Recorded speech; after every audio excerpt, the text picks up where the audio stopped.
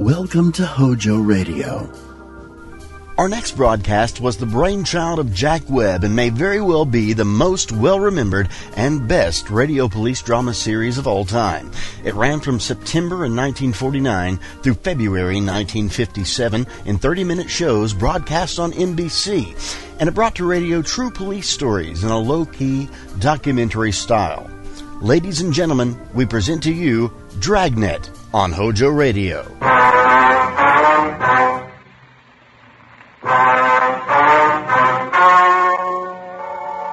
The story you are about to hear is true. The names have been changed to protect the innocent. Fatima Cigarettes.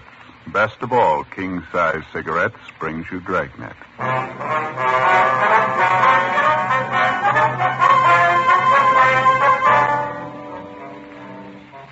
You're a detective sergeant. You're assigned a robbery detail. An unidentified armed bandit starts a campaign of jewelry store holdups in your city. The robberies are carefully planned, carefully executed. The bandit commits brutal attacks on each of the victims. Your job? Get him. The latest Fatima sales report shows thousands and thousands of king-size cigarette smokers are switching to Fatima. For the month of October, coast-to-coast actual figures show Fatima sales are up 110%, or more than double. Fatima, best of all king-size cigarettes. Definitely the best quality in its class, but the same price as the cigarette you're now smoking. Remember, thousands of Americans are switching to extra-mild Fatima. Next time, insist on the best, king-size Fatima, in the distinctive golden yellow package.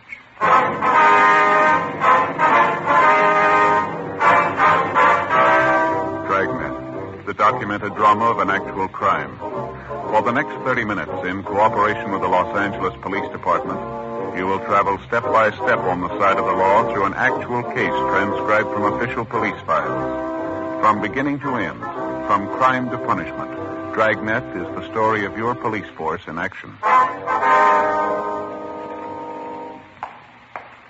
It was Wednesday, March 10th. It was cold in Los Angeles. We were working the day watch out a robbery detail. My partner's Ben Romero. The boss is Captain Didion. My name's Friday. It was 3:28 p.m. when I got to room 27A. Robbery detail. Joe? Yeah, Ben. You know, this is Mitch and Mrs. Gordon. Folks would like to have you meet my partner, Sergeant Friday. How do you do? We're glad to know you. How are you, Sergeant? Mrs. Gordon, are you feeling any better now? Qu'est-ce qu'il a dit, Robert? Il veut savoir comment tu te sens. Raconte-leur ce que tu sais de Val. She's a lot better now, Sergeant, thank you. My French isn't very good, but it's a lot better than her English. The field's only been over here a couple of weeks. I met her when I was on occupation duty over there. Army, you know. Yeah, I see. Well, we'll try not to keep you long, sir. We got a few questions about the robbery. We think your wife might be able to help us. Well, we'll sure try, Sergeant. Like to help you any way we can. Your wife was the only one in the store besides the clerk at the time of the hold-up. Like to have her tell us everything that happened, if you would, please. Okay. Qu'est-ce qui est arrivé à la bijouterie? Oh oui, je peux leur dire, j'ai tout vu. She says she saw everything that happened, Sergeant. What would you like to know first? Well, how about the hold-up man, Mr. Gordon? Did your wife get a good look at him? Can she describe him for us? Peut-il décrire le voleur? Oh, il portait un veston bleu. C'était un homme aux cheveux bruns, pas trop grand. Says the fellow was wearing a blue coat. He had dark hair. Wasn't a very big man. Mm-hmm. Does she have any idea about how tall he was? Cécile, de quelle taille? C'est-à-dire... Costaud. Comme ça. Il viendrait jusqu'à ton épaule. Il faisait environ 80 kilos. She can't say exactly how tall, Sergeant. Said he'd come up to about here on my shoulder, about 5'8", I guess. She thinks maybe he weighed about 170 pounds. She's not sure. Uh-huh. Would you ask her exactly what happened at the store? That is as much as she can remember. Sure. Cécile, dis-leur exactement ce qui s'est passé. Eh bien, j'étais au comptoir quand l'homme est entré. Il est allé directement au vendeur, celui qui me servait. Et il avait un revolver dans la main. Well, she says she was standing by the counter, Sergeant, when the hold-up man came in. Uh-huh. Says the fellow went over to the clerk, the man who was waiting on her. Says the fellow had a gun in his hand. Would you ask her to go on, please? Et après, Cécile? Il a forcé le vendeur à lui donner tous les bijoux et les a mis dans un sac de papier. She says the hold-up man made the clerk get up the jewelry. The guy took it and dumped it in a paper bag. Cécile, et après? Puis, sans raison, après avoir obtenu tous les bijoux, il s'est mis à battre le vendeur avec le revolver. C'était terrible, terrible. J'ai commencé à crier, puis il m'a battu. C'est tout dont je me souviens. C'était terrible. Well, after he got all this jewelry in a paper bag, the thief began beating up on the clerk. She says for no reason at all, he began slugging the clerk with a gun he was carrying. Really got nasty with him.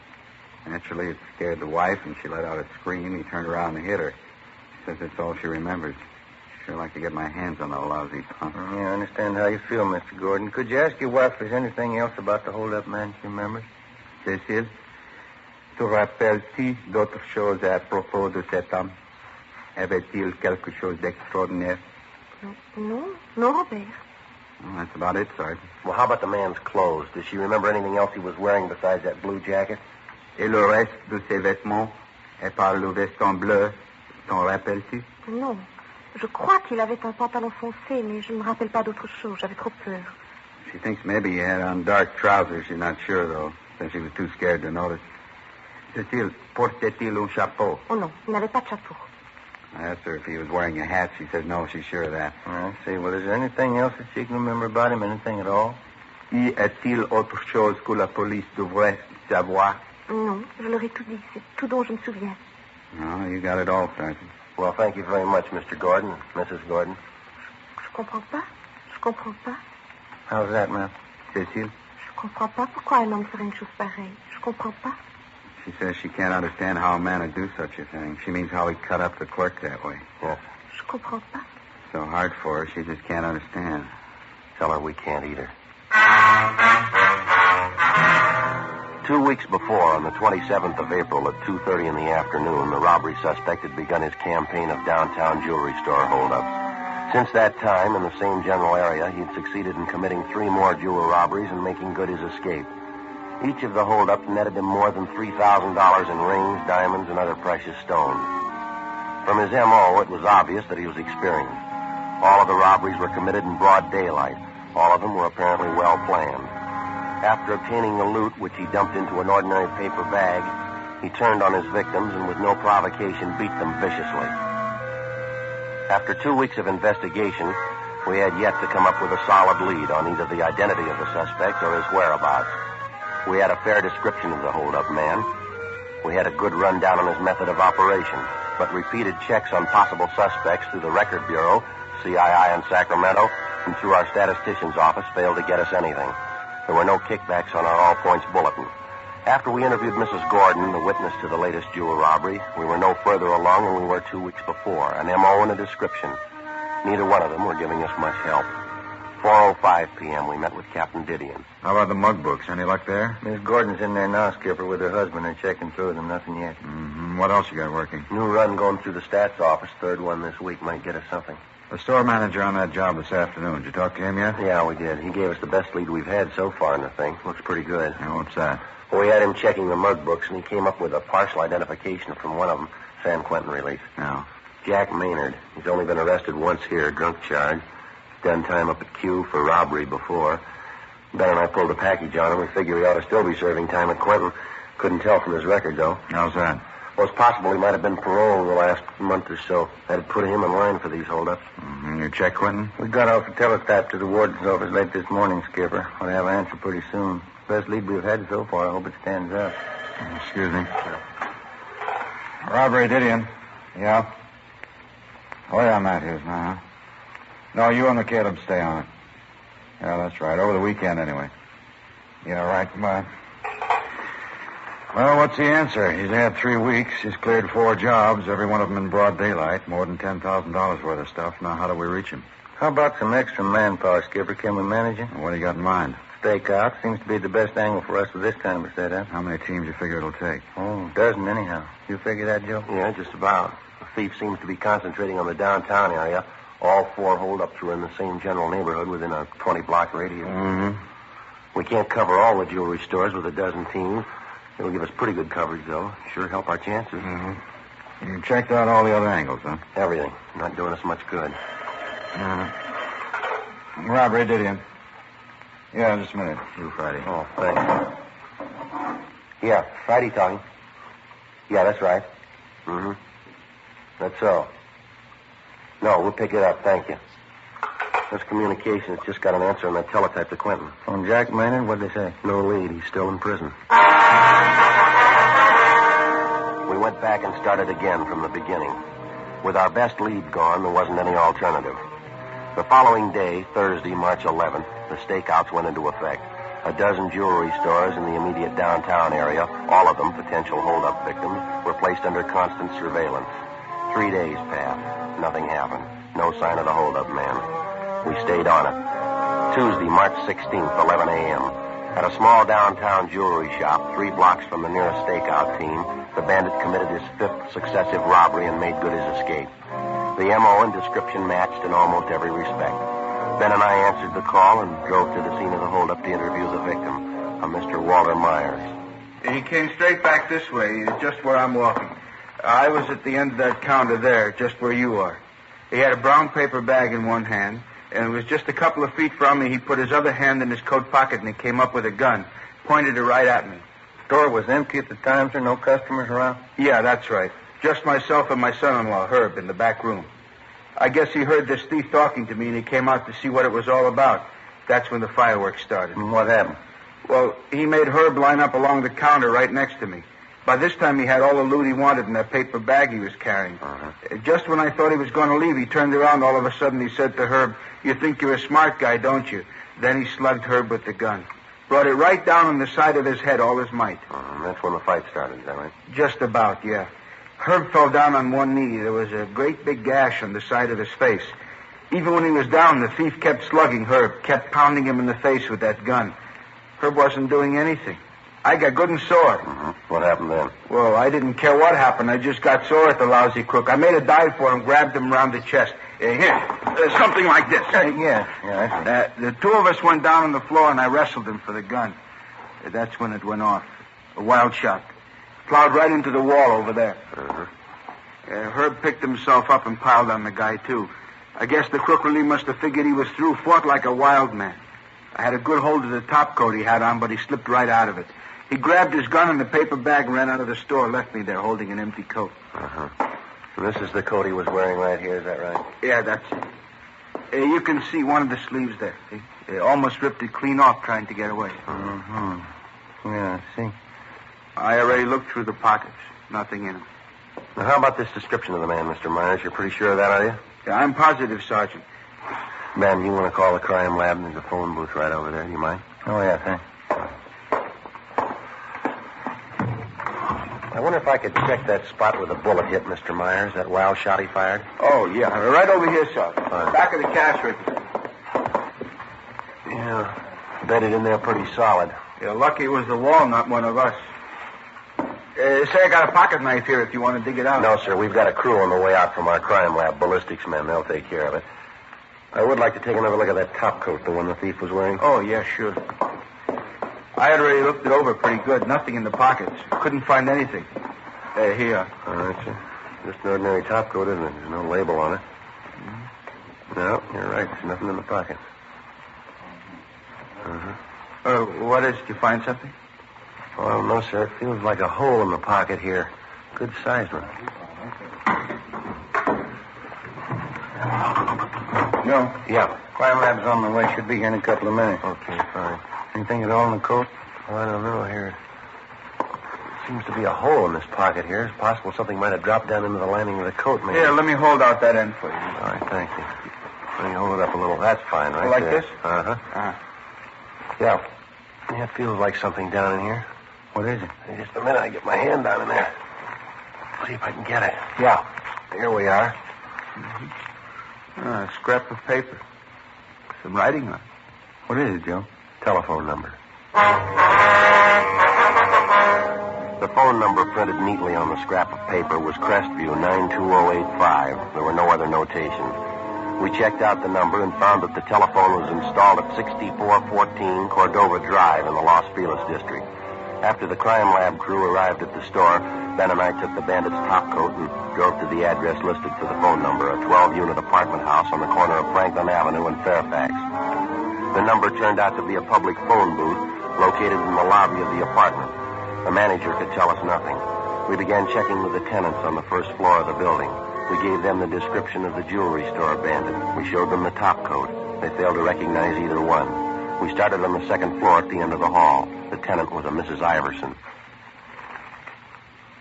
Do you recognize the description at all, Miss Iverson? Mean anything to you? Yes. I'd say it did, Sergeant.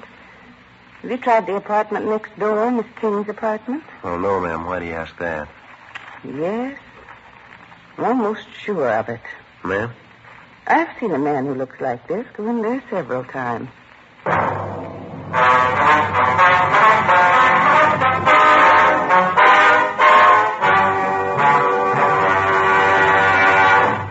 You are listening to Dragnet, authentic stories of your police force in action.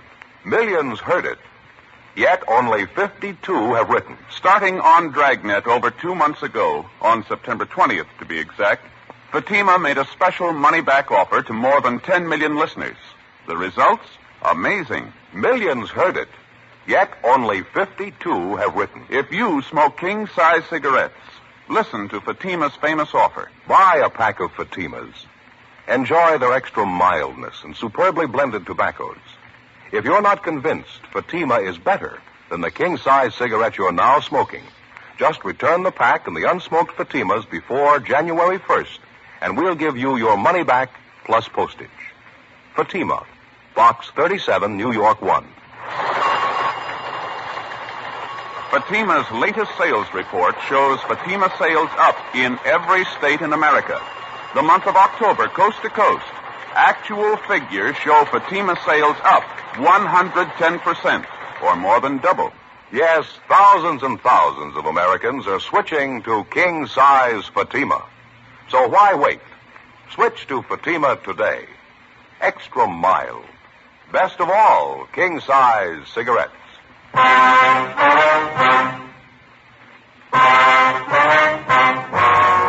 March 16th, Tuesday, 2:48 p.m. Ben and I went next door to the apartment where a man answering the description of the jewelry store bandit reportedly had been seen several times. We rang, but there was no answer. We went back and checked with the manager of the building, who told us that the apartment was registered to a Miss Lenora King.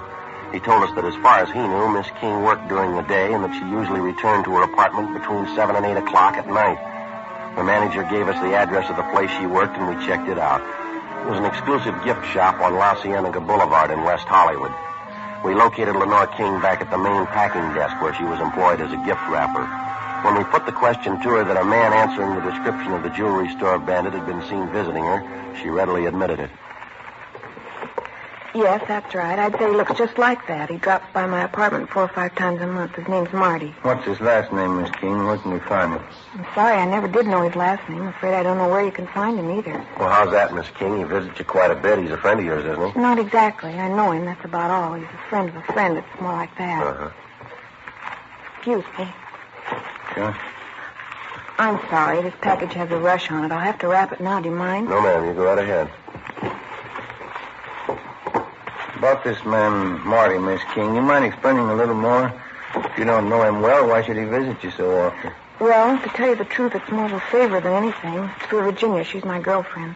Uh-huh. And I wish I never got mixed up in it to begin with. Well, how do you mean, mixed up in what? Well, it's confidential, Sergeant. I'd just as soon not mention it if you don't mind. Well, I'd like to have you tell us everything you know about it. It's a pretty important matter, ma'am. Well, I don't know really how it started. I mean, how the two of them got together, Marty and Virginia. They just met, I suppose. Virginia fell in love with him. She had to find some way out. How's that now? Virginia, she was crazy about Marty. I guess she still is. They didn't want to get all involved, though, neither one of them. It's romantic in a way. Could I have the scissors there, Sergeant? Yes, here you go. Well, what two of them want is to see each other once a week. It's enough for Virginia, she says. She loves him, that's all that counts. She doesn't want to know where Marty lives, what he does, anything about him, and I guess the same goes for Marty. I see. So the two of them get in touch with each other through you, is that it? That's right. Usually once a week, maybe once every 2 weeks. I'd just as soon not talk about it if you don't mind, though. I can give you Virginia's address. She can tell you more about Marty than I can. You have no idea where we can locate the man, sir? I'm sorry, none at all. The only contact I have is when Marty phones me or when he comes around. He leaves a message for Virginia where to meet him and when, and then he leaves. I really think you ought to talk to Virginia about it. Uh-huh. Here we are. One thing I don't quite understand, ma'am. Yes? This girlfriend of yours, Virginia, you say she's in love with this fellow Marty? Oh, yeah, crazy about him. And why are they playing this hide and seek? If they're in love, why don't they come out and get married? What's the problem? Virginia. What? She's already married. Before we left Lenore King, we advised her what the situation was. In the event the suspect, Marty, contacted her, she was to get in touch with us immediately. She gave us her promise that she wouldn't disclose our conversation with her. We left her our card, and she gave us the address of her girlfriend, Virginia Brewer. It was a South Argyle Street address, but Mrs. Brewer wasn't at home. 8:15 p.m. We drove to her place of employment, a Valley nightclub out along Ventura Boulevard, where she was appearing in the floor show. She was a dancer. We located her backstage, waiting to go on. You must have some other girl in mind, officer. I don't know anyone by the name of Marty. You sure about that, Miss Brewer? We got it from a pretty good source. Well, I'm sure I don't know where you got it, but it's wrong. The name isn't familiar at all. Who told you this, anyway? Close friend of yours, ma'am. She seemed to know what she was talking about. Who was it? I got a right to know that. Lenore King? Lenore? Why should she tell you a story like that? We wouldn't know, ma'am, unless it's the truth. Of course it's not the truth. I don't know any Marty. I don't even know what this is all about. Well, she says you know the man, Mrs. Brewer. She says you're in love with him. She seemed to have all the details. Now, is there any good reason why she'd tell lies about you? I don't know. You believe what she told you? Yes, ma'am, we do, unless you can prove it's a lie. I'm sorry. That's my introduction. I have to go on. All right, ma'am. We'll wait.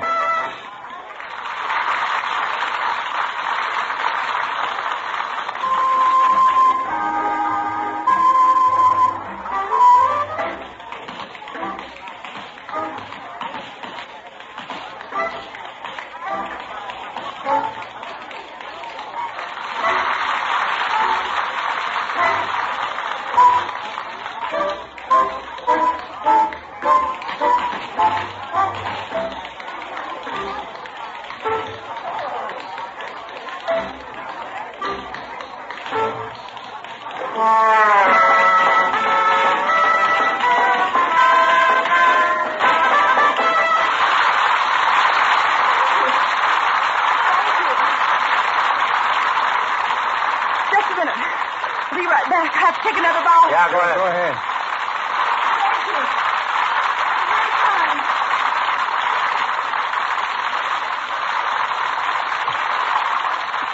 You want to come back here, officers? Dressing room? We can talk there. All right, fine. In here. Thank you. Well, I suppose there isn't any point in trying to cover it over. Only one thing I'd like to ask you. Yes, ma'am? My husband doesn't have to know, does he? I mean, whatever there is to this. You don't have to tell the papers, do you? You can keep it quiet. Whatever you tell us will be strictly confidential, ma'am. All right. I know Marty. I've known him for 6 months. Lenore wasn't lying. I'm in love with him. Well, we're not prying into your personal life, Miss Brewer. We just like to locate this man, Marty, that's all. It's pretty important to us. Why is it important? Why do you want him? Robbery investigation, ma'am. We'd like to get hold of him for an interview. Robbery? Think Marty's done something? Is that why you want him? We're not sure. Do you have any idea where we can find him? No, no more than Lenore. I guess she told you about it. I mean, Marty and I, how it's been. You have no idea where he stays, where he works? No, I don't. It's been that way from the beginning. Lenore knows as much about that as I do. Only one way I can get in touch with him, that's when he leaves a message at Lenore's, or I leave a message. When we first met, Marty and I, that's the way we both wanted it. He didn't want to get all involved. Because of my husband. I didn't either. Have you seen this Marty lately, Miss Brewer? Yes, about 10 days ago. You expect to see him again soon? Well, I don't know. I suppose so. He'll leave a message with Lenore if he wants me. That's all I can go on. Well, could you leave a message for him with Lenore? Yes, I suppose so. Have to wait till he calls, though. Uh-huh. Can't you tell me more about it, Sergeant? Why do you want him? What's it about? We're going to have to ask your cooperation, ma'am. Your friend's a robbery suspect. We think he's a pretty good one. Marty? Yes, ma'am. Now, the next time he contacts you, the next time he sets up a date with you, we'd like to know where, we'd like to know when. You think he's guilty? Really think he's done something? Well, he's a suspect, ma'am. That's all we know. I guess Lenore told you. I love him. Love him more than anyone. Won't make any difference. Ma'am? Won't make any difference. I love him. Even if he is guilty, it won't make any difference. It will to him. 8:55 p.m. We continued questioning Virginia Brewer. Before we left, we got her promise that in the event the man known as Marty contacted her, she would notify us immediately. 9:20 p.m. We checked back in at the office and made arrangements to keep the home of Virginia Brewer under constant surveillance, as well as the apartment of her girlfriend, Lenore King. The following morning, we checked with the ballistics men at the crime lab who'd examined the slug which had been taken from the wall of Walter Meyer's jewelry store, the latest of the hold-up man's victims. It was identified as having been fired from a .32 caliber revolver. The slug was marked and filed as evidence.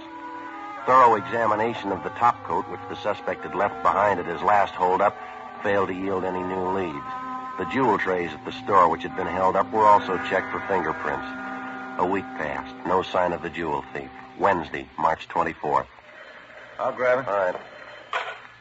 Robbery, Romero. Oh, yes, ma'am. Well, when was that? Oh, all right. Fine, yes, ma'am. Thank you. Bye. You got anything? That friend of Mrs. Brewer's, Lenore King. Yeah. Says this fellow Marty called a few minutes ago. Uh-huh.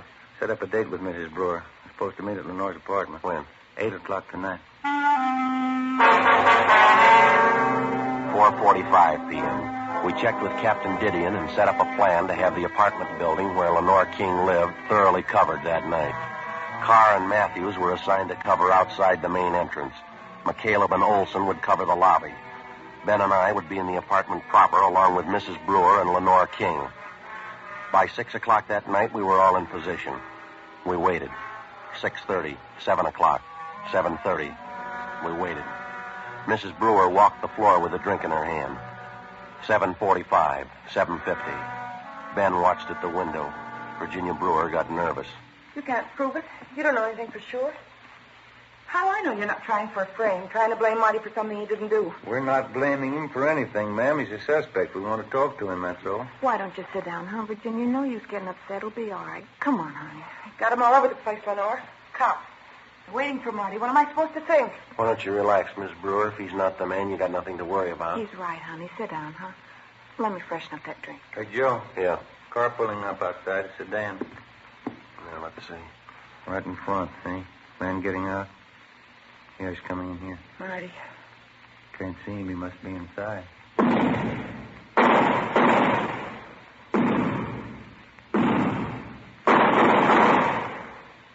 Marty. Marty. Why didn't he tell me? You want to hop downstairs, Ben, see what happened, huh? Yeah, all right. It'll be all right, honey. Take it easy. It'll be all right. I didn't know. I didn't know. Sergeant, why did you do it? Do what, ma'am? Marty, I didn't know about it. We didn't know anything about each other, and this has to happen. Why didn't he tell me? I wouldn't know. I love him. The rest I don't know, but I love him. If he was in trouble, he could have told me. If he loved me, he would have told me. He would have told me everything. Well, I guess maybe you got the answer. What? He didn't love you.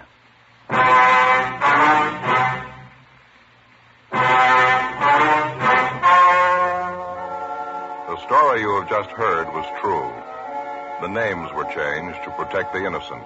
On June 29th, trial was held in Superior Court, Department 91, City and County of Los Angeles, State of California. In a moment, the results of that trial.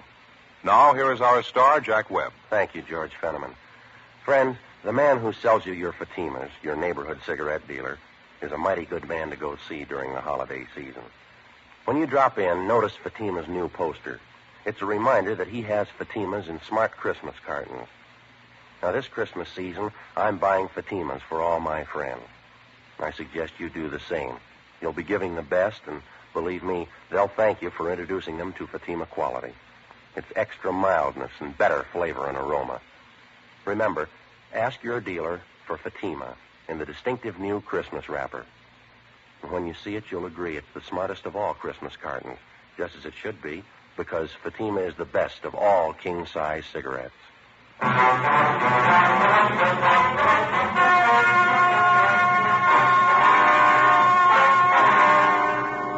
The suspect, Martin Arthur Kessington, was wounded, but not fatally, when he attempted to resist arrest. After interrogation, he dictated a signed statement admitting guilt for all 5 of the jewelry store holdups. He was tried and convicted on 5 counts of first-degree robbery and received a sentence as prescribed by law. Robbery in the first degree is punishable by imprisonment in the state penitentiary for a term of 5 years to life. You have just heard Dragnet, a series of authentic cases from official files. Technical advice comes from the Office of Chief of Police W.H. Parker, Los Angeles Police Department. Barton Yarborough as Sergeant Ben Romero.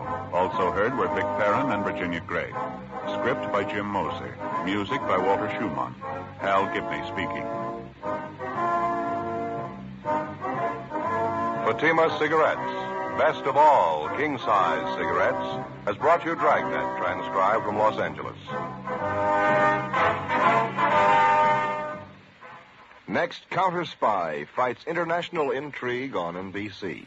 HOJO Radio, we're your old-time radio headquarters. Stay tuned. The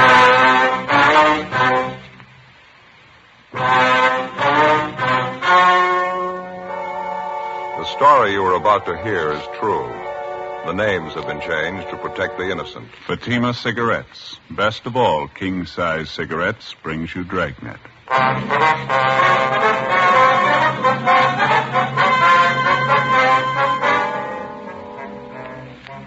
You're a detective sergeant. You're assigned to homicide detail. A 40-year-old mother is found murdered in the bedroom of her home. The body bears the marks of a savage attack with a knife. The killer showed no mercy. Your job? Get him. See the difference. Taste the difference. Smoke the difference. You'll find that in Fatima, the difference is quality. Quality that gives you extra mildness. A much different, much better flavor and aroma. Yes, in king-size Fatima, you get all the advantages of extra length, plus Fatima quality, which no other king-size cigarette has. Fatima, best of all king-size cigarettes. Definitely the best quality in its class, but the same price as the cigarette you're now smoking. Remember, thousands of Americans are switching to Fatima.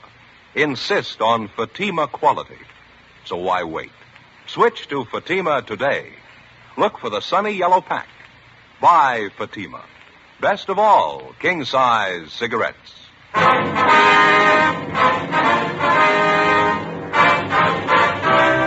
Dragnet, the documented drama of an actual crime.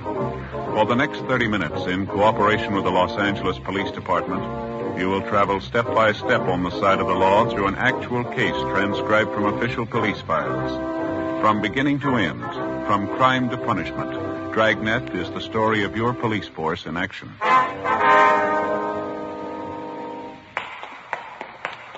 It was Tuesday, February 18th. It was cold in Los Angeles. We were working the day watch out of homicide detail. My partner's Ben Romero. The boss is Thad Brown, chief of detectives. My name's Friday.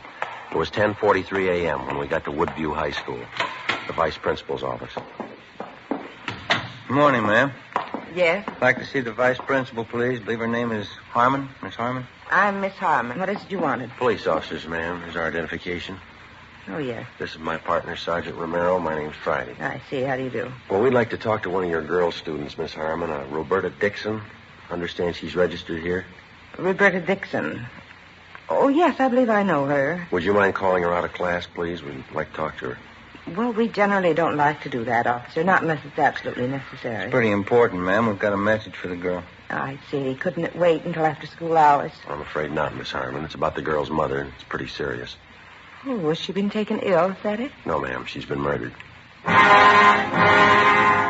16-year-old Roberta Dixon, the daughter of the murdered woman, was called out of her classroom and brought downstairs to the office of Miss Harmon, the girl's vice principal. She was a thin, dark-haired girl in sweater and skirt. With the help of Miss Harmon, whom the girl seemed to know fairly well, Ben and I broke the news of her mother's death as gently as we could. At first, the 16-year-old girl seemed to take the shock with some composure, but suddenly she broke down weeping and became hysterical. When she recovered sufficiently, the girl agreed to come downtown with us to answer a few routine questions. Miss Harmon agreed to accompany her. 11:05 a.m. We checked back in at the office. Ben and I completed the 311 dead body report while Miss Harmon and the daughter of the murdered woman waited in the adjoining room. What was that time discovered, Joe? You got a note on it there? Yeah, let me look. 8:55 a.m. Oh, thanks. Hi, Joe. How are you? Oh, hi, George. How you doing? I can't complain. Got some checking out to do. I wonder if you'd help me. Well, I'll give it a try. Ben, you know George DeKoven, don't you? Reporter from the Daily News? Oh, yeah, sure. Seen him around. Hi. So I understand you two are working on that knife murder out on Pico, the dead woman they found this morning? Yeah, that's right. A few things I'd like to check with you before I do the story. The victim's name was Florence Eleanor Dixon, that right? That's right, George, yeah. A couple more things here. Stop me if I got it wrong. Mm-hmm. The victim was 40 years old, divorced, one child, daughter 16. Body was discovered 9 o'clock this morning by a next-door neighbor. Mm-hmm. You see, the neighbor's name is Esther Fenwick. No, I think the name's Fenmore, George. Oh, thanks. Fenmore. I understand you haven't got much to go on. No murder weapons, no other leads. No, not much of anything so far. We just started on this thing. How about the husband of the dead woman? You get anything there? Well, he divorced Mrs. Dixon 2 years ago. There's no line on him yet. We're still checking him out. We might have some word later on in the day for you. Mm-hmm. Any other possible suspects in mind, or do you want to say? No, I don't think so. It's still wide open. How about a motive? That been established yet? Could have been one of a dozen things. We're going to have to do some digging before we can say definitely. It doesn't look like it was a robbery motive. Well, that's about all we can tell you for sure, George. Mm-hmm. See, I was over at the morgue when they brought the body in. It's the worst I've seen in a long time. Brutal. It's pretty bad. I suppose there's nothing from the crime lab yet. No. I think they just got back from the house a few minutes ago. If you want to drop by later on this afternoon, we might have something new for you. Okay, thanks. Brad. Oh, say, I saw you bringing the girl in a few minutes ago, the victim's daughter. I'd like to get a couple of pictures of her. Well, how about making it a little later, huh, George? Kid's still upset. Pretty much of a shock for you, you can understand. Okay, I'll be waiting out in the hall with the photographer. Okay. You give me a call, huh? Just a couple of shots. It won't take a minute. You betcha, George. We'll call you. Okay. You about finished with that report, Ben? Yeah, all done. Guess we better talk to the girl, huh? Yeah, all right. The morgue say when they're going to post the body? Sometime today. We ought to have the results first thing tomorrow morning.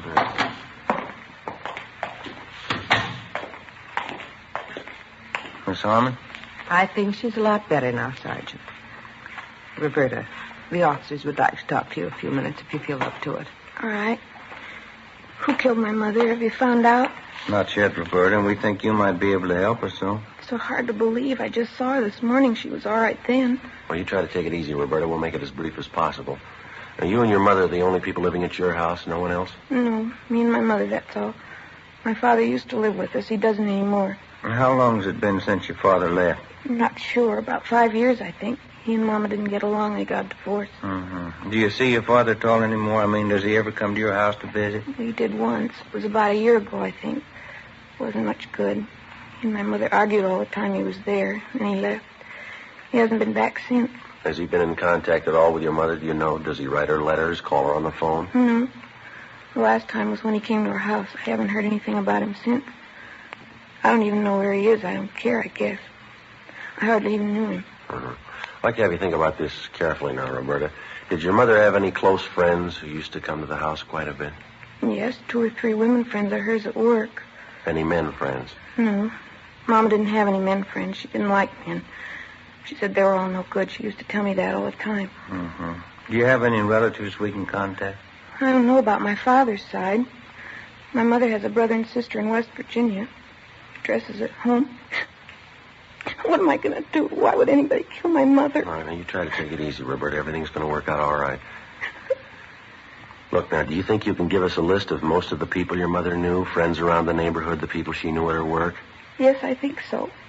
Most of them are in her address book. I think I know where it is. All right, fine. Just before you left for school this morning, Roberta, was there anyone in the house besides you and your mother? No, just the 2 of us. Was your mother expecting anyone? Not that I know of. Your mother was all right, was she? There didn't seem to be anything bothering her? No. She acted all right to me, just like any other morning. We got up at 6:45. I got dressed. Mama took a shower. I fixed breakfast. We ate, and then I left for school. About what time was that, Roberta? A little before 8:30, usual time. I have my first class at 9 o'clock. Mm-hmm. When I left Mama, she was just finishing her breakfast. I said goodbye. It was the last time I saw her. Can we talk after a while, please? Maybe I'll feel better.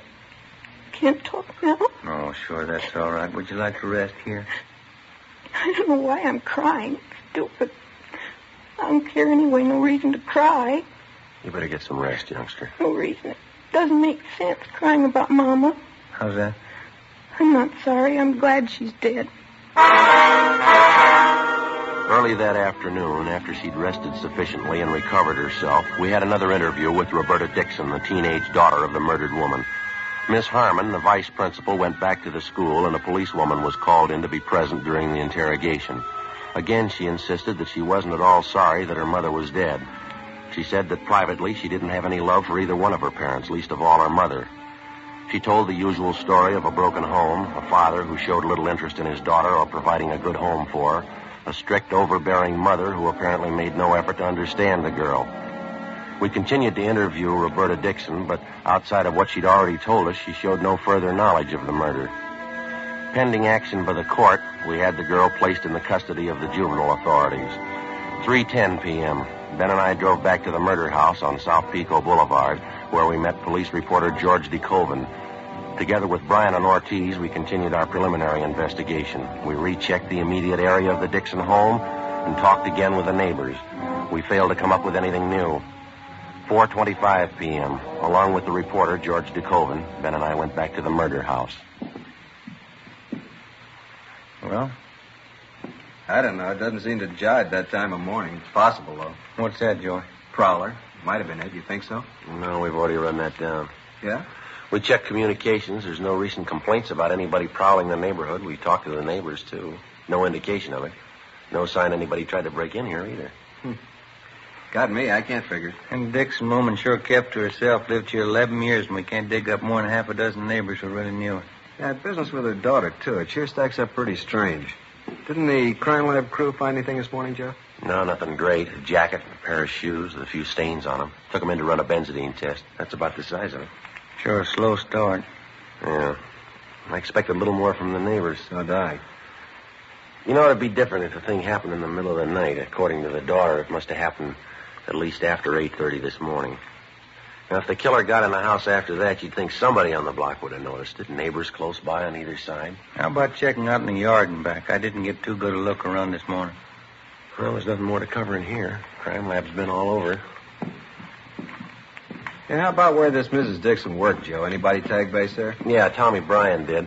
Hotel down on South Grand. She worked in the linen room. A couple of people she knew there, they couldn't tell him anything. How about some of her other friends? No, nothing yet. We're still checking.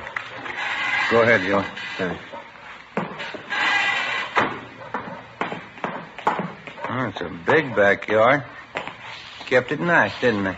You want to check alongside here, Ben, with the house? I'll give the back of the yard a look, huh? Yeah, okay. Well, Good-sized garage, huh? Pretty hard to find them like that anymore. Pretty good-sized lot, too. He sure must have worked at keeping it up. There's not a weed on the place, is there? Yeah. More you can say for the neighbors. Yeah. Have a look, George, down here. Huh? Flower bed here. 2 little mounds of dirt, you see them? Oh, yeah. The ground looks like it's been recently turned, wouldn't you say? Fairly recent. Wonder what that's supposed to mean. Yeah. Oh, small wooden crosses pressed down in each one of the mounds. Queer one, huh? Looks like a couple of small graves, doesn't it? You want to reach me that stick over there, George? Oh, yeah. Here you go. Thank you.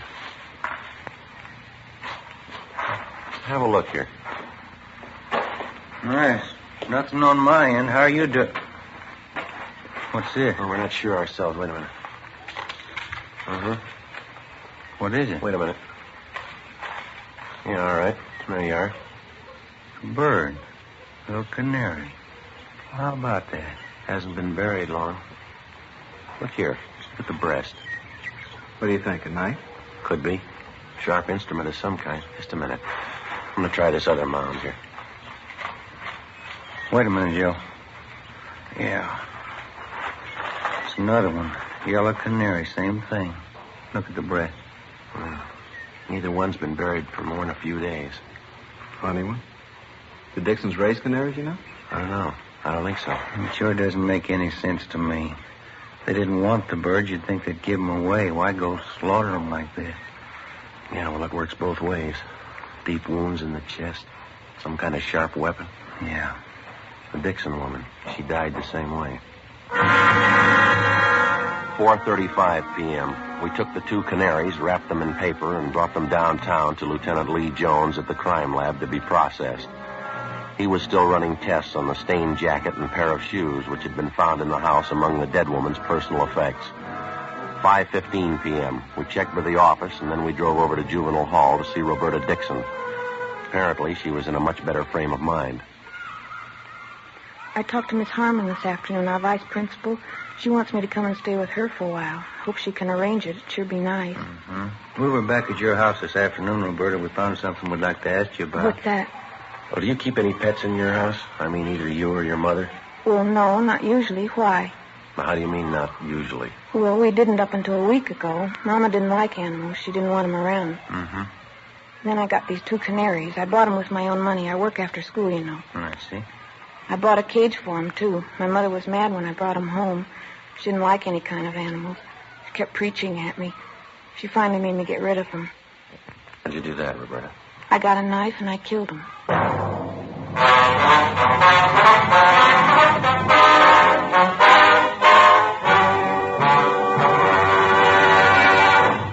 See the difference. Taste the difference. Smoke the difference. You'll find that in Fatima, the difference is quality. Quality that gives you extra mildness. A much different, much better flavor and aroma. Yes, in king-size Fatima, you get all the advantages of extra length, plus Fatima quality, which no other king-size cigarette has. Fatima, best of all king-size cigarettes. Definitely the best quality in its class, but the same price as the cigarette you're now smoking. Remember, thousands of Americans are switching to Fatima. Insist on Fatima quality. So why wait? Switch to Fatima today. Look for the sunny yellow pack. Buy Fatima. Best of all king-size cigarettes. Remember, thousands and thousands of Americans are switching to king-size Fatima, insisting on Fatima quality. So compare Fatima yourself. When you see the difference, taste the difference, smoke that difference, you'll switch to Fatima. Because in Fatima, the difference is quality. Look for the sunny yellow pack. Buy Fatima. Best of all, king-size cigarettes.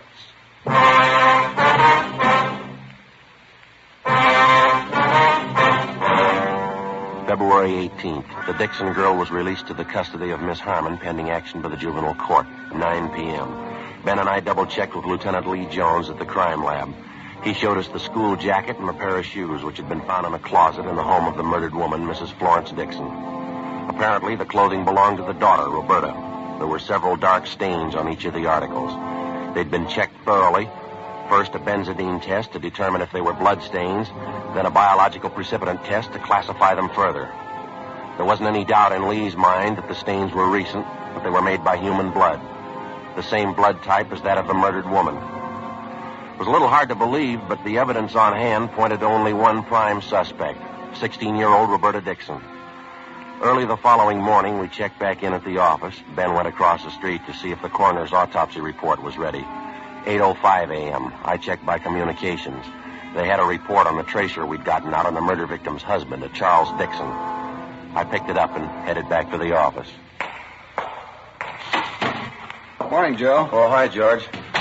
You get the message I left for you? I put it on your desk over in the press room. Yeah, I got it, thanks. How's it look this morning? Anything new? Well, this here is an answer on that tracer we got out on Mrs. Dixon's husband. He's been living up north for the past year, San Francisco. That's so? Still up there? No, not according to this. He died 6 months ago, heart attack. What do you figure? Well, there's not much choice. Joe. Oh, hi, George. Hi. Autopsy report. Coroner just got it out. What's the word? It doesn't jibe with the story we got. The coroner places the time of death close to 7:30 a.m. yesterday. Cause of death's what we figured, chest wound. Some kind of a sharp weapon. There's something else. According to the girl, she had breakfast with her mother before she left for school. Coroner says Miss Dixon hadn't eaten for at least 12 hours before she died. What was that time of death, Ben? 7:30 a.m., no later. Well, I guess we better move on it, huh? Yeah. What's the angle? Well, the daughter, she says she didn't leave the house until 8:30. Along with the policewoman, Ben and I drove out to the home of the high school vice principal, Miss Harmon, where the suspect, Roberta Dixon, was staying. There was no one there. We checked at the high school. Miss Harmon told us that she'd brought Roberta to school that morning. She thought that if the girl attended classes, it'd help keep her mind off her troubles. Miss Harmon checked the classroom the Dixon girl was supposed to be in, but she wasn't there. Her teachers were contacted. None of them had seen her that morning. 9:40 a.m., we drove over to the Dixon home.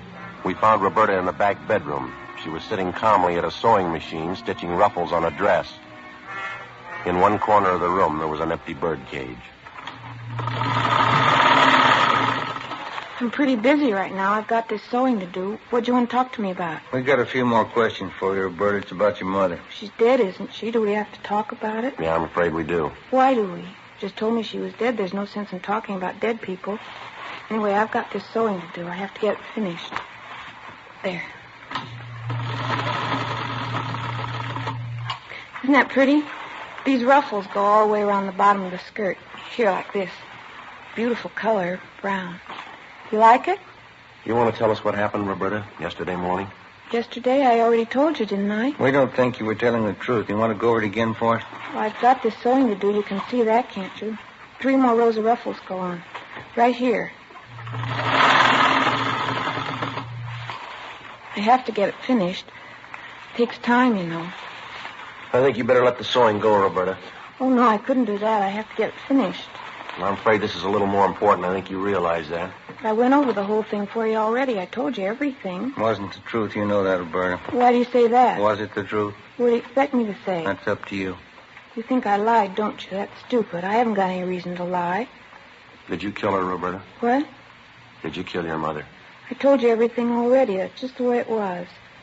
Mama and I got up and had breakfast, and I went to school, that's all. I don't have any reason to lie. Oh, excuse me. Hello? Oh, hi, Fran. Yeah, I'm working on it now. It's going to be beautiful. What? Oh, no, that's all right, sure. Oh, thanks. Yeah, I'm all right. Look, can you call me back later? Yeah, I'll be here. Okay, honey, bye. I'm sorry, officers. My girlfriend, Fran. She's a good friend of mine. She can vouch for me. She'll tell you I'm not a liar. Do you own a pair of brown and white saddle Oxfords, Roberta? No, why? How about a school jacket? Green plaid? No. I don't like green. Brown's my favorite color. The green plaid jacket was found in the house here. It was stuffed back in the hall closet. It had your name stenciled on it. Oh, yeah. That old thing. I don't even wear it anymore. Look at that. Won't it be pretty when I get it finished? That jacket of yours, Roberta, they found blood stains on it. On the shoes, too. Roberta? I already told you. The shoes aren't mine. The jacket is. Why do you keep calling me a liar? Can't you believe me for once? Isn't it bad enough the way things are? Now, the last time we talked to you, you said you left the house at 8:30 yesterday morning. Is that right? Yes, it was around 8:30. Well, we got the report on your mother this morning, Roberta. The coroner says she died at 7:30, no later. That's stupid. How could he tell anyway? He can tell. He's a liar. Something else, Roberta. You told us you and your mother got up and you had breakfast together. Yeah, we had breakfast together. Why are you picking on me? You couldn't have had breakfast together. The time she died, your mother hadn't eaten anything for 12 hours. I guess you're going to say they can tell that, too. That's right. You want to tell us what really happened now? Now, tell us the truth, Roberta. It's going to work out a lot easier.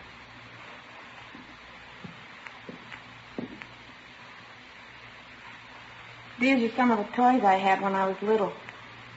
I saved almost all of them. My best doll. I had a lot of dolls. I loved them. Guess I still do. I love them more than her. You mean your mother? I wasn't fooling. I don't care if she's dead. She didn't mean anything to me. She never did mean anything. These are more of my dolls here. I dressed them all myself, every one of them. What was the matter, Roberta, between you and your mother, I mean? I don't know. I guess she just didn't mean anything. Not like anybody else's mother.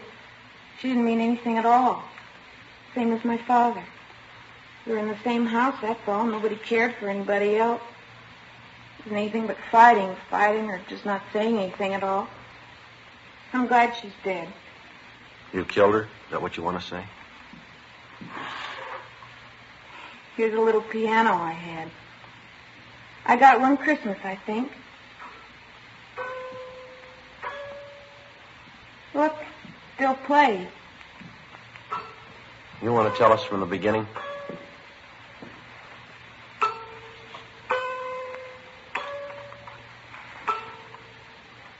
It took a long time. I thought about it a lot. A week ago, I made up my mind. It's time to kill her. She was getting worse. I couldn't do anything. I was always wrong. Couldn't go out, couldn't do this, I couldn't do that. She started the same way yesterday morning. I got the knife from the kitchen. I went in and she was sitting on the bed putting her stockings on. I don't think she knew what happened. Didn't take long. Were you having an argument with her? Is that what started it? We argued every morning. I got so tired of it. She had an awful voice. Finally made up my mind. Planned it all out. I even practiced it. You know the 2 canaries I had? Yeah. I didn't buy them because I wanted them. They got to be cute, though. I felt bad about killing them. Why'd you kill him, Roberta? Practice. Decided to use a knife. I wasn't sure I knew how to do it, though, so I got the canaries. One day after school, I killed them. Gave me more confidence. I knew I could do it after that. Poor little things. I guess I shouldn't have killed them. What knife you killed your mother with, Roberta? You want to show us where it is? All right, I'll show you. I don't think you ever could have found it. It's up in the attic. Special place I hide things. Say, would you like some coffee or Coke or something? No, thanks. Just one more thing. Why'd you leave school this morning? I mean, going off without telling anybody. I wanted to come back here. I felt like it. I wanted to come back to my room. It's the only place I really like to be. I've lived in this house all my life. And this has always been my room. Toys I had.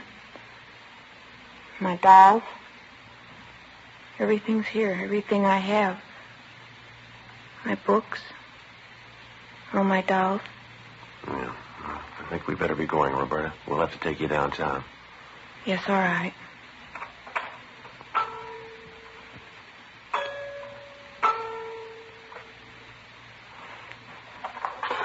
I'll get my coat. Then I'll show you where the knife is. All right. Officers, could I ask you one favor? What's that? It probably sounds silly. It'll help a lot, though. This doll here, Yeah. could I take it with me? Just this one. Make me feel a lot better. Please, do you think I could? Yeah, sure. Bring it along if you like. Thank you. You probably think I don't care for anything but my dolls. There's one thing, though, I want to tell you. What's that? I'm sorry now, I really am. I shouldn't have done it. I know it was wrong. You do? Yes, I'm sorry I killed the canaries.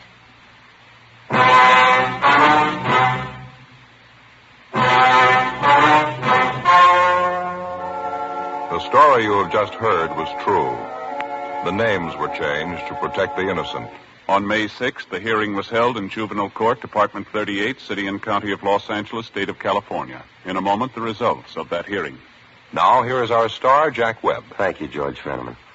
Friends, I'd like to take just a moment this evening to tell you about Fatima's Christmas gift carton. When you visit your dealer, take a real good look at it.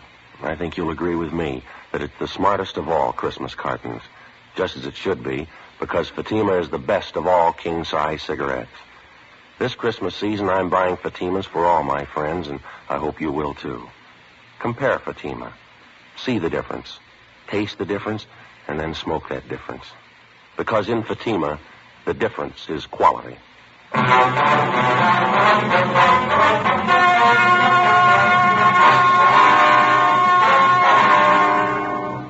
At the hearing in juvenile court, Roberta Evelyn Dixon was found unfit to be handled as a juvenile and was certified to Superior Court as an adult. There, she was found to be criminally insane by 3 psychiatrists appointed by the state. She is now confined to a state mental institution where she is undergoing treatment.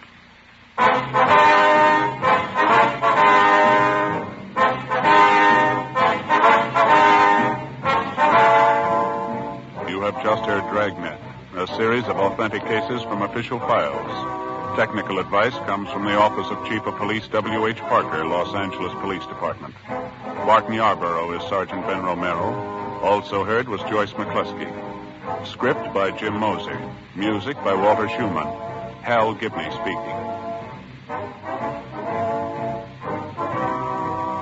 Fatima Cigarettes, best of all king-size cigarettes, has brought you Dragnet, transcribed from Los Angeles.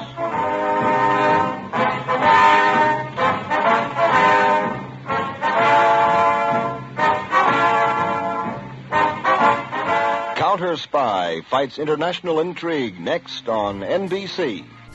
The origins of Dragnet can be traced to a semi-documentary film, He Walked by Night, in 1948, in which Jack Webb had a small role.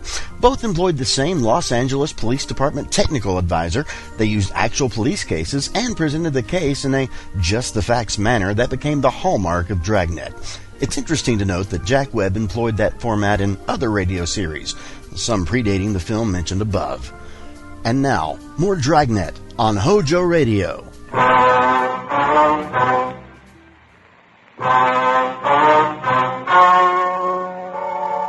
The story you are about to hear is true. The names have been changed to protect the innocent. Fatima Cigarettes, best of all king-size cigarettes, brings you Dragnet.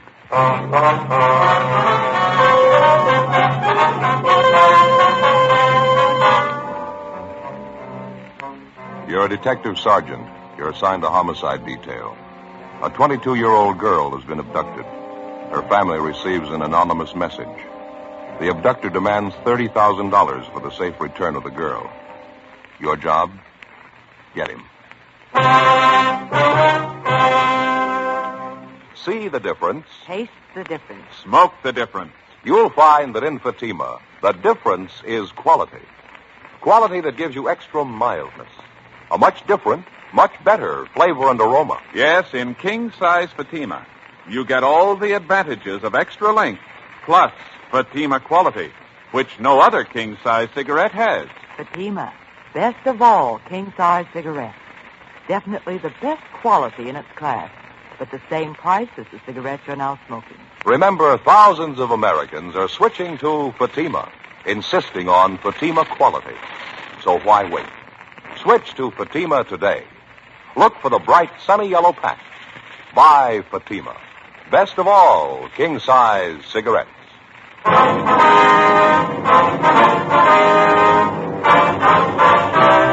Dragnet, the documented drama of an actual crime. For the next 30 minutes, in cooperation with the Los Angeles Police Department, you will travel step by step on the side of the law through an actual case transcribed from official police files. From beginning to end, from crime to punishment, Dragnet is the story of your police force in action. It was Tuesday, October 18th. It was cloudy in Los Angeles. We were working the early morning watch out of homicide. My partner's Ben Romero. The boss is Thad Brown, chief of detectives. My name's Friday. I was on the way back from the stats office, and it was 3:26 a.m. when I got to room 42. Homicide. Hi, Brian. Hi. Got those mug shots you wanted, Joe. Here you go. Oh, thank you. The captain leave yet? They're waiting for me in the garage. You call back? I'm going to right now, yeah. Okay. I guess I better hustle it. See you out there, huh? Right, Brian.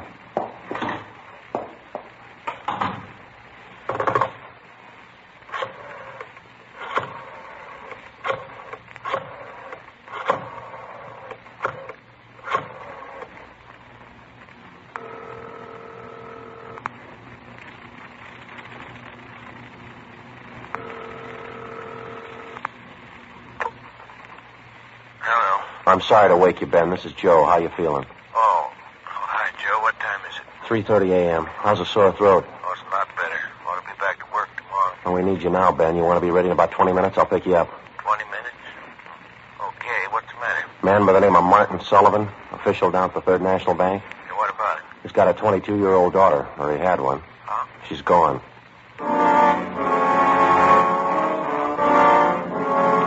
Less than 14 hours before, at 1 o'clock the previous afternoon, Judith Sullivan was last seen driving off in a car with a man who'd represented himself as a friend of her father's. At 11 o'clock that night, the Sullivan family received an anonymous letter demanding $30,000 for the safe return of the girl. It had been the only contact made thus far by the abductor. As soon as we got word of what had happened from the girl's father, a broadcast and an APB had been gotten out. The entire force throughout the city had been alerted. 3:44 a.m. I pulled up in front of Ben's house.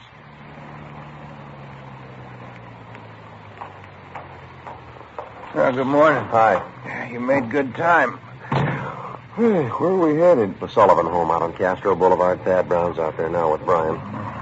Any leads to go on? No, not so far. The girl disappeared a little before 1 o'clock yesterday afternoon.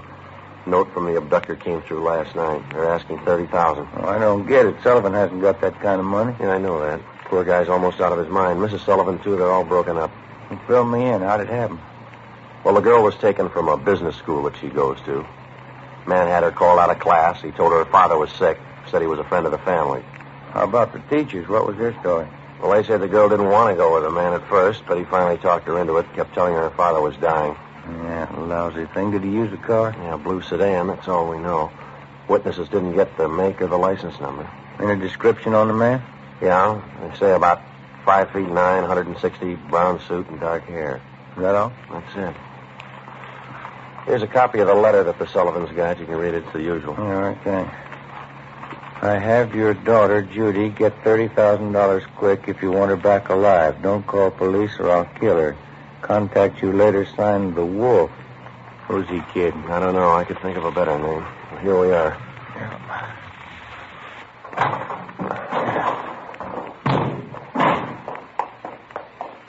Who's got the original note, Joe? The crime lab. They're checking it for prints and handwriting.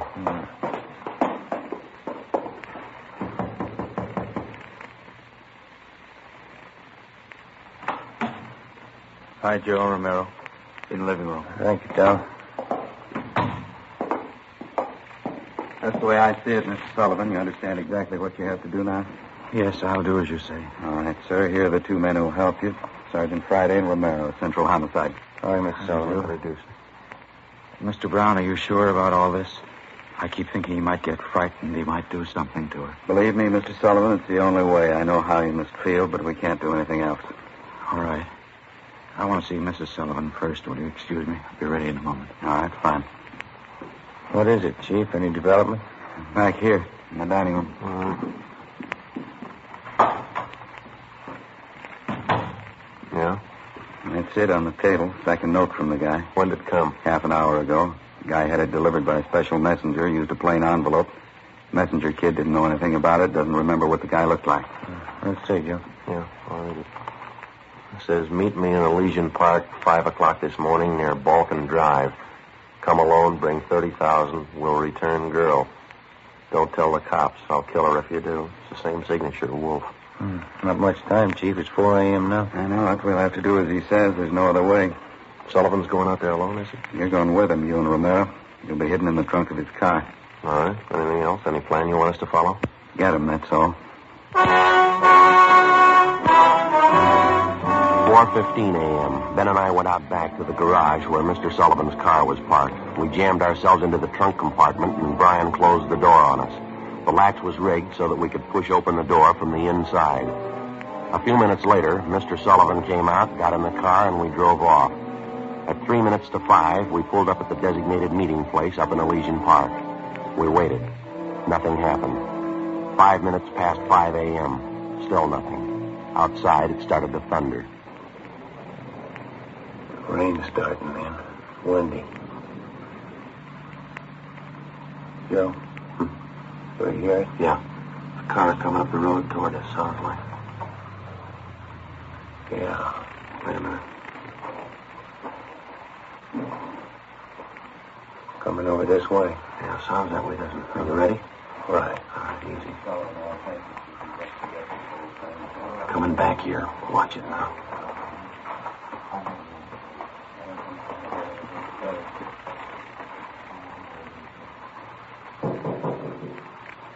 Friday? Romero? Chief, is that you? Yeah, come on out. The meeting's off. Look, that's a break. Up in my leg. Here we go. Mr. Sullivan, you want to drive back home? We'll contact you there. Yes, sir. All right. Come on. Let's get over to the car. All right. What's the story? Did he scare off? The guy had no intention of following through with the meeting. How come? He told us he phoned a couple of minutes before 5 a.m. We tried to trace the call. He wouldn't stay on the line long enough. What do you have to say? A couple of things. Number one, he wants more money. Number two, he knows we're working the case. What was the reaction? Claims he doesn't care. We'll never get him anyway. Well, how's the thing stand now? $50,000. He wants it in the next 12 hours. More than 16 hours had passed since word of Judy Sullivan's abduction had been phoned into homicide. During that time, an APB containing the descriptions of the suspect, his car, and his victim had been dispatched to law enforcement agencies throughout the entire area. The same descriptions were being broadcast every hour. The Sullivan home had been placed under strict surveillance, and Mr. Sullivan instructed not to contact the suspect without the knowledge of the police. The girl's father had raised almost $10,000 in cash to buy him off, and the serial numbers on each one of the bills had been copied by a police stenographer and rechecked by a homicide officer. So far, the Wolf, as he called himself, had made 3 separate contacts, but he'd covered his tracks well. We knew he was somewhere in the city, 450 square miles of it. We knew we had to find him. 6:18 a.m. We checked back into homicide.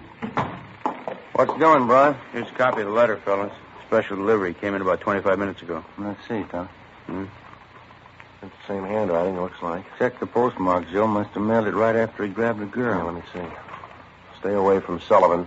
If the girl's found dead, it's your fault. Stay away. Wolf. Can't seem to make up his mind, huh? They checking the original of this for prints, Tom? Yeah, no word yet. How about that second note? Anything on that? Uh-huh. Stahl lifted a couple of prints, running them through R&I. So who's watching Sullivan House now? Gomez and Thaxter. Chief's out there, too. He's still afraid the girl's father will try to make a deal with the guy. He tried it yet? No, not yet. Well, you couldn't blame him if he did. He's worried sick. On guy? Homicide, Romero. Yeah, I try.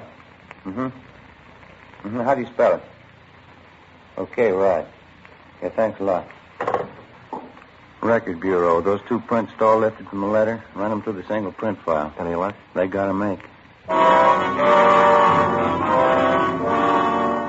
The fingerprint that was lifted from the suspect's letter was identified as belonging to a Donald Alfred Kiefer, WMA, age 29, 5 feet 8 inches, 170 pounds, brown eyes, dark brown hair. He had 1 previous arrest for forgery in Los Angeles 10 months before. At the time of his arrest, Kiefer's occupation was listed as bank clerk at the Third National Bank. Well, I went down the hall to the Record Bureau to pull the crime report. Brian checked by latent prints to see if they'd gotten anything off the last note from the suspect. Ben went to check with John Meyer in handwriting. 7:23 a.m. Chief Thad Brown got back to the office. I showed him Kiefer's crime report. All right, what's the rundown on it? Well, at the time Kiefer pulled the forgery job at the bank, Mr. Sullivan was one of the vice presidents. He was the one that preferred charges against Kiefer, and he saw that he was prosecuted.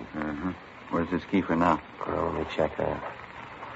He was placed on probation on May 16th this year. He returned to his home in Omaha, Nebraska. That's 1380 Mackinac Avenue. You call Omaha? I got the call in now. Ben took an exemplar of Kiefer's handwriting from the package. Don Meyer's going over it now. Chief? Hi. What about that last note? I've got the report right here. How's it look? Well, Stahl lifted some prints off it, brought them out with the iodine fume gun. They match with the first. There's something else. What's that? They examined the paper for watermarks and texture. Both notes are written on the same paper. Impressions show both pieces of paper from the same tablet. Check the density of the carbon in the pencil he used. Both specimens match, same pencil. Joe. Oh, hi, Skipper. Hi. Did you catch up with Don Meyer, Ben? Yeah, he went over the handwriting. Looks pretty good. What's the word? It's as close as you can get. Here are the 2 exemplars. Francis crosses, double loops his L, open A's, pressure on the downstroke. Donald Kiefer, the Wolf, same handwriting. By noontime, Donald Kiefer's description had been broadcast throughout the entire area. Bulletins were dispatched to all departments, and a supplementary APB was gotten out. Special details were stationed at every post office in the city to watch for notes from the suspect that might come through the mail. The bus depots, railroad terminals, the airports, and all main roads leading out of the city were kept under strict surveillance. The entire Los Angeles area was broken down into single square-mile districts, and a house-to-house canvass was started. A squad of men were assigned to cover each square mile. Outlying towns and cities were requested to do the same. By 4 o'clock that afternoon, one of the greatest dragnet operations in the history of the city was underway. We were sure Donald Kiefer was somewhere inside. 5:12 p.m. We got the call back from the Omaha police. That so? Mm-hmm. Again, please. What was that? 6 X-ray 419 Nebraska plate. Right. Fine, Lieutenant. Thank you. Bye. They made the car? That and a lot more. The Omaha cops are looking for Kiefer, too. They want him for a robbery there 2 months ago. Uh-huh. He used a stolen blue sedan in the robbery, 1939 model, Nebraska plate, 6 X-ray 419. What about his family and friends? Have they been checked? Yeah, they say Kiefer left Omaha about 6 weeks ago. I don't know where he was headed. We better get that car description to communications, huh? APB and a radiogram? Yeah, right. Friday, Romero? Yeah. What are you tied up with? Just got a call back from Omaha. Make on Kiefer in the car. Give it to me. You two get out to Sullivan house as fast as you can. See Harris out there. Okay, what happened? Mr. Sullivan, he's disappeared.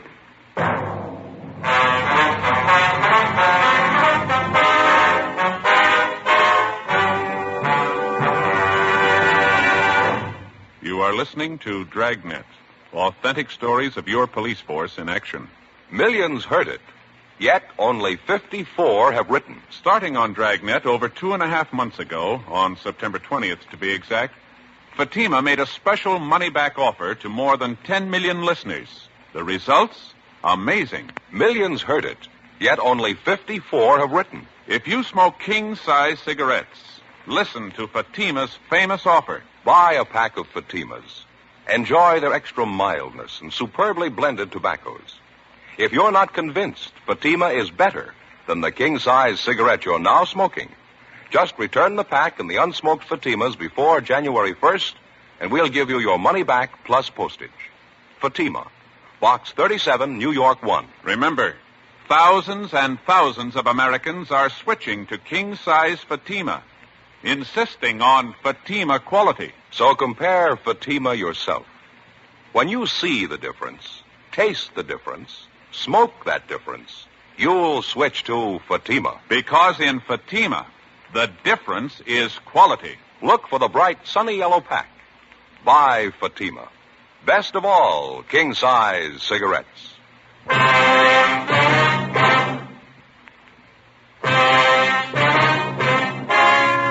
Wednesday, October 19th, 5:48 p.m.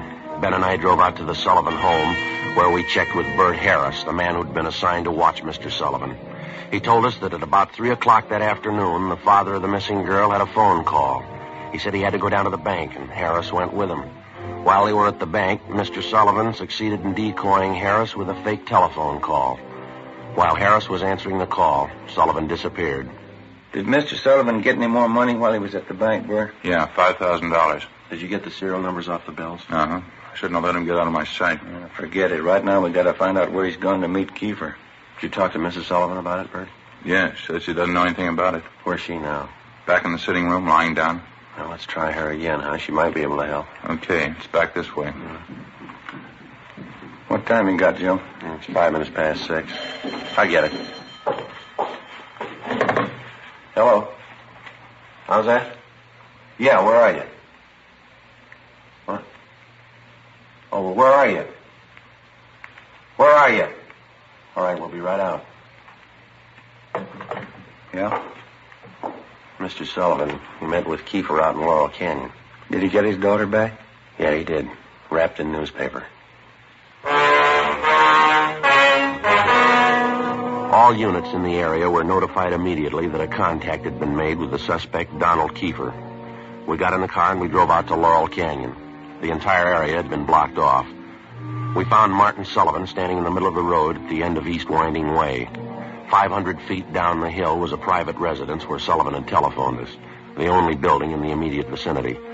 A few yards beyond the point where East Winding Way ended, back in a clump of tall grass, we found the body of 22-year-old Judy Sullivan. We notified the crime lab, Chief Thad Brown, and the coroner. Despite the severe emotional shock, Mr. Sullivan told us the story. He said Judy was all right. I believed him. I wanted her back. Judy. I tricked the officer, the one watching me. Kiefer said to come alone, no police. Did you see his car, Mr. Sullivan? I wanted her back. I wanted Judy back. I did as he said. I drove out here at 6 o'clock. I waited. I put the money on the front seat, like he said. Did he get the money, sir? And then I got out. I left the parking lights on.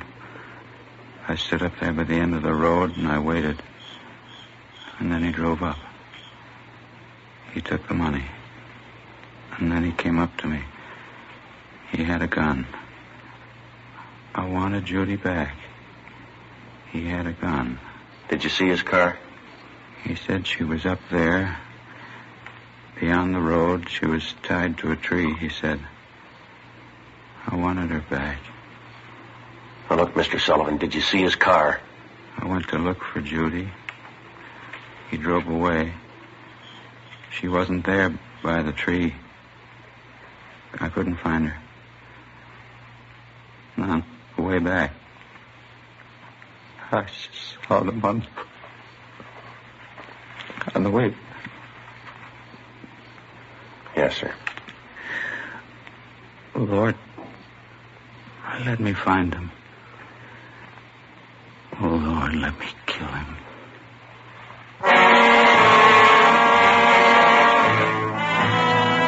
Before he collapsed completely, we showed the dead girl's father a picture of Donald Kiefer, and he identified him definitely. The information was immediately relayed back to Central Division and rebroadcast over our entire radio system. Teletypes were dispatched to sheriff's offices and communications sent to law enforcement agencies throughout the country. 9:52 p.m. The house-to-house search was intensified. The Dragnet operation in which we hoped to trap the killer was drawing slowly inward. A few minutes before midnight, Ben and I drove back downtown to the crime lab to check with Lieutenant Lee Jones. Hi, fellas. Come on back. Anything yet, Lee? Just checking over these towels here. Found them wrapped around the girl's body inside the papers. Funny thing about them. What's that? All yesterday's papers. Every story about the girl's disappearance has been clipped out. Uh-huh. How about the towels? Any laundry marks at all, Lee? Nothing so far, Joe. Every one of them clipped off. Morgue post the body yet? You're doing it now. Nasty one. Yeah, it sure is. Any footprints or tire marks out where they found the body? No, lots of them. Got two of the men checking them now. One thing... What is it, Lee? I don't know. Under the seam here, this towel.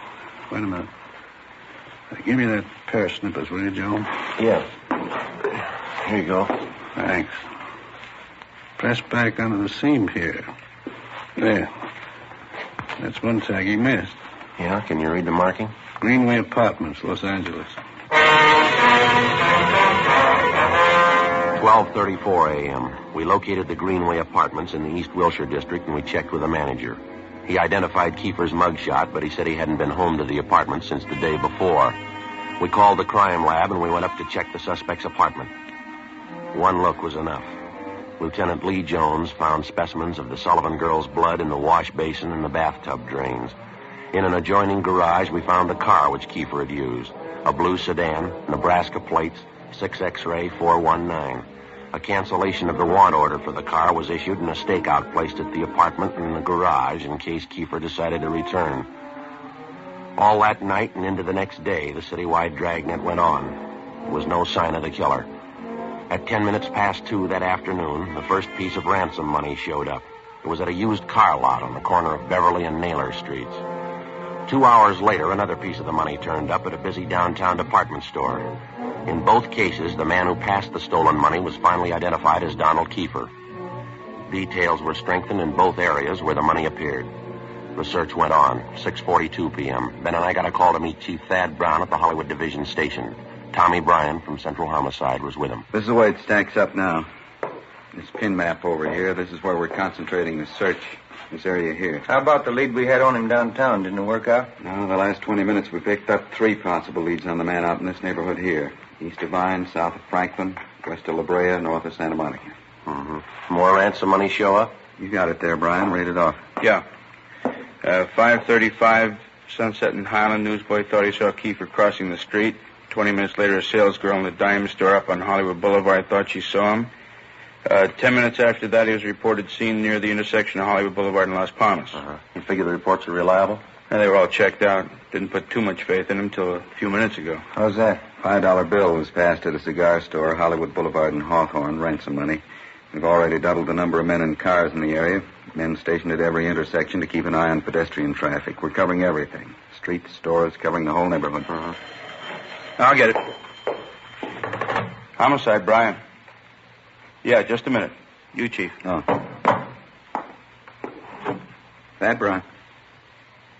Yeah. Uh-huh. Where? Uh-huh. When was that? No, stay there. We'll be right there. Goodbye. Another piece of ransom money. Where'd it turn up? A theater on Hollywood Boulevard between Fairview and Hawthorne. Who passed the money? They think it was Kiefer? They're positive. They say he's in the theater right now. The information on Kiefer was phoned into communications immediately, and within a few minutes, men and cars converged on the neighborhood. The 1/2-mile area around the theater was completely blockaded. Every exit and entrance to the theater was covered. 7:23 p.m., Ben and I, along with Chief Thad Brown and Tom Bryan, met in the theater manager's office. Brown outlined our plan of operation. At 7:32 p.m., a detail of 14 men walked down the side aisles on the main floor of the theater and took up their posts on either side of the orchestra pit. The picture was stopped and every light in the theater was turned on. Chief Brown, Bryan, Gomez, Thaxter, Ben, and myself went down the aisle and up onto the stage. Chief Brown made the announcement. Ladies and gentlemen, would you all be quiet for a minute, please? We're sorry to interrupt the picture, but this is a very important matter. We're police officers. Maybe you've read about it in the papers. A girl by the name of Judy Sullivan was abducted and murdered day before yesterday. We think we've traced the man who murdered her to this theater. We believe he's in this theater now. We're going to search the theater row by row, and we'd like to ask your cooperation. There's no need to be panicky or afraid. Those who wish to leave now may do so. Leave by the main entrance. Each one of you will be checked as you go out the door. For the benefit of the man we're looking for, don't try to escape. Every exit is covered. The entire area is blockaded. Don't place any more lives in jeopardy. All right, now... Hey! Right there! There it goes! There! Outside exit! Come on, Ben. Backstage, Joe. We can make it from here. All right, come on. Through here. Down here. Right with you. In here.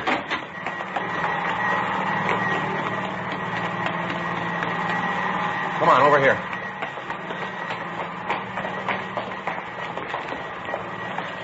Air conditioning unit for the theater. Yeah. I don't see him, do you? No. You can't get out. There's just 2 exits. We got them both covered. Look out, Ben. There he is. All right, keep her, hold it. All right, throw your gun over here. Come on, throw it out.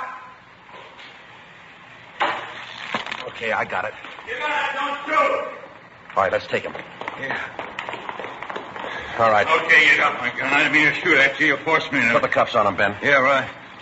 Get your hands off of me. What? All right, keeper. Got the same for you, too. All right, now hold it. All right, Ben, you all right? Yeah. All right, try the cuffs on him now, huh? Yeah, uh-huh. Got him, huh? Yeah. It's a rough one. Hey, it's starting to rain again. It's really pouring out there. Yeah? Guess we better get him out the car, huh? What's the hurry? How do you mean? Why spoil a good rain?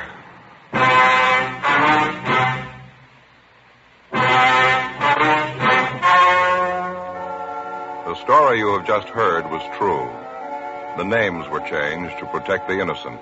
On January 19th, trial was held in Superior Court, Department 87, City and County of Los Angeles, State of California. In a moment, the results of that trial. Now, here is our star, Jack Webb. Thank you, George Fenneman. Friends, this Sunday evening, December 16th, Fatima brings you a television preview of Dragnet on Sound Off Time on NBC. Check your papers for the time. Now, it's an actual case history filmed right on the spot, right at the City Hall, downtown Los Angeles. Starting in January, Dragnet will be seen regularly on television, in addition to Dragnet Radio. Now remember, Fatima is making all this possible and making it possible for you to give the best this Christmas to everybody who smokes king-size cigarettes. Fatima in the new holiday gift carton. It's the smartest of all Christmas cartons, just as it should be, because Fatima is the best of all king-size cigarettes. Give Fatima.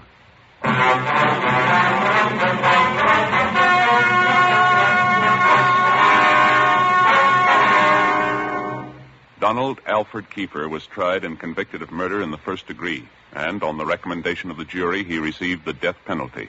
He was executed in the lethal gas chamber at the State Penitentiary, San Quentin, California.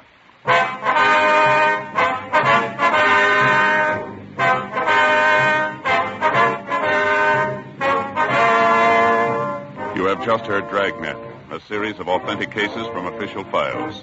Technical advice comes from the Office of Chief of Police W.H. Parker, Los Angeles Police Department. Barton Yarborough as Sergeant Ben Romero. Also heard were Whit Connor and Vic Perrin. Script by Jim Moser. Music by Walter Schumann. Hal Gibney speaking.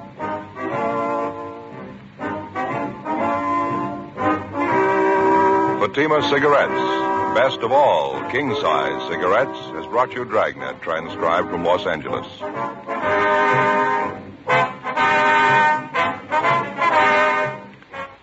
Counter Spy fights international intrigue next on NBC. Stay tuned to HOJO Radio. Ladies and gentlemen, the makers of Fatima cigarettes and the entire cast and crew and technicians of Dragnet respectfully dedicate tonight's program to the memory of Barton Yarborough, who created and portrayed the role of Sergeant Ben Romero.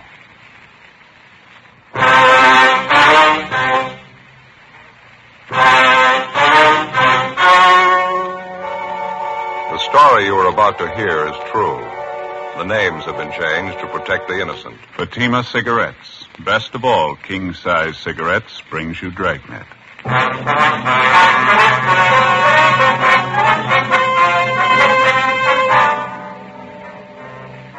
You're a detective sergeant. You're assigned a robbery detail. 2 convicts escaped from a nearby state penitentiary in the early morning. According to reports, they're heading for your city. They're both armed. They're both dangerous. Your job, get them. Fatima, America's first, largest-selling blended cigarette.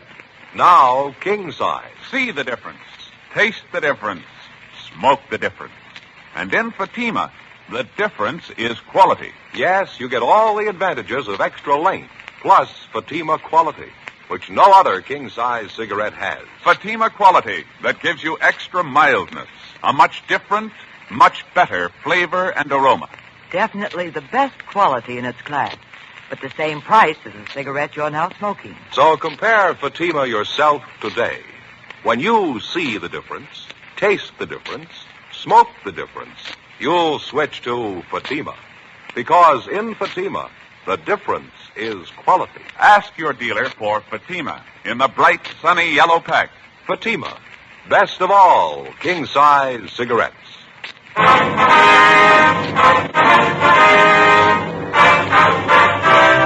Dragnet, the documented drama of an actual crime. For the next 30 minutes, in cooperation with the Los Angeles Police Department, you will travel step by step on the side of the law through an actual case transcribed from official police files. From beginning to end, from crime to punishment, Dragnet is the story of your police force in action.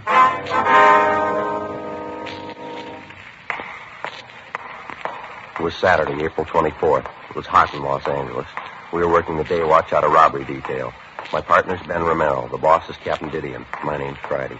It was 5 minutes past 8 a.m. when I got to room 27A. Robbery detail. Morning, Joe. Hi, Crowley. How's it working out? Any more word on the escaped prisoner? Nothing this morning, no. Captain likes to see you, Joe. Okay. Ben check in yet? Nope. Getting a little late. Guess he was held up, huh? Captain wants to see you right away. Some bad news, Joe. Oh, what's the matter? Maybe it'd be better if he told you. Oh, all right. Oh, morning, Joe. Hi. Do you want to see me? Yeah, come on in. All right. Sit down. Yeah? Got some bad news, Joe. Real bad. What's the matter? I know how much it means. I wish I didn't have to be the one to tell you. Well, tell me what. Sorry, Joe. It's about Ben. Something's happened. Ben? Well, what do you mean? We were notified about it early this morning. I thought about calling you. Figured it'd be better if I told you in person. Well, what's the matter? Is Ben sick? He's dead, Joe. Ben's dead early this morning. What? Yeah, sorry.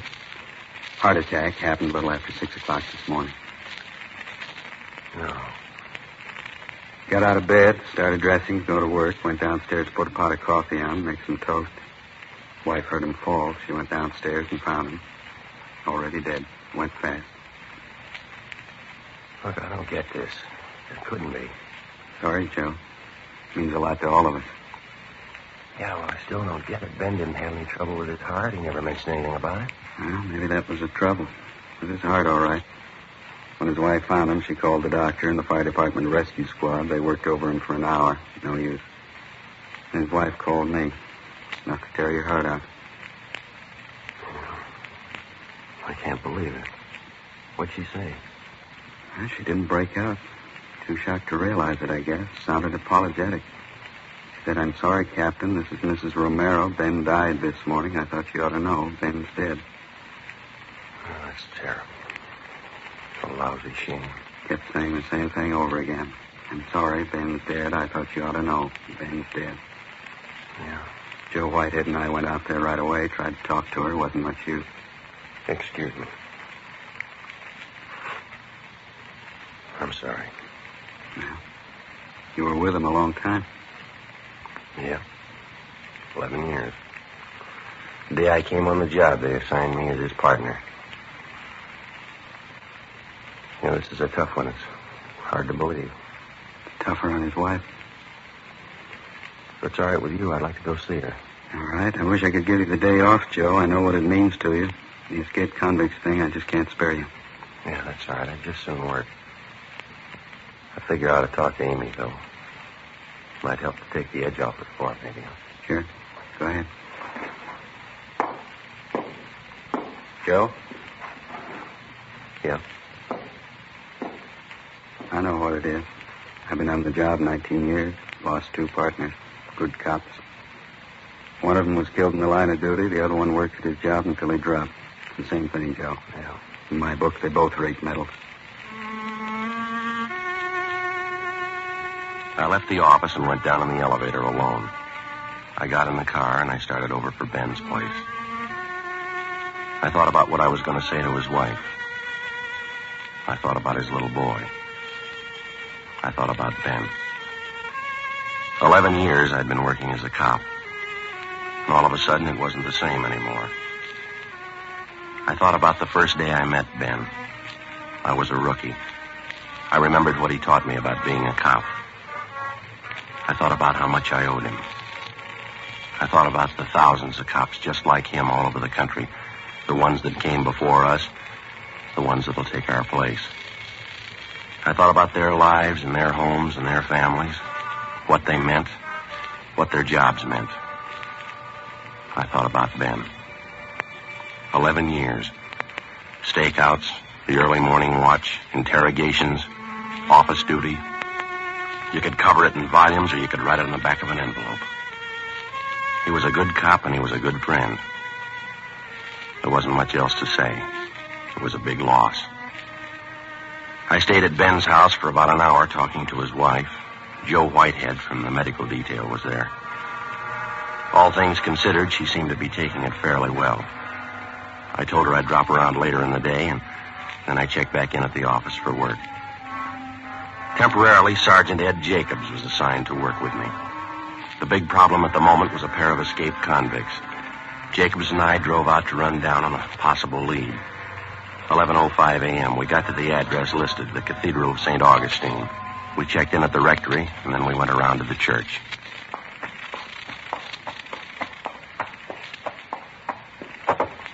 Go ahead. Okay.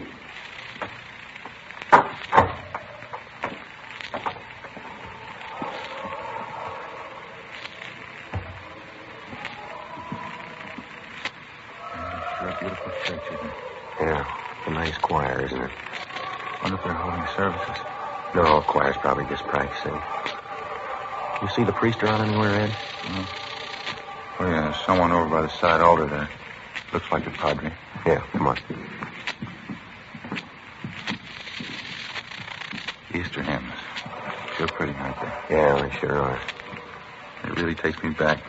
You'd never believe it, Joe. What's that? I used to be a boy tenor. Excuse me, please. Yes? Are you Father Newman? Yes, that's right. Can I help you? Police officers, Father. I see. This is my partner, Sergeant Jacobs. My name's Friday. Oh, thank you. Housekeeper over at the rectory told us we could find you here. I'd like to talk to you for a few minutes if you got the time, Father. Let's see. I have confessions starting at 3 o'clock. Leaves me about 10 minutes. What was it about, Sergeant? Well, we're inquiring about a Stanley Blair, Father. We understand that you knew him fairly well. Oh, yes, I do. Matter of fact, I read about him in the paper this morning. The trouble he's in. Is that what you wanted to talk about? Yes, sir, that's right. We're making a check of all his known friends, his relatives. Very unfortunate, isn't it? Did the newspapers have the story correct? Yes, sir, I'm afraid so. Hey, I wonder if we could step outside, Father. We could talk out there without disturbing anyone in church. Surely, Sergeant. This way, please. Thank you. Certainly a tragedy. I mean, happening at Easter time. I'll remember the boy in my mass tomorrow. Lord knows he can use some prayers. Yes, sir, I guess he can.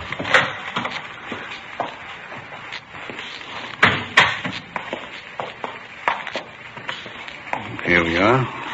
Bench there, if you care to sit down. No, sir, that's all right. The newspapers weren't too specific. How did he manage to escape the way he did? I always thought state penitentiaries were well guarded. Oh, apparently Blair was one of the trusted prisoners. It's a minimum security prison to begin with, Father. I see. I suppose Blair and the man he escaped with thought about it a good deal. According to the paper, it was well planned. When did they get away, last night? Oh, it was this morning. Prison officials figure about 2 a.m. They slugged a guard and went over the wall. Somehow the two of them got hold of a gun, held up a motorist on the highway and stole his car. That's the last report we had. Terrible. Do the police consider them dangerous? Well, they're armed, Father. Both of them were doing time for robbery. They've both used guns before. How about possible contacts he might have out of town, Father? Can you help us there at all? I'm afraid not, Sergeant. I think Stan knew some people in San Francisco. I don't know their names or addresses, though. I haven't any idea. Uh-huh. And there's no special person or place that you know of that he'd be likely to go if he heads back for Los Angeles? No, none I can think of. You imagine he'd be likely to come back here? We're not sure. Last report we had seemed to indicate Blair and his partner were heading this way. Prison's only about 40 miles away. Could be there in the city now. I don't understand. I mean, with all the police looking for them, why would they come back here? They probably figure they can find cover a lot easier than they could in some of the small towns. Sergeant. Yeah, Father. Do you think they'll have trouble taking Stan? I mean, can they take him alive? Well, we'll try our best to make it that way. It's like I told you, Father. He's got a gun. If he's cornered, there's a good chance he might try to shoot his way out. It gets discouraging sometimes. I try to help them. I pray for them. Young thieves. I only hope they're all as lucky as he was. How's that, sir? The grotto back there in the garden. Figure of a man in it. Oh, yeah. It's a statue of Bismarck. One of the luckiest men who ever lived. I like to tell fellas like Stan about him. I don't think I understand, Father. You know the story of the crucifixion, the two men who were crucified with Christ. They were both thieves. Mm-hmm. A few minutes before he died, one of the thieves turned to Christ on the cross, confessed his crimes, asked our Lord to remember him. Christ told him, "This day you'll be with me in paradise." The man's name was Bismarck. We like to call him the good thief. Oh, yeah. Uh-huh. I told Stan about it right here in this courtyard. He should have remembered it. Yeah, I guess so. I told him you never give up hope. You can make the grade in the last 5 minutes of your life. Stan ought to know better. He ought to remember. Sir? The good thief. He made it with a prayer, not with a gun in his hand.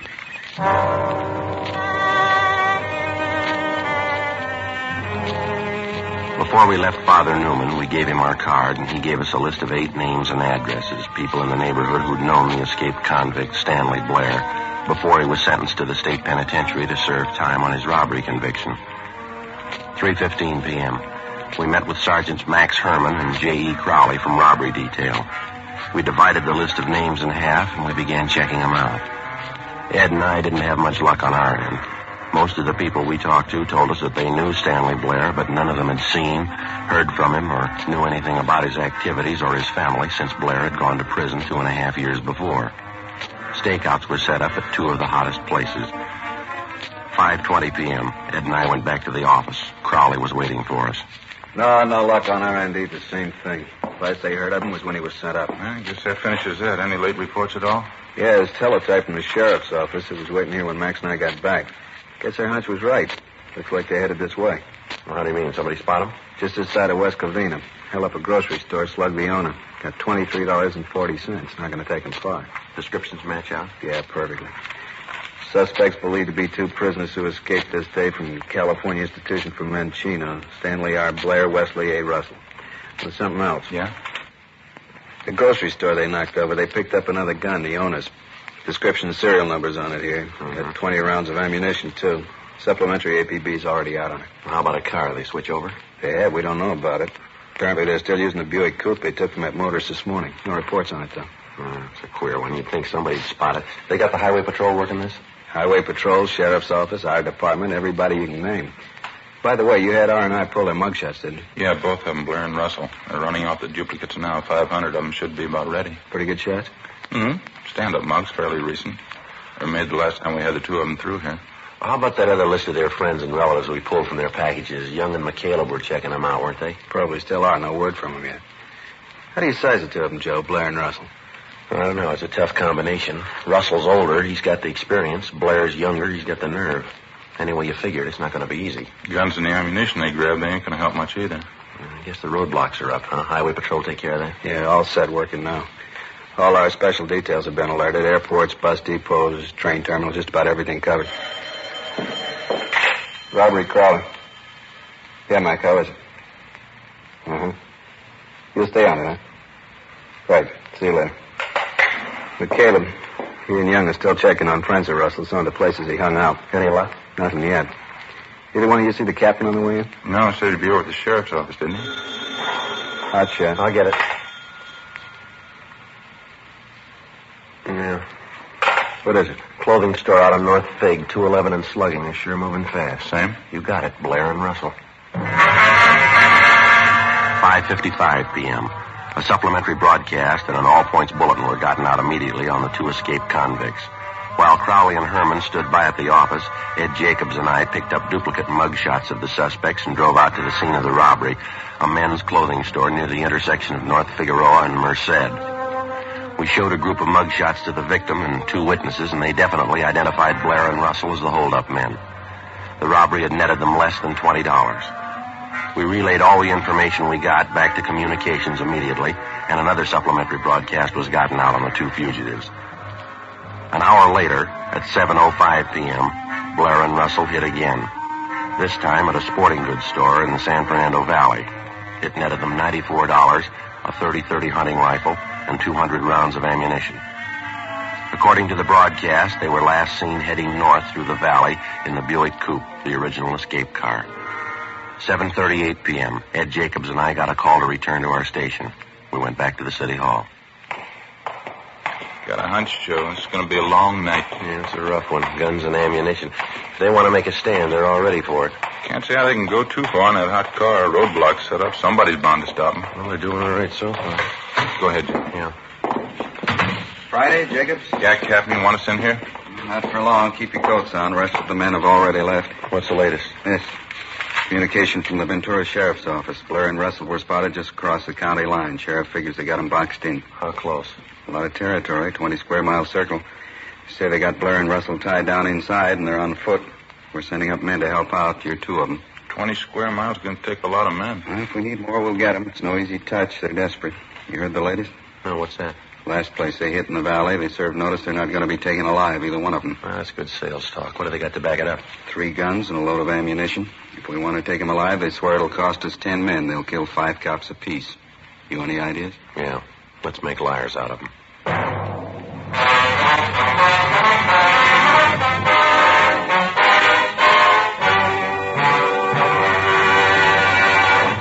You are listening to Dragnet. Authentic stories of your police force in action. Fatima, America's first, largest-selling blended cigarette. Now king size. See the difference. Taste the difference. Smoke the difference. And in Fatima, the difference is quality. Yes, you get all the advantages of extra length, plus Fatima quality, which no other king-size cigarette has. You see, Fatima contains the finest domestic and Turkish tobaccos superbly blended. And Fatima is extra mild, with a much different, much better flavor and aroma. Fatima, definitely the best quality in its class, but the same price as the cigarette you're now smoking. No wonder more smokers now insist on king-size Fatima than ever before. Friends, try Fatima. Buy several packs. Compare them over the last weekend of the old year. We're convinced you'll start the new year with Fatima. Yes, when you see the difference, taste the difference, smoke the difference, you'll switch to Fatima. Because in Fatima, the difference is quality. Buy Fatima. Best of all, king-size cigarettes.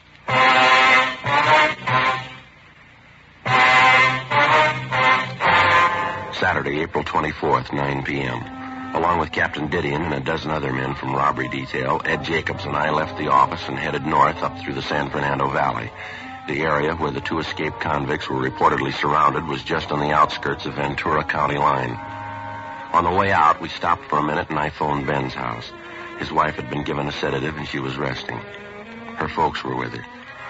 10:15 p.m. We arrived at the meeting point on the edge of the blockaded area from which the search was being directed. Communication facilities had been set up along with a field kitchen to feed the men taking part in the hunt. There were over 500 of them. From our office, the L.A. Sheriff's Department, the State Highway Patrol, the Ventura Sheriff's Department, and a couple of dozen private citizens who lived in the area. Together with Max Herman and Crowley, Ed Jacobs and I took up our position in the line of men that stretched north and east, then north again, circling the entire area. 20 square miles of it. The line drew slowly inward. 12 midnight. 1 a.m. No sign of the suspects. We stayed at it. You get no idea of the size of these hayfields till you start hiking them. Well, throw the light over there, will you, Ed? Irrigation ditch there. Right there? That it? Yeah. That's okay. It's a long hike. I'd sure like to see some of that hot coffee pretty soon. Yeah, same here. Nice setup they got, huh? That field kitchen? Yeah. Hey, Joe! Joe Friday! Yeah, Crowley. You got the riot gun, haven't you? Yeah, we got it. You want to send up another flare? Towards the clump of trees. Over this way. Light it up good, huh? Okay, Crowley. About a 45-degree angle, Joe. That ought to do it, huh? Yeah, okay. That ought to do it. Really lights it up, doesn't it? Yeah. You got any extra magnesium shells there, Ed? Yeah. Let me get one right here. Here you are. Thanks. There we go. Friday, that you? Yeah, Captain, over here. No use beating the brush here anymore. We're moving up 3 miles north. How come? Blair and Russell, they hit again, kidnapped an old couple from a farmhouse. They still on foot? Yeah, as far as we know, they're hemmed in a 2-square-mile area. They may try to break out, use the old couple for a shield. Well, where's that leave us?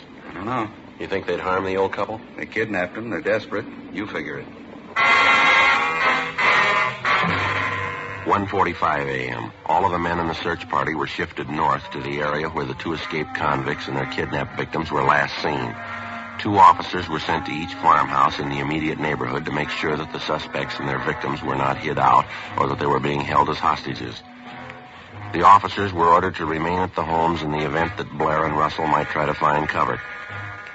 The searching party moved in slowly over the affected area. We knew for certain the suspects were still somewhere inside.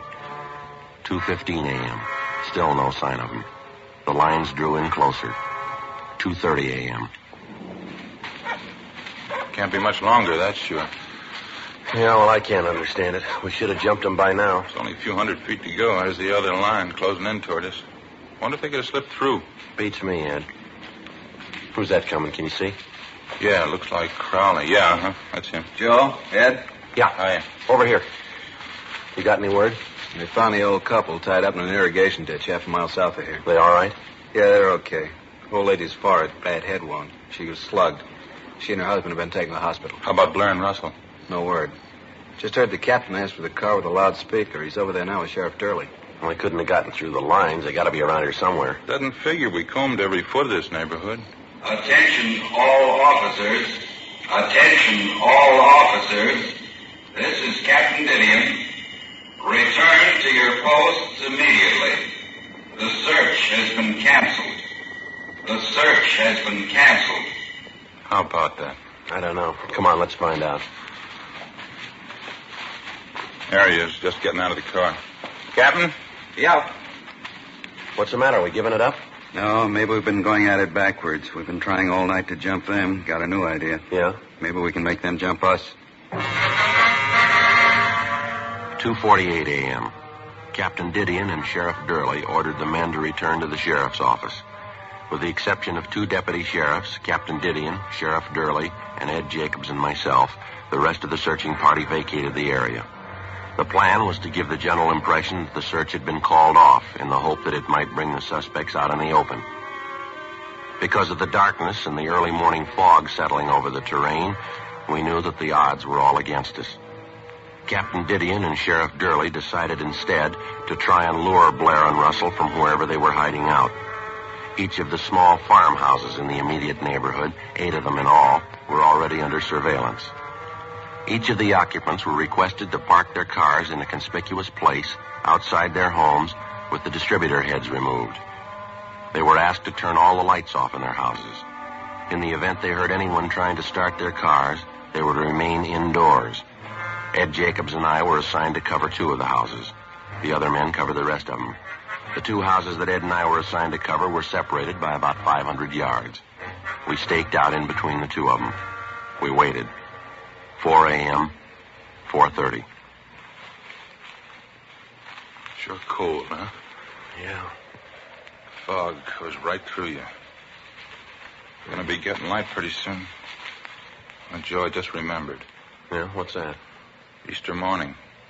Wonder how long this is gonna go. I promised to hide Easter eggs for the kids today. Well, if it's gonna break, it has to break soon. It'll be daylight in a half hour or so, and they won't have a chance then.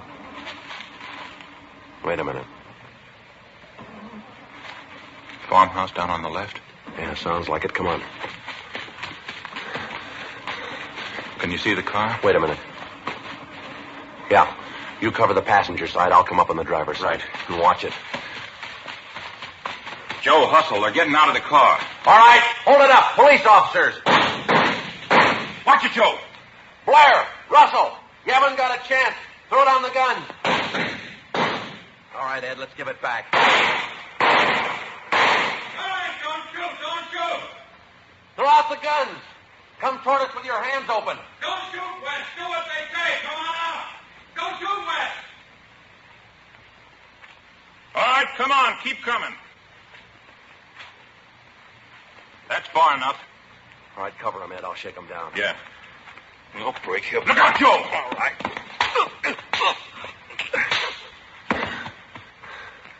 You want to throw the cuffs on him? Yeah, right. I'll go get the car. You want to keep him covered, Ben? Excuse me, Ed. Ed, I mean. It's all right. Too bad he wasn't here tonight. How can you tell for sure?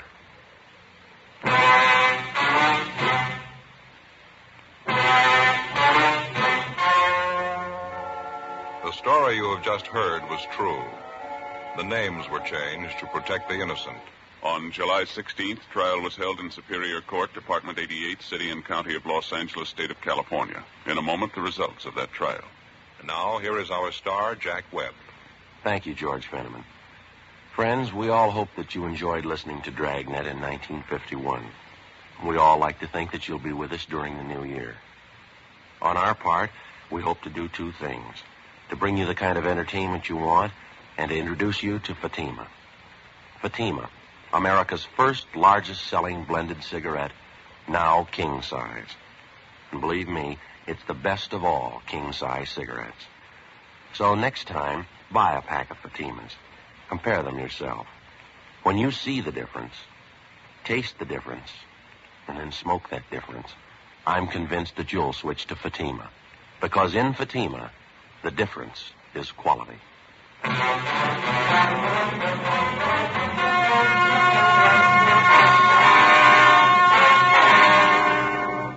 Stanley Blair and Wesley Russell were tried and convicted on 3 counts of first-degree robbery and 1 count of kidnapping. They receive sentences as prescribed by law.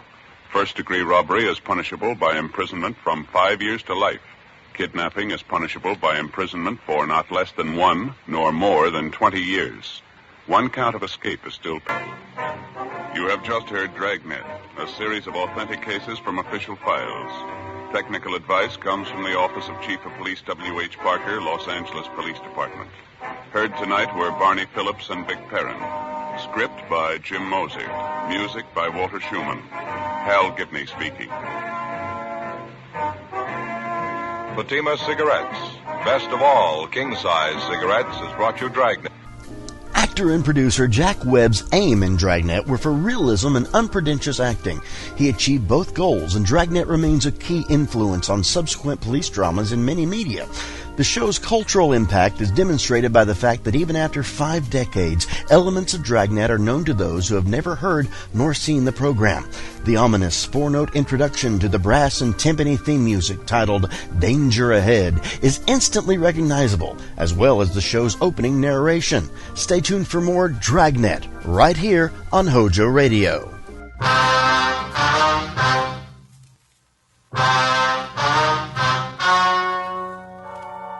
The story you are about to hear is true. The names have been changed to protect the innocent. Fatima Cigarettes. Best of all, king-size cigarettes brings you Dragnet.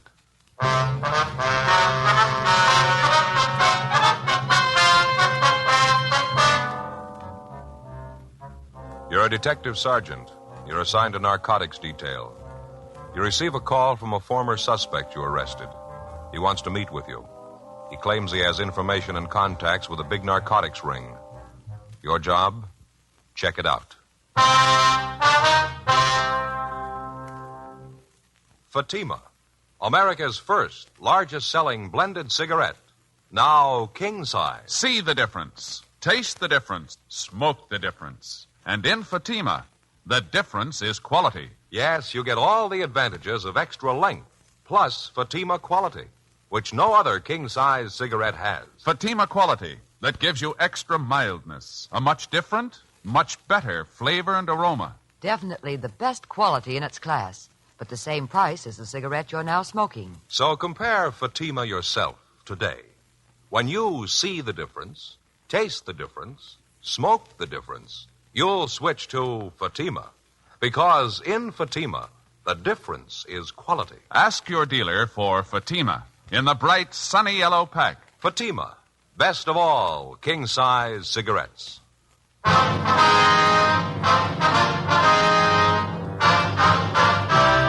Dragnet, the documented drama of an actual crime. For the next 30 minutes, in cooperation with the Los Angeles Police Department, you will travel step by step on the side of the law through an actual case transcribed from official police files. From beginning to end, from crime to punishment, Dragnet is the story of your police force in action.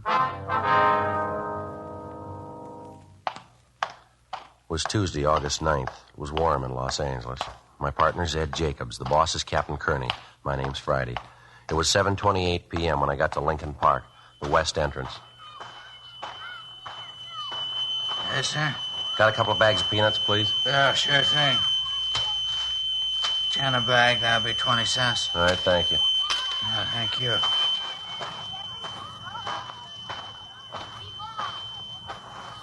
Hi, Friday.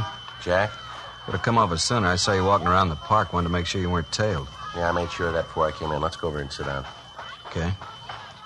Say, there's a lot of stuff just came in town. Some new pushers came with it. You know that? Yeah, I heard some talk. Like to knock them over. I got the contact. What's in it for you, Jack? A couple of reasons. Yeah? One thing, I'd like to pay you back. I got out of jail last week. I talked to the wife. She told me what you've been doing for her and the kids while I've been up. A nice family, Jack. You let them down. And you didn't. I'm not going to forget it. Wife still has that job you got her. The kid's asthma's a lot better, too. Appreciate you finding that place in Tahunga for him. It sure helped. I was glad to do it. Want some peanuts? Yeah, thanks. Now, what about this narco ring you mentioned? Remember Snuffy Brain? Yeah. You busted him the same time you did me. Got a year. Yeah. Just before I got out of county last week, he told me to go see a guy, get me a job. What kind of a job? Same kind you busted me on before. Pushing the stuff. What's the guy's name? Cadillac Red. Hmm? Yeah. New York, I think. Likes to drive big cars. I guess that's how he got the name. What's the story on him?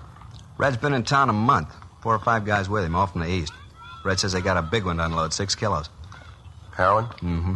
Mexican stuff. They seem to be having trouble. How do you mean? Finding pushers, setting up a deal. The only contact they had out here was Snuffy. He's in a can. They're shopping around. How about more peanuts, Jack? Yeah. You talked to this Red, did you? Mm-hmm. What's he asking from you?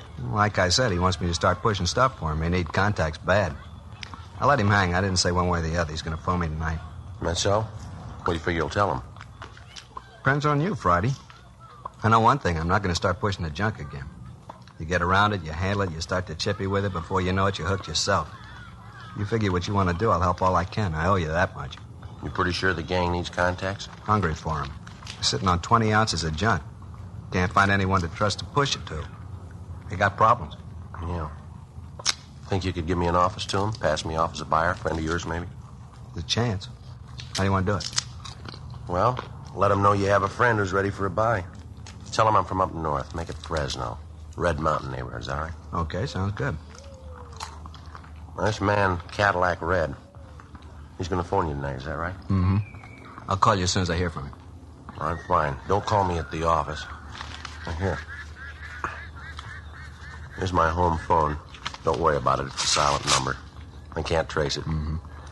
When you call there, if I'm not in, leave the message with my mother, okay? Your mother, okay. Pleasant 49321. Okay, I'll ring you.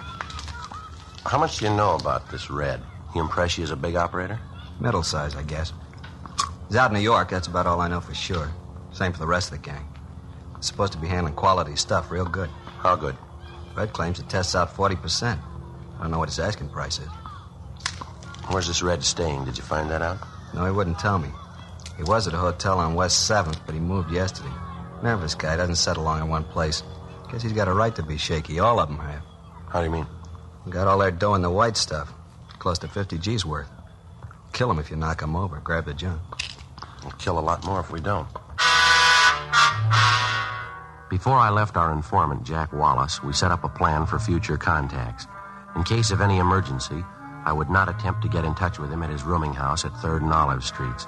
Instead, I'd contact him at his work, the Joe Adonis Meat Market on West Temple, where he was employed as a butcher. Wallace also promised to try to get me a sample of the heroin from the narcotics ring. 10:50 p.m. I checked back in at the office and briefed Captain Kearney. Sounds a little fantastic, Joe. 6 kilos. If it's true, it's a break a cop gets once in a lifetime. Well, that's the way Wallace tells it. I can't figure any reason why he'd lie to me. How about this front man, Red? You checked him out yet? Well, Ed's checking him through the moniker file now. He's a New York operator. That's all Wallace could tell me. You got any idea where the plant is? No, I don't. Wallace didn't even know where Red was living. Red's supposed to have a meet with him tonight. I gave him my home phone, told him not to contact the office. You got any court cases pending? No, but I got 2 I was going to file on tomorrow. You better give me the packages. I'll have Lou Walters assign them to somebody else. You and Jacob stay with this gang, put them to bed, and get them up. All right. Wallace is going to try to get you a sample of the junk, huh? Yeah, he said he'd try. Captain, Joe? Hi. Hi, Ed. You dig up anything? I don't know. Found one Cadillac Red. Could be our boy. You get a mug on him? No, all we have is correspondence from New York. There was a warrant on him back in 1945. Same thing, narcotics. Later that year, the warrant was canceled. He was picked up. No disposition. You want us to radiogram New York for a rundown on him? No, let's not stir it up. Starting tomorrow, you two stay away from here. Get yourselves fixed up in a hotel room downtown. Let me know where you're staying. Okay. Call me at 2 o'clock sharp in the afternoon. I'll make it a point to be here. Better call me on the inside line. Right, Skipper. Where do you think we ought to set up, Joe? Oh, I don't know. How about Pop Sherman's place down there on Hill Street? He'll cooperate. You know what that stuff did to his boy. Yeah, okay. You want to check in tonight? No, my wife's going to scream her head off as it is. You better make it in the morning, huh? All right with me. Narcotics, Kearney. Oh, yes, man. Just a minute. For you, Joe. Okay, thank you. Friday talking. Oh, yeah, Ma. Mm-hmm. Did he say what time? Yeah, okay. No, don't worry. I'll get a bite downtown and I'll be home. Yeah, okay. Bye. My mother, Wallace just called my home, left a message for me. Yeah? He had the meet with Red. He's got the sample.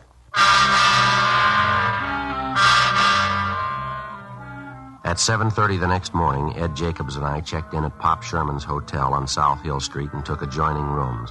We'd left all possible identification in our lockers at the office.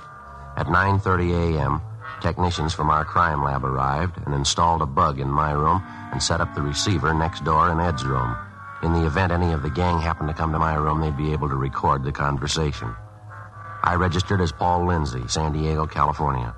Ed registered as Ray Morrissey, Sacramento. At 11 a.m., I went alone to Adonis Meat Market, where our informant, Jack Wallace, handed me a dummy package which I took back to the hotel. Inside the package, I found a sample of the narcotics along with a note from Wallace. He wrote that he'd arranged a meet with Red for that night. I was to pick up Wallace in front of the subway terminal building, the Hill Street side, at 9:30 p.m. I gave the sample of heroin to Ed, who took it to the crime lab, where Sergeant J. Allen ran a test on it. The sample tested out within 40%. For the drug market, it's considered good quality. At 9:20 that night, I left the hotel and walked 5 blocks north to the Hill Street entrance of the subway terminal building. Wallace was there waiting for me. He said we were to meet Red at a hotel on West 54th Street. 9:47 p.m. We got to the hotel, went to a room on the second floor. This one here. Okay. Yeah? Yeah, who's that? It's Jack. Money? Red, this is my friend I was telling you about. Yeah? Paul Lindsay. Paul, this is Red. Hi. Yeah, I hear you got some H to unload, huh? What you talking about? What is this, Jack? You giving me a bum steer here? Relax, huh? It's all right. He's solid, Red. You can talk. No, he talks too fast and too much. I'm here to do business. If you're ready, I am. If you're not, say so. I haven't got the time to play cozy with you. Oh, now, take it easy with you. We get along a lot better. Well, what do you want? Jack vouched for me. Isn't that enough for you? The guy who vouched for Jack's in the county jail. We haven't been able to talk to him. Where have you done business before? Well, I could ask you the same thing. Now, look, mister, we got one thing in common here. You got something to sell. Maybe I want to buy it. If we can't get together, let's forget the whole thing right now. You're not the only pusher in town. There's a chair over there. Why don't you sit down? I'll fix a couple of drinks. Jack can fix them. Let's find out if you and I can get together. All right. Same, Paul, bourbon and water? Yeah. Well, how about it? How much you got to sell? Take it easy, huh? There's no rush. We could talk better over a couple of drinks. Well, maybe you got the time, mister. I haven't. How much can you furnish me with? More than you can buy from the looks of you. Hey, Red, you got any lemons? No. No lemon twist in it, Paul. That all right? Yeah, it's all right. Make it light, will you? Now, this junk you got, what's it test? It's the best this town's seen in a long time. It's 50% or better. Well, who you trying to con? My tester used your sample this afternoon. He says it won't go 40%. Okay. You know where you can get better? Paul, here you are. Red. Thank you. How about it, Lindsay? Do we do business? Maybe. Oh, who's playing cozy now? Well, if I do go, it won't be for standard price. Your junk isn't worth it. It's 40%. I don't care what your tester says. An ounce will cost you $400. No, not to me it won't. I'm not paying out good money for milk sugar. I want a big buy and I want quality, but not at $400 an ounce.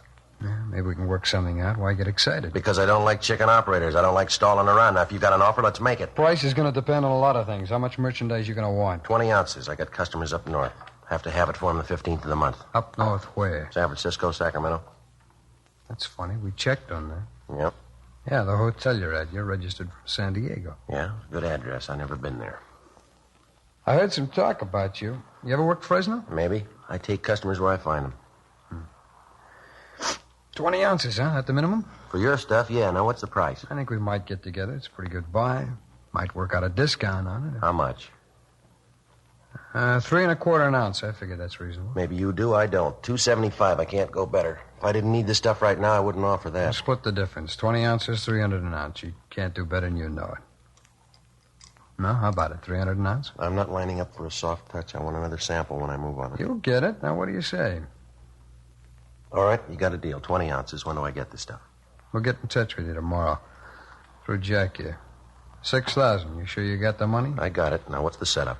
Tomorrow, you'll get the word. All right. If I don't hear by 4 p.m., I'll know you're gone hinky. I'll look up somebody else. You'll hear. How about it, Jack? You ready to go? Yeah, okay. See you later, Red. Jack? Yeah? You got a wife and a couple of kids. Mm-hmm. That's right. How are they, Jay? Okay, fine. Why? Nothing. I'll talk to you later, Jay. 10:40 p.m. The informant, Jack Wallace, and I took a cab back downtown, and I dropped him off. I got to a pay telephone, called Captain Kearney and my partner, Ed Jacobs, and we set up a meeting. 11:20 p.m. The three of us met on a side street out in the North Wilshire district, and I briefed them on what had happened. In order to prevent any possible harm to either Wallace or his family, the captain told me he'd have them placed under 24-hour surveillance. His children would be kept under observation going and coming from school. The next morning, I stayed close to my hotel room waiting for a contact from either Red or another member of the gang. 1:05 p.m. Hello? Lindsay, this is Red. Yeah. That talk we had last night, you still interested? Well, yeah, aren't you? I'll be out on Mission Road, 11:30 tonight, west end of the park out there. You'll get your sample. Mission Road. All right. You gonna be there? No. How I know your man? He might make a mistake. He won't make a mistake. He knows you. I hung up the phone and checked with Ed Jacobs next door to see if he'd picked up the conversation on his receiver. He told me he'd notify Captain Kearney of the plan for that night and that the captain would be in the office if I wanted to contact him on the inside line. As soon as I picked up the sample of heroin, I was to return to my hotel room, and Ed would immediately take it back to the crime lab for analysis. 1:30 p.m. I left the hotel, went downtown to a payphone, called home, and talked to my mother. She said there hadn't been any phone calls. I walked around for a couple of hours, went to a late afternoon show, and then I went over to Frank Tang's place for dinner. 11:15 p.m. I caught a yellow streetcar going north on Main Street and rode to the end of the line on Mission Road. It was about 300 yards from there to the designated meeting place, the west end of the park. The place was dark, completely deserted. 11:25 p.m. 11:30.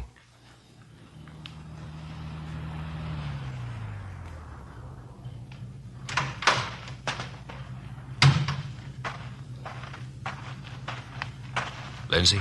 Yeah. Package you want? Eucalyptus tree back there in the middle of the park. Where? Straight back there. You can't miss it. You'll find the package under a rock at the bottom of the tree. See you later.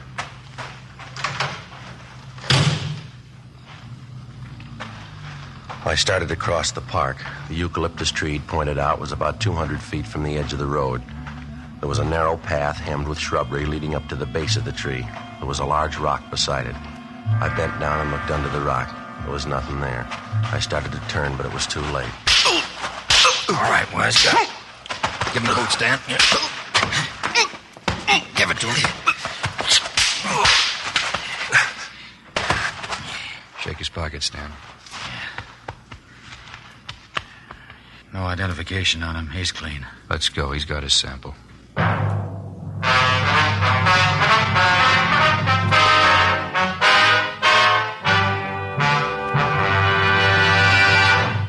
You are listening to Dragnet, authentic stories of your police force in action. Fatima, America's first, largest-selling blended cigarette.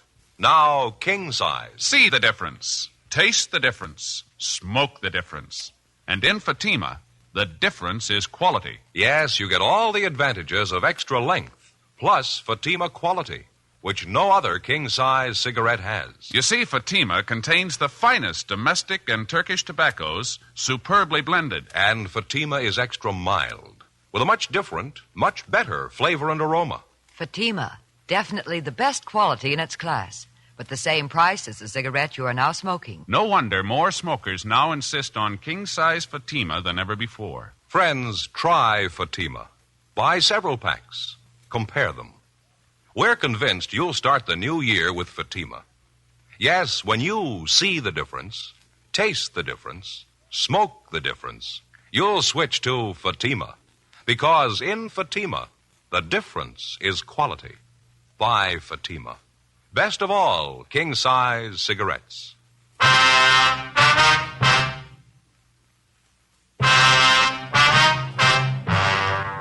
When I came to, it was a few minutes past midnight. The bruises on my face and head were beginning to swell. I felt dazed, sick to my stomach. I made my way out of the park and down the road to a public phone booth where I called my partner, Ed Jacobs. He came out right away and drove me back to the hotel. Ed put in a call to Captain Kearney, and he made arrangements to have a doctor sent over to examine me. He treated me for numerous cuts and bruises about the face and head and the upper part of the body. There were no serious injuries. At 10 minutes past 1, Captain Kearney called back and wanted to know if Ed and I could meet him at his home. He didn't want to take the chance of being seen around our hotel. Ed and I drove out to his house in the Silver Lake district. Come on in. Sit down. Yeah, thanks, Skipper. How do you feel, Joe? Well, my side hurts a little. Fair, I guess. Yeah, they really gave you a working over. Did you recognize any of them? Yeah, one guy. I don't know his name, though. What do you think, Skipper? Round up the whole bunch of them? No, that's not going to help any. Suppose we pick him up now. What do we got on him? A misdemeanor, battery, 30 days in jail, and they're out again. We're right back where we started. What do you figure's wrong, Joe? Think they got hinky? I don't know. I can't figure it. I think you better take a couple of days off, go home and rest up, let some of those bruises heal. The whole thing could be blown by that time. The deal will be cold. If we're going to make it pay, I got to stay on it. How do you know they haven't made you for a cop? The deal might be cold right now. Yeah, that's possible. What other reason would they have for tamping you? How about your friend Jack Wallace? He might have a straight story. Ask him about it. No, I'll do better. I'll ask Red. Captain Kearney finally agreed to go on with the plan with the understanding that Ed Jacobs and another man from our office would have me under surveillance at all times. It was understood that I'd go back to Red's hotel room to see if I could pick up the loose ends. Jacobs and another officer would follow me to the hotel and remain within calling distance. 2:10 a.m. I got to the hotel on West 5th Street and went up to the second floor to Red's room.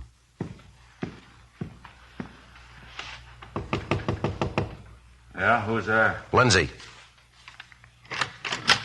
How you doing, Lindsay? You lousy pig.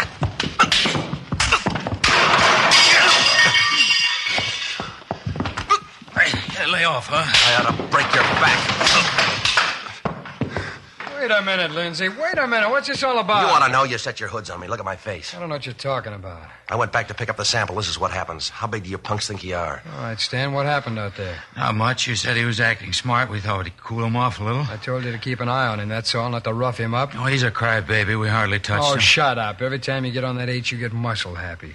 I've warned you before, Stan. Now, this is the last time. You better quit chipping with that junk. You cause any more trouble like this and you're out, understand? He's a crybaby, Red. We didn't hurt him. I heard enough from you. Now go on, take a walk. Okay. If you see Max, tell him I want him. Yeah, all right. Sorry, Lindsay. These things happen sometimes. Can't be helped. Why do you keep punks like that around? I thought you were too smart to connect with users. They could get both of us in trouble. Oh, they'll be all right. Relax. Every once in a while they get geed up and I have to straighten them out. I wouldn't trust them with my laundry. They're all right for what I use them for. They're good errand boys. Can I get you a drink? No.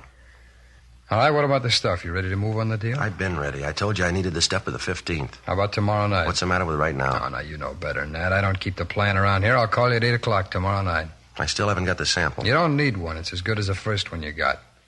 Come on, what are you stalling for? I'm getting tired of this sample yak. If you don't want to buy, say so. You'll bring it to my hotel tomorrow night? No, I'll call you. I'll tell you where you can pick it up. 20 ounces, 300 an ounce, right? Yeah, no phony stuff. You keep your hands on the table, so will I. You deliver the merchandise, I'll pay the money. What are you worrying about? I trust you. Why can't you trust me? Yeah, sure I did. Look at my face. 3:05 a.m. I left Red and went back downtown to my hotel room. A few minutes after I got in, I heard Ed Jacobs and Lieutenant Lou Walters enter the adjoining room. I checked the hallway first, and then I went next door and briefed him on what had happened with Red. I told him I'd let Ed know about the time and the place of the meet as soon as I heard. Walters said he'd keep enough men ready at the office to cover the area on short notice. I went back to my room, took a shower, and got some sleep. At 8 o'clock that night, I was in my room standing by the phone. I waited. No call. 8:30, 9 o'clock, 9:15, still no word. 9:25 p.m. Hello. Lindsay, this is Red. Sorry I'm late. I couldn't get to the plant. Well, what's the pitch? It's all set. Norwich Grill, West 7th Street. When? 10:30, sharp. Before he hung up, Red told me to meet one of his pushers in the last booth at the back end of the grill. He said I'd recognize him. The man would have the package of heroin wrapped in newspapers. I was to hand him $6,000 and he would give me the package. I immediately contacted Ed in the room next door and he notified the office. At 10:15 p.m., I left the hotel with a dummy package of money containing 6 marked bills. 10:28 p.m. I got to the Norwich Grill on West 7th Street. It was almost empty. I went to the rear booth where I found one of Red's pushers, Stan, drinking coffee. Right on the dot. Sit down, Lindsay. Yeah. Well, let's not camp on this thing. You got the money? I done business with you before. Where's the stuff? Didn't Red tell you where to be? Yeah, wrapped up in that newspaper. He told me there'd be some stuff under a rock one time. It wasn't there. I want to look. What's the matter? Don't you trust me? You think I got a reason to? All right. Have a look. Here, you satisfied? No. Open it. All right. It's all there. I saw it made up. That enough for you? Yeah. Okay. You just made a deal. Yeah, what do you have? Coffee, black, piece of apple pie. All right. You? Coffee. All right. Okay, stuff's there. Now, how about the loot? I got it.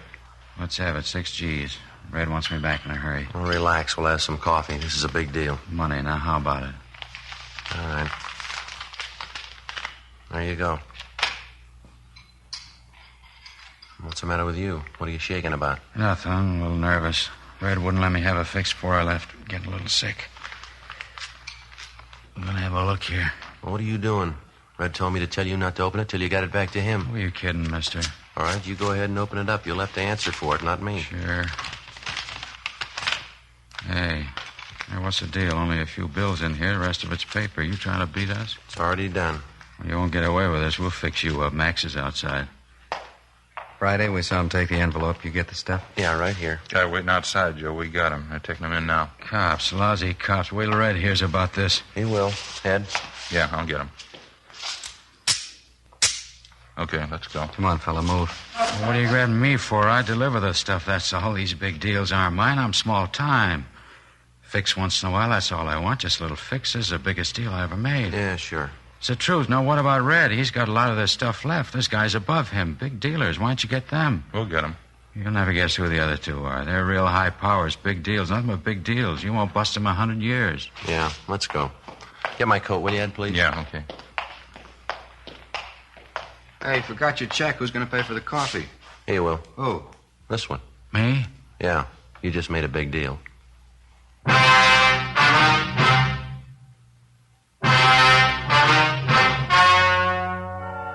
The story you have just heard was true.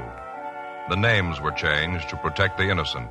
On August 13th, the booking was made at the Los Angeles Police Department, Watts Substation, City and County of Los Angeles, State of California. In a moment, the results of that booking. And now, here is our star, Jack Webb. Thank you, George Fenneman. Friends, last year we were honored with thousands of letters from listeners all over the country. Letters telling us that you've bought Fatimas and you find them the best of all king-size cigarettes. Well, thanks to you and the many thousands of other smokers who have switched to Fatima. Now, if you haven't tried Fatimas yet, make this your cue for the new year. Next time, get yourself a pack of Fatimas. Compare them. See the difference. Taste the difference. Smoke the difference. And when you do, I'm convinced that you'll switch to Fatima. Because believe me, in Fatima, the difference is quality.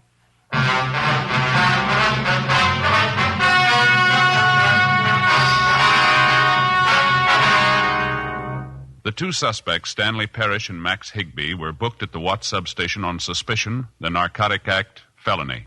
After a meeting in the district attorney's office, they expressed their desire to assist the police in the apprehension of the outstanding members of the gang. They were filed on, and before a magistrate in municipal court, they waived their right to a preliminary hearing to conceal the fact of their arrest. Next week, The Big Red, Part 2. Ladies and gentlemen, to build our strength against aggression, we must equip our armed forces with the weapons of war. At the same time, we must produce adequate supplies of civilian goods in order to keep prices down and defeat inflation.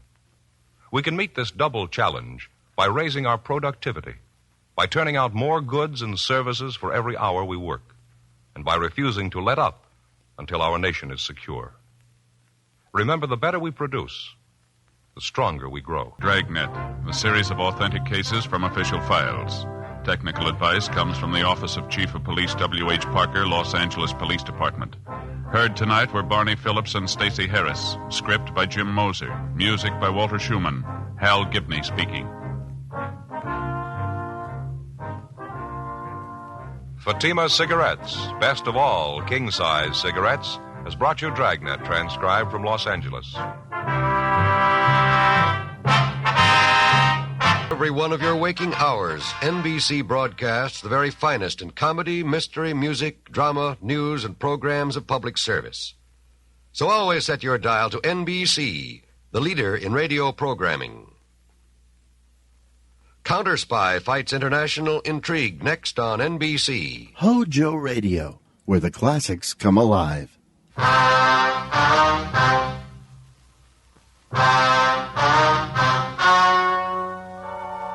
The story you are about to hear is true. The names have been changed to protect the innocent. Fatima Cigarettes. Best of all, king-size cigarettes brings you Dragnet.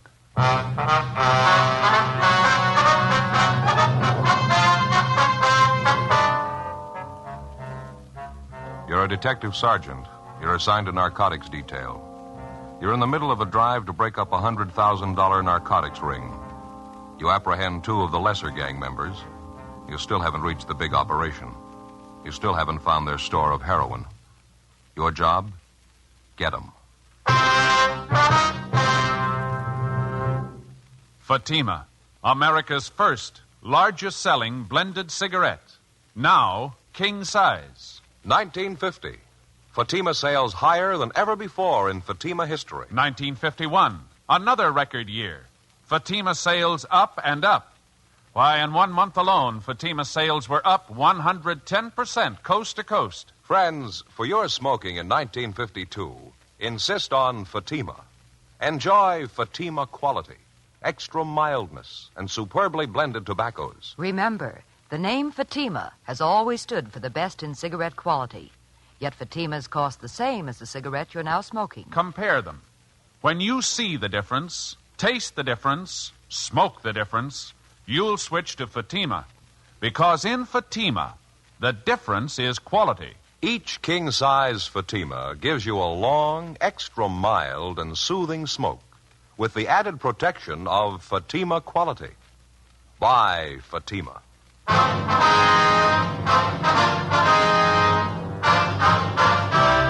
Dragnet, the documented drama of an actual crime. For the next 30 minutes, in cooperation with the Los Angeles Police Department, you will travel step by step on the side of the law through an actual case transcribed from official police files. From beginning to end, from crime to punishment, Dragnet is the story of your police force in action.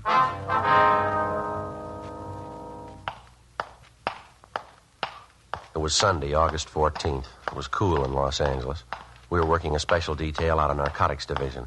My partner's Ed Jacobs. The boss is Captain Kearney. My name's Friday. It was 1:23 a.m. when I got to 5th and Ceres, southwest corner.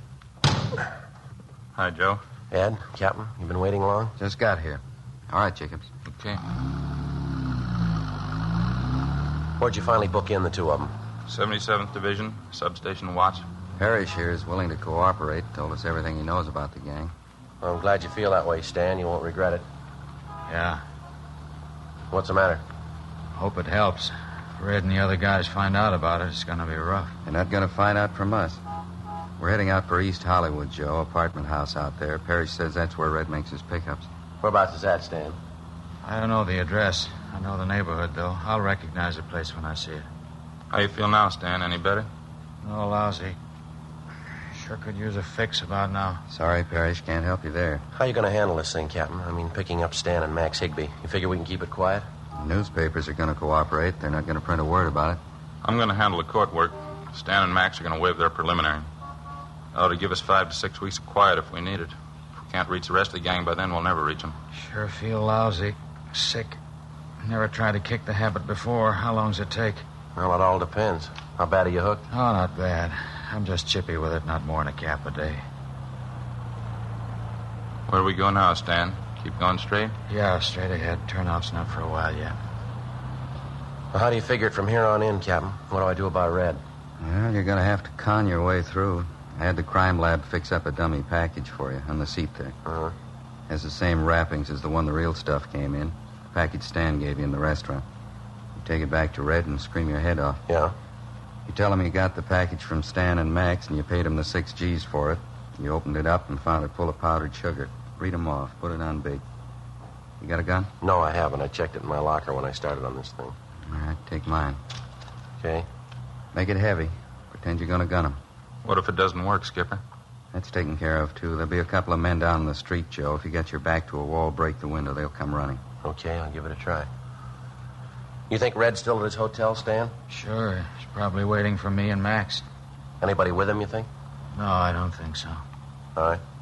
Ed, I wonder if you'd call my mother the first chance you get. She might be a little worried. Don't have to. She called the office before we left. Oh. I think I convinced her everything was all right. Oh, thanks a lot. Captain? That's it. We'll let you out at the next corner. Head back for the hotel. Right. Good luck, Joe. Right, Ed, thanks. How about it, Parrish? Anything else you can give us that might help him? I don't know. It's going to take a lot of front. Only one way you can get that. Yeah? You better get yourself a good fix. I left Captain Kearney, Ed Jacobs, and the narcotics suspect, Stan Parrish, on the corner of Western and Wilshire and made my way to Red's Hotel on West 54th Street. I went up to the second floor and found his door open. I walked in. Red was sitting in an overstuffed chair next to the radio, listening to the police calls coming in. What's the matter now, Lindsay? Why the gun? Don't try any of your conning this time, you two-bit What's thief. the matter with you? Put the gun down. No, not before I get what's coming to me. You and your lousy punks. What are you talking about? Where's Stan and Max? Dead, I hope. And that leaves only you to deal with. I should have known better the first time when you had me tamped. I should have gotten out right then. What's in your craw, guy? Come on, let's settle. You know what? Now look for yourself. 6 G's worth, powdered sugar. You didn't think you could beat me for this, did you? I don't know what you're talking about. There's more in this than me. If you don't square up this thing with us, there's ways of taking care of you. I'm on the lam anyway. Now, one more beef isn't going to make that much difference. Put that gun down, will you? Now, let's talk it out. It doesn't make sense. If you've been beat, then so have I. Don't try to sell me that line. Get both of them out. I know they're here. Now, come on, get them out here. Watch that gun, will you?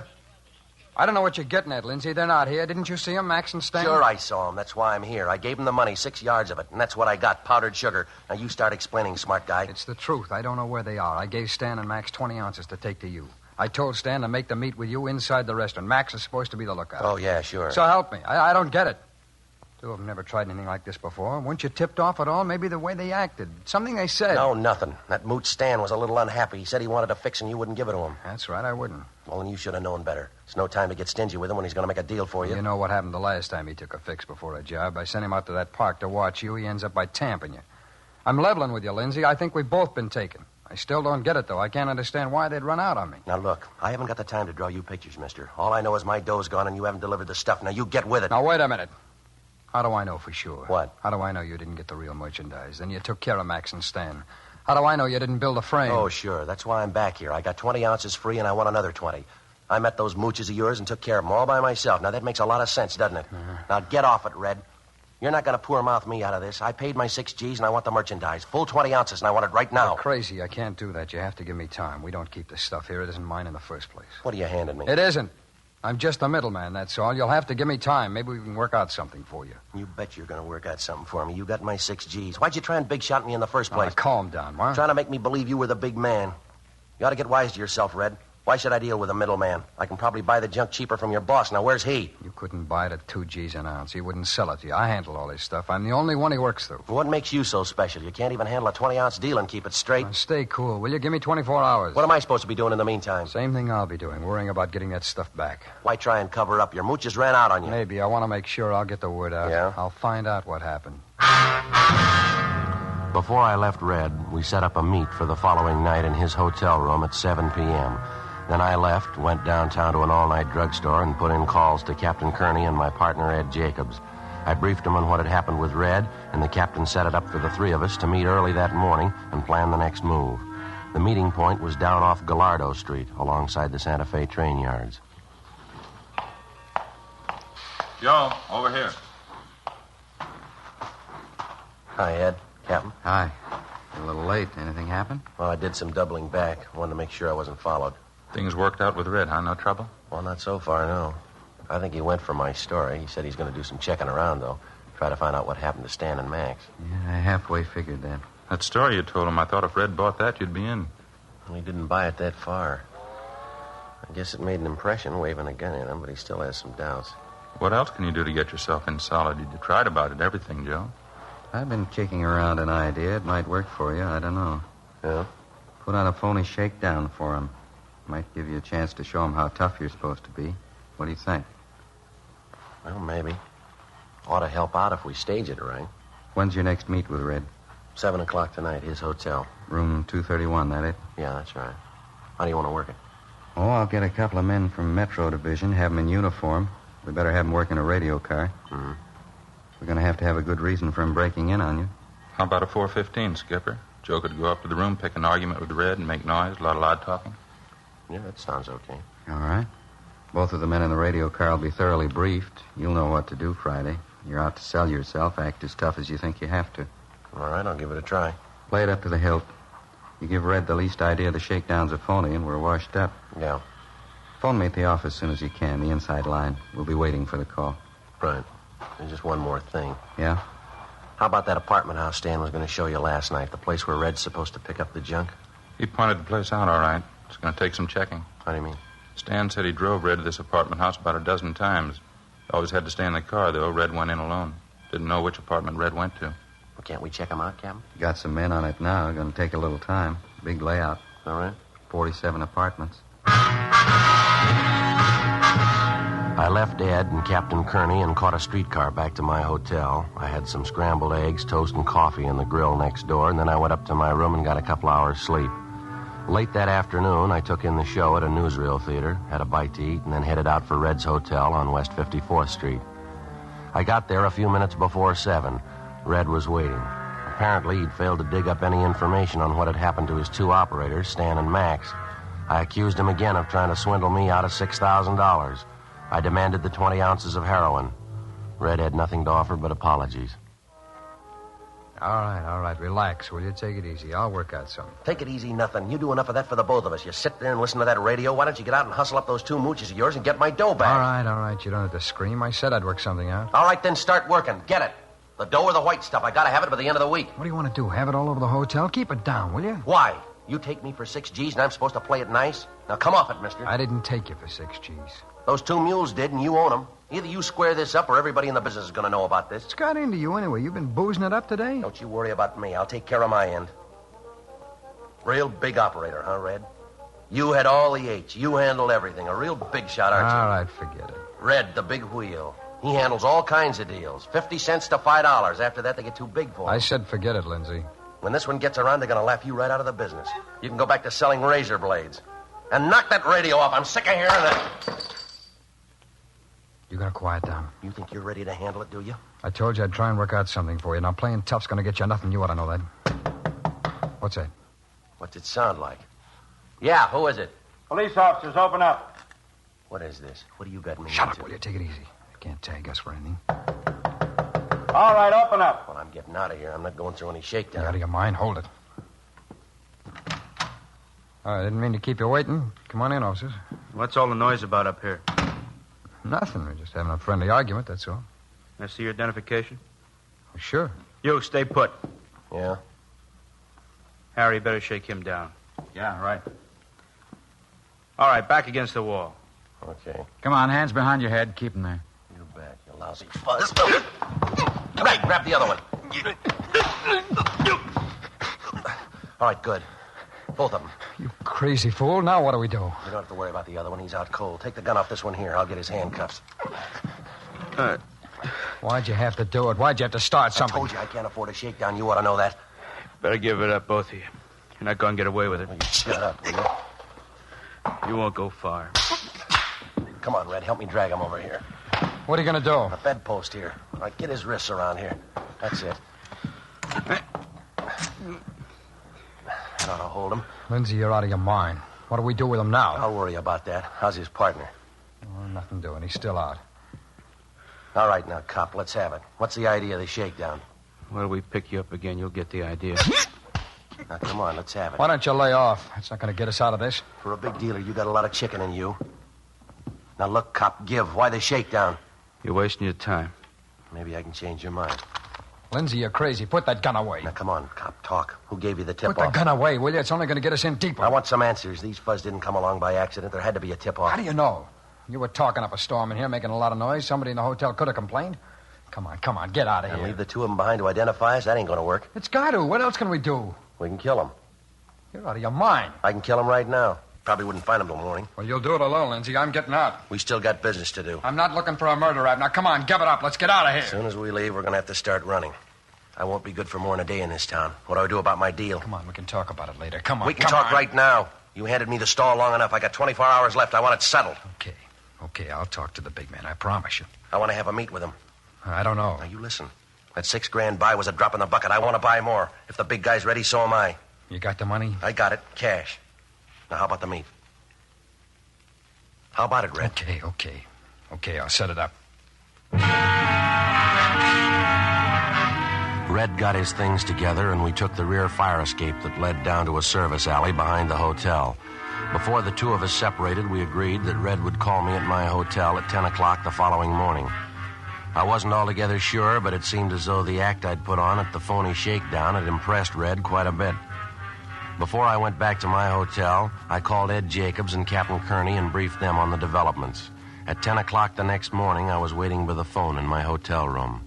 At 10:15, Red called. I talked to the big man this morning. I told him what you wanted. Yeah? What's the answer? It's got to be a fast deal, cash and carry. Well, I'm ready. Is he? I think so. Took a lot of talking. All right. What about the meet? I'll pick you up at your hotel. I'll take you to him. When? 8 o'clock tonight.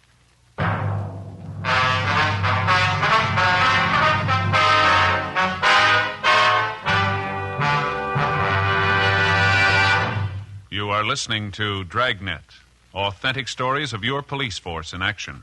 Fatima, America's first largest-selling blended cigarette. Now king size. See the difference. Taste the difference. Smoke the difference. And in Fatima, the difference is quality. Yes, you get all the advantages of extra length, plus Fatima quality, which no other king-size cigarette has. You see, Fatima contains the finest domestic and Turkish tobaccos, superbly blended. And Fatima is extra mild, with a much different, much better flavor and aroma. Remember, the name Fatima has always stood for the best in cigarette quality. Yet Fatimas cost the same as the cigarette you're now smoking. Friends, compare Fatima yourself today. When you see the difference, taste the difference, smoke the difference, you'll switch to Fatima. Because in Fatima, the difference is quality. Each king-size Fatima gives you a long, extra mild and soothing smoke with the added protection of Fatima quality. Buy Fatima. Best of all king-size cigarettes.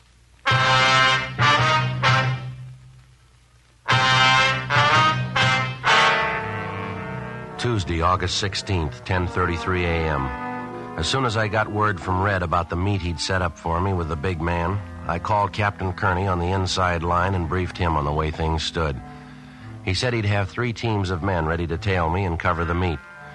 They'd work alternately in 3-way radio cars in order to reduce the risk of discovery to the minimum. He also told me the check of tenants was continuing at the East Hollywood apartment house where Red apparently was picking up his supply of heroin for distribution. So far, the detail of men assigned to the job had failed to uncover any definite leads. At 8 minutes past 8 o'clock that night, Red picked me up at my hotel, and together we drove out along Alhambra Avenue. We parked alongside the edge of a private golf course just north of the Ocean Highway. Smoke? Okay, thanks. Got a match here? Yeah.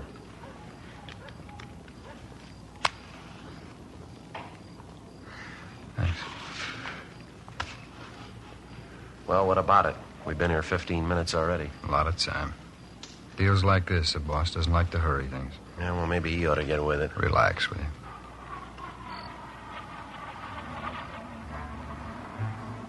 So we waited. 9:30, 10 o'clock, 10:30, 11. Still no sign of the big man. 11:30, 11:45. No sign. What time you got, Lindsay? 10 minutes to midnight. Well, you got any ideas? Yeah, I guess I can tell you now. Well, you make this one real good, will you? It's been a long wait.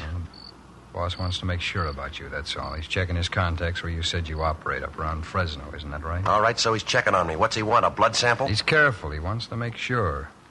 If it didn't show, this is what he told me to tell you. Yeah? If you're cleared all around with his contacts, the meet's set for tomorrow afternoon. Where? I'll get to it. The deal's this.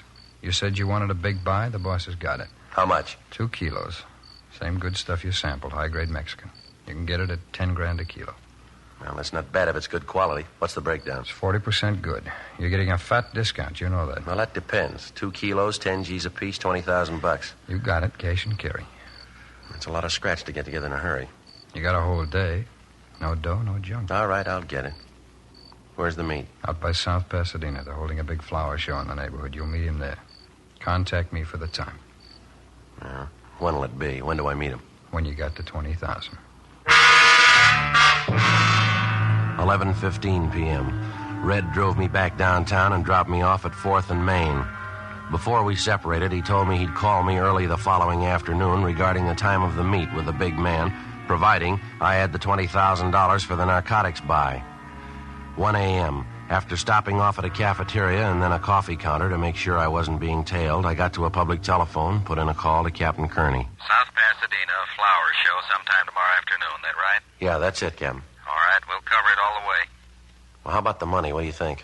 You got a little with you, haven't you? A little, yeah. Okay, fake it the best way you know how. We'll be around. As soon as you make sure the guy has the junk with him, pass the signal, we'll move in. Right. Something else. You get any lead at all on the big man tonight? No, nothing. How about you? Good piece of luck. I think we got him spotted. Before he hung up, Captain Kearney told me that the careful screening of tenants in the East Hollywood apartment house pointed out to them by Stan had netted a couple of prime suspects. They were an elderly couple, a Mr. and Mrs. Thomas Leslie. Besides the fact that he had a narcotics record in the East, Mr. Leslie operated a second-hand bookstore on Beverly Boulevard, which apparently was being visited often by known narcotics peddlers. Early the following afternoon, Red called me at my hotel room, and I told him I had the $20,000 for the buy. He picked me up at 1:45 p.m. I flashed a stack of money containing mostly $1 bills, and he seemed satisfied. He drove me out to the site of the flower show in South Pasadena, a large glass-domed conservatory just off the Arroyo Seco freeway. Let's head back this way, huh? Yeah.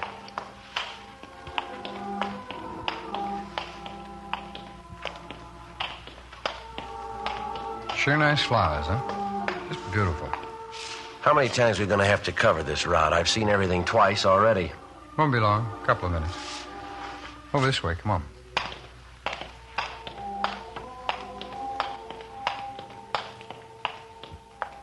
Yeah, they're sure pretty. Look, I don't get any of this. If we got business, why can't it be in private? This your big man's idea of a joke? It's protection, Lindsay. He's got to be careful. I guess he figures this is the last place they'd look for him. We make another round of this place, we'll stand out like a sore thumb. Oh, relax. You'll make the buy. Coming up right now. What? Come on, follow me.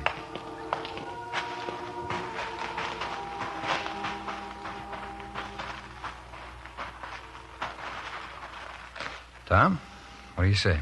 Oh, hi, Red. What do you think of my gladiola entries? Those up there. When you say they're beauties? Yeah, they're real great, Tom. Took me 3.5 years to get blooms like that. South African species, you know, the Chilsea type. Raised them right in a little greenhouse back of our place. Right. You see, the scarlets and the whites, those are mine. Yeah. Oh, Tom, I'd like to have you meet that friend of mine. Lindsay, this is Tom. Hi. How do you do? What do you think of my entries? Raised every one of them from seeds, Lindsay. They take a lot of care. Yeah, they're all right. Plenty of care. Especially those, the South African type. They take a good, stiff, sandy loam, quality fertilizer, just the right kind of heat and water. Takes a lot of work. Proud of them. Yeah. Look, I haven't got too much time to spend. Maybe we better talk outside, huh? Yes, that takes quite a lot of work. Beautiful blooms. You have all the money with you? All of it. You got 2 kilos? That's correct. We can go out the side way. Hey, Red, you follow behind. Keep an eye open. Right, Tom. This way.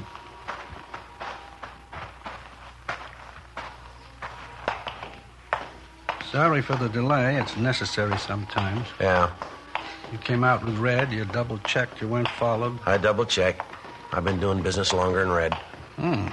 Maybe we can make it a permanent tie. Out here.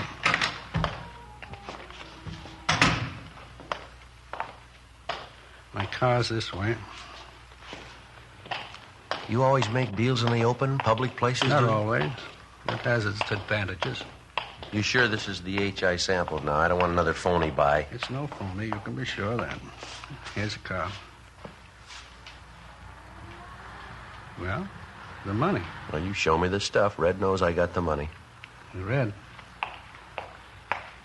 Yeah, Tom. The money. You saw it before you brought him here? Yeah, he showed it to me. Right here in my pocket. Have a look if you want. Now, come on. I can't afford to camp on this thing. All right. Keep a lookout, Red. All right, sir. In the car, Lindsay. Yeah.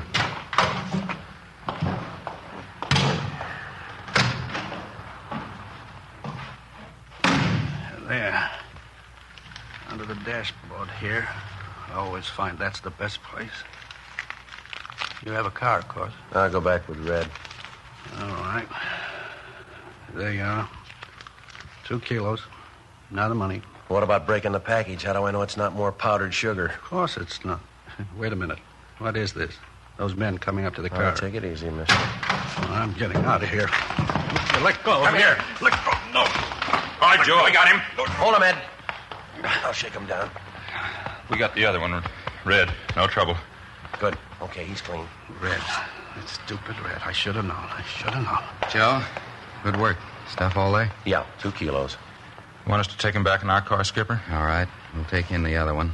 Meet you at the parking lot gate. We'll follow you in. Right. All right, mister. This way. Look, let me ask you a favor. Won't take a minute. Yeah? Let me call my wife. I want to let her know what's happened. I wanted to come out here and get my flowers. I got some valuable plants in that show. They'll be taken care of. Your wife couldn't make it anyway. She was picked up an hour ago. No, couldn't be. What's going to happen? Every dollar I own, all my merchandise, 2 kilos, best quality, all of it. We'll take care of that. Come on, let's go. All I got, those beautiful plants. You can do that much for me. Let me go back and get my flowers. They're prize gladiolas. It won't hurt anything, will it? Just let me take some with me. Just a few till I get back. Why bother? They won't last that long.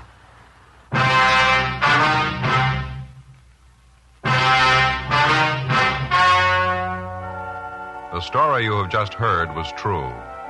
The names were changed to protect the innocent. On December 4th, trial was held in Superior Court, Department 84, City and County of Los Angeles, State of California. In a moment, the results of that trial. And now here is our star, Jack Webb. Thank you, George Fenneman. When you compare Fatima, see the difference, taste the difference, and then smoke that difference, I'm convinced that you'll switch to Fatima, because in Fatima, the difference is quality. Now, to show our confidence in Fatima, we're making a money-back guarantee to every king-size cigarette smoker. Buy a pack of Fatimas. Enjoy Fatima quality, extra mildness, and superbly blended tobaccos. If you're not convinced Fatima is better than the king-size cigarette you're now smoking, just return the pack and the unsmoked Fatimas before April 1st, and we'll give you your money back, plus postage. That's Fatima, Box 37, New York 1. Buy Fatima. Each king-size Fatima gives you a long, extra mild, and soothing smoke with the added protection of Fatima quality.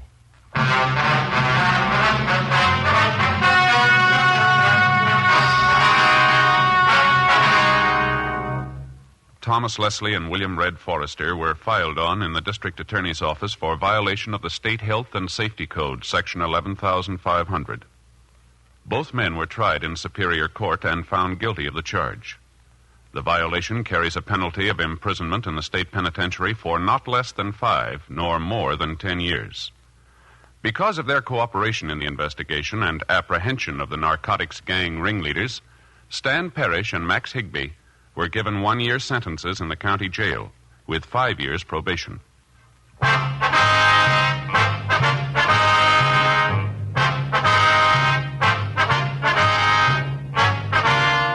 You have just heard Dragnet, a series of authentic cases from official files. Technical advice comes from the Office of Chief of Police W.H. Parker, Los Angeles Police Department. Heard tonight were Barney Phillips and Stacey Harris. Script by Jim Moser. Music by Walter Schumann. Hal Gibney speaking.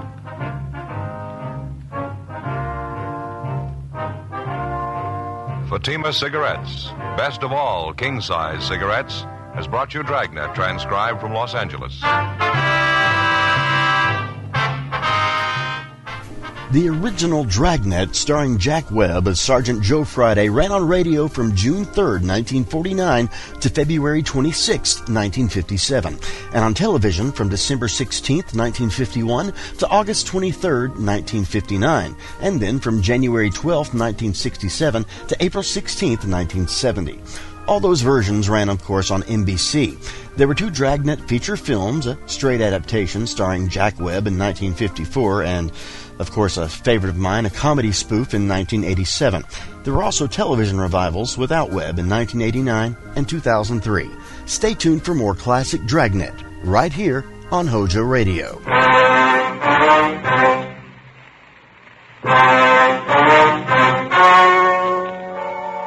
The story you are about to hear is true. The names have been changed to protect the innocent. Fatima Cigarettes, best of all king-size cigarettes, brings you Dragnet on both radio and television.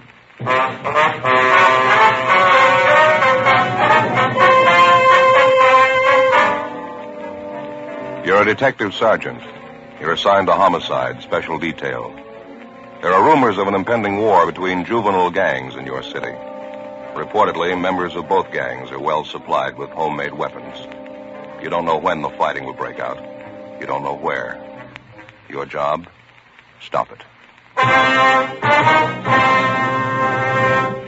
Fatima, America's first largest-selling blended cigarette, now king-size. See the difference, taste the difference, smoke the difference. And in Fatima, the difference is quality. See the difference. Fatimas are 21% longer. Taste the difference. Enjoy Fatima's extra mildness. Much different, much better flavor and aroma. Smoke the difference. Get all the advantages of extra length, plus Fatima quality, which no other king-size cigarette has. Yes, in Fatima, the difference is quality. Definitely the best quality in its class, but the same price as the cigarette you're now smoking. So why wait? Switch to Fatima today. Each king-size Fatima gives you a long, extra mild, and soothing smoke with the added protection of Fatima quality. Buy Fatima.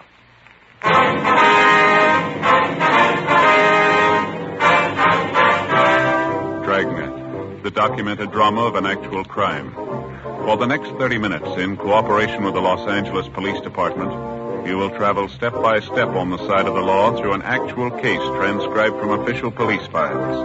From beginning to end, from crime to punishment, Dragnet is the story of your police force in action. It was Tuesday, October 14th. It was cloudy in Los Angeles. We were working a special detail out of Homicide Division. My partner's Ed Jacobs. The boss is Captain Lorman. My name's Friday. It was 1:18 p.m. when I got to 2015 East 1st Street, the second floor. Hollenbeck Juvenile Division. Joe? Hi. What'd you find out? Nothing yet. Gardner had to go next door. He'll be back in a minute. Give us a rundown on the thing. Friday, Ed. Hi, Gardner. Hi, how you doing? Good to see you. How are things going downtown? Oh, not bad. A little slow. Hear you got problems. Lots of them. Captain brief you on any of it? No, he told us to check with you. You'd fill us in. Said maybe you could use some help. All we can get. We're sitting on top of a bomb out here. We don't know when it's going to go off. What's the pitch, Gardner?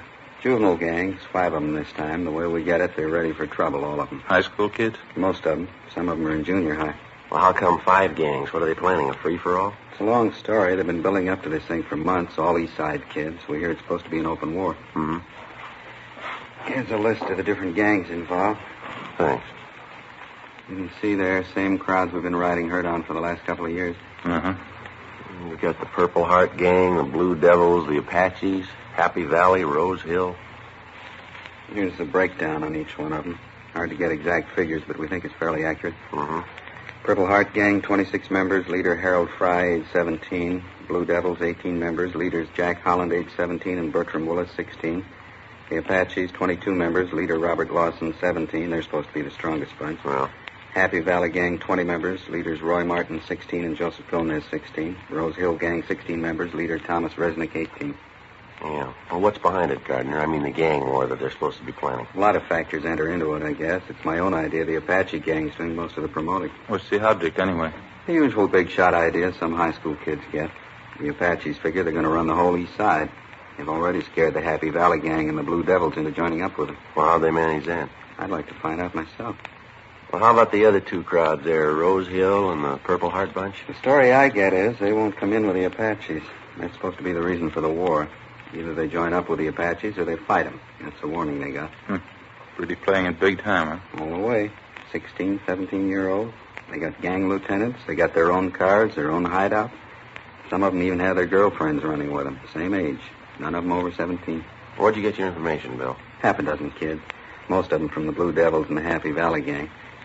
They were mixed up in a couple of after-school fights in Hollenbeck Park. The stories they gave us are enough to curl your hair. Yeah, how do you mean?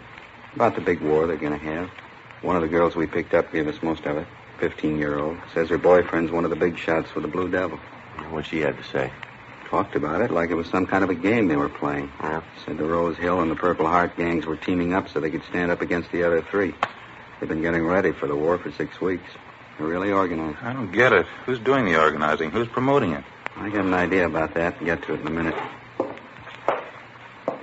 Take a look at these over here. Yeah. Samples of the different weapons the gangs are getting together for the big fight. Crazy kids. Brass knuckles. Homemade saps, all kinds. Well, what's this here, Gardner? Have a look. Homemade stiletto. Good 6-inch blade. Kids are supposed to have dozens of them. Another one here. Look at this. Ice pick. Anything you can think of, you name it, we got it. It's going to be wholesale murder if we can't find a way to stop it. You been able to figure what the real trouble is, Bill? I got an idea, yeah. You asked about the gangs teaming up a minute ago. Yeah. We figure we got a young Hitler on our hands. A kid by the name of Robert Lawson. He's supposed to be the ringleader of the Apache gang. Moved in about a year ago from the Middle West. How much you know about him? Wrote a letter to the city he originally came from. Nothing but trouble back there. Bad juvenile record. We've talked to the boy a couple of times. His parents, too. Didn't do much good. Never had enough to file a petition on him and bring him to the attention of the juvenile court. We know he's responsible for a lot of the trouble we got, but he always has some other kid do it for him. Never does it himself. You think he's responsible for working up the gang war ideas, eh? We figure he's our biggest problem. We've tried everything to reach the Lawson kid and settle him down. Checked with the teachers at his school, the principal, vice principal. They can't handle him. They figure on expelling him if he doesn't straighten up. Well, how about the other youngsters in these gangs? I mean, besides this Lawson boy here. We've got notifications out for them and their parents. They're supposed to be in here tomorrow night at 7:30. Maybe we can break Lawson's hold on these kids. Sure got me. What's the matter with this Lawson boy's parents? Don't they know what's going on? Can't they control him? Well, we tried to talk to the parents. They think we're wrong. They're proud of the kid. He's got a high IQ. They think he's a natural-born leader. Oh, sure. Yeah. The mother says people just don't understand the boy. Well, maybe you should have told them. Huh? San Quentin's full of people we don't understand. The following night, Wednesday, October 15th, the members and ringleaders of the various juvenile gangs, along with their parents, showed up at Hollenbeck Juvenile Division as requested. In questioning each of the youngsters, we definitely confirmed the reports we had of the impending gang war. The interviews also revealed that if and when the fighting did start, it would be more serious than we at first figured. For one thing, there were more youngsters involved than we thought. The gangs had been recruiting new members by the dozen in preparation for the street fights. For another thing, we found out the teenagers weren't carrying around 8-inch knives and brass knuckles just for show. If fighting started, they were ready and willing to use them. We weren't sure how much we could count on it, but after interviewing the parents and advising them how serious the situation was, they promised their full cooperation. Most of them agreed they'd maintain strict check on their youngsters and keep them out of all neighborhood gang activities. Some of the parents took a resentful attitude. They insisted the gangs were harmless. They accused us of picking on the youngsters. A few of the parents didn't even show up at the meeting. Among these were the parents of 17-year-old Robert Lawson, the boy who seemed to be promoting most of the trouble. The following morning, my partner Ed Jacobs and I drove out to his home and we talked with his mother. She was friendly but not too cooperative. I don't know why you say that, Sergeant. I appreciate you worrying about my boy, but I'm sure it's not as bad as you think. I don't mean to contradict you, Mrs. Lawson, but I'm afraid it is a lot worse than you think. It's what the other officers said, too, but you really don't have any proof, do you? I mean, if you idle rumors, you certainly can't accuse Robert on that basis. We're not accusing Robert of anything, ma'am. That's not the point. What we're trying to do is to head off the trouble before it starts. You were living in the Middle West before you came to Los Angeles, that right, ma'am? Yes, that's right, Nebraska. Well, wasn't your boy in some kind of trouble back there? Yes, but it didn't amount to anything. Could have been avoided so easily. They just didn't understand Robert. That was the whole trouble. Is he an only child, ma'am? Yes, just Robert. But he's not spoiled. I know it's a great temptation with an only child, but we didn't spoil him. Robert just isn't like that. Uh-huh. You allow him quite a bit of freedom, do you, ma'am? I mean, does he go out at night very often? Well, he is 17 years old, going on 18. Yes, my husband and I allow him to go out as often as he likes, as long as he keeps up with his studies. Robert's always done very well. Always tops in his class. Do you know where he spends his time when he goes out at night? He's usually down at the gym or at the library. You know that for a fact, do you? I trust Robert, if that's what you mean. If he tells me that's where he's going, I believe him. The mother can't believe her own son. Who can she believe? How about the company your boy keeps? You know any of his friends, Mrs. Lawson? Few, yes. There's the Miller boy and Jack Holland. They seem to be fine boys. Miller and Holland? Yes. There doesn't seem to be anything wrong with them. Well, there is, ma'am. What? Both of them have juvenile records. Both of them belong to your son's gang. Really, Sergeant, how can you say that? It isn't fair. Wouldn't it be better to try and understand these boys instead of picking on them, persecuting them? I don't know how we're going to make you understand, Mrs. Lawson. We're not picking on them. We're not persecuting them. We know there's a gang problem. We know your boy's one of those at the bottom of it. If something isn't done, there's going to be trouble. If we're going to stop it before it begins, we're going to have your help. I'm perfectly willing to cooperate. You know that. That must be Robert now. Excuse me. Robert? Bob, is that you? Yeah? Would you come in here a minute, Bob? We're in the living room. Yeah? What do you want? These are police officers, Bobby. This is Sergeant Friday. Sergeant Jacobs, is that right? Yes, ma'am. How are you? How do you do? Hi. How about something to eat? Haven't you got anything ready? I wasn't expecting you, Bob. Won't take me a minute, though. You sit down there. I'll go out and get a snack together for you. Can I fix you a sandwich, officers? A cup of coffee? No, thank you. No, thanks very much. Won't be a minute, Bob. We were just talking about you when you came in. What's it about, Sergeant? You want to see me, or do you just want to talk to my mother? As long as you're here, we'd like to talk to both of you, Bob. I got to take off pretty fast. Just came home to get something to eat. What's it about? It's about Geronimo. That's the gang's code word for the war you're setting up, isn't it? I don't know what you're talking about. Your gang, Bob, the Apaches. We talked to half a dozen of them last night down at the juvenile division. Is that right? Now, look, son, we've got the names of everybody in your gang. We know the whole setup. You go ahead with your idea, and you're going to buy a lot of trouble. A couple of cops were here last week. They said the same thing. I don't know any more about it now than I did then. Honest. What's the pitch anyway? You know what the pitch is, youngster. I don't, honest. You're trying to say I'm in a gang, is that it? You're in it up to your neck, son. Now, why don't you come off it? We've got you pegged and everybody that runs with you.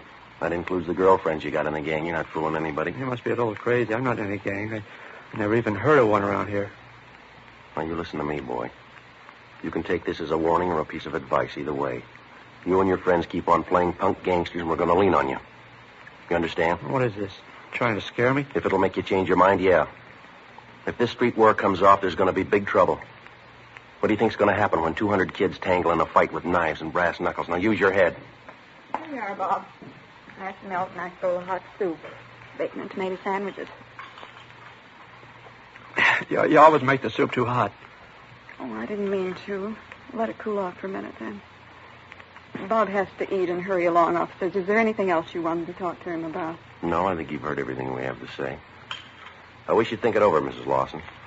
You too, Bob. Nothing to think over. They're trying to say I'm in a gang. They think I'm the leader. You told them, didn't you, son? Sure. They don't believe me. I wish I could make you understand, Sergeant. He's not a gang leader. Robert's telling the truth. Afraid he isn't, ma'am. Well, he is. I know he is. I mean, after all, he's my son. I'm in a position to know him better than you do. Yes, ma'am. If he was lying, I'd know it. I wish I could make you understand.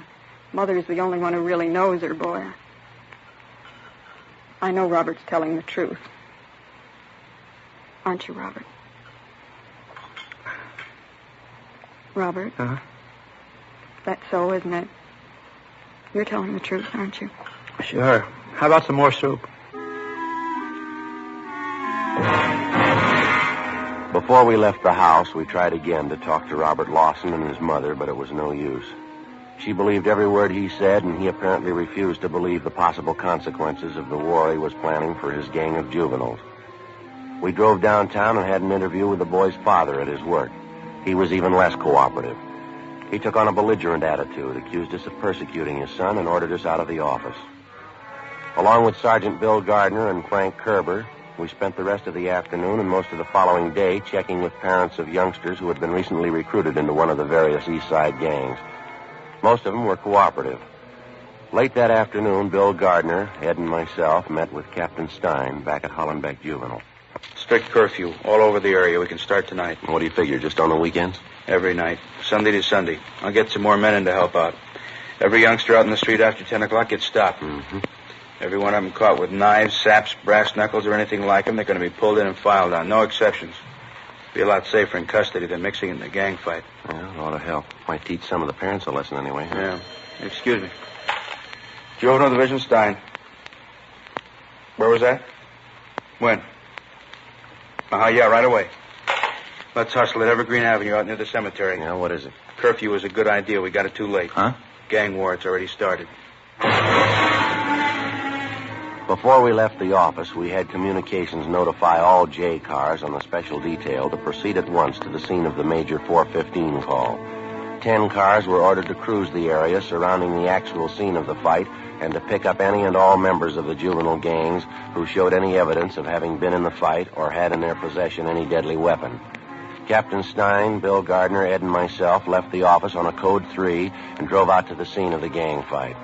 When we got there, all the J cars and 3 radio crews had the area blocked off.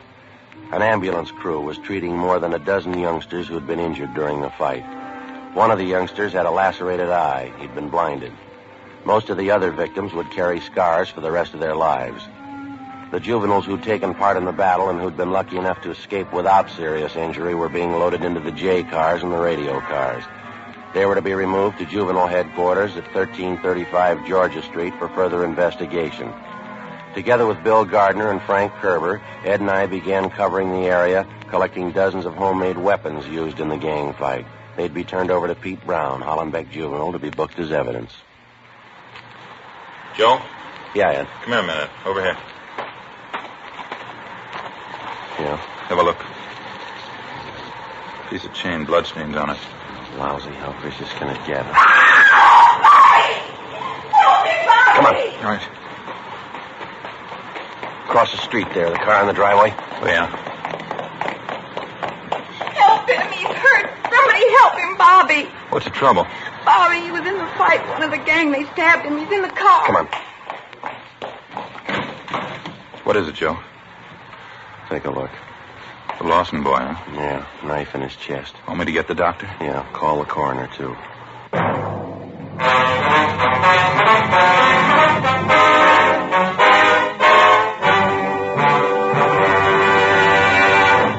You are listening to Dragnet, authentic stories of your police force in action. Fatima, America's first largest-selling blended cigarette, now king size. See the difference, taste the difference, smoke the difference. And in Fatima, the difference is quality. Yes, you get all the advantages of extra length, plus Fatima quality, which no other king-size cigarette has. That's why week in, week out, year after year, more smokers are switching to Fatimas. 1950, Fatima sales higher than ever before in Fatima history. 1951, another record year. Fatima sales up and up. Why, in 1 month alone, Fatima sales up 110% coast to coast. Friends, in the first months of 1952, to show our confidence in Fatima, we are making a special money-back guarantee to every king-size cigarette smoker. Buy a pack of Fatimas. Enjoy Fatima quality, extra mildness, and superbly blended tobaccos. If you're not convinced Fatima is better than the king-size cigarette you're now smoking, just return the pack and the unsmoked Fatimas before April 1st, and we'll give you your money back plus postage. Fatima, Box 37, New York 1. Remember, each king-size Fatima gives you a long, extra mild, and soothing smoke with the added protection of Fatima quality. Buy Fatima. Best of all, king-size cigarettes.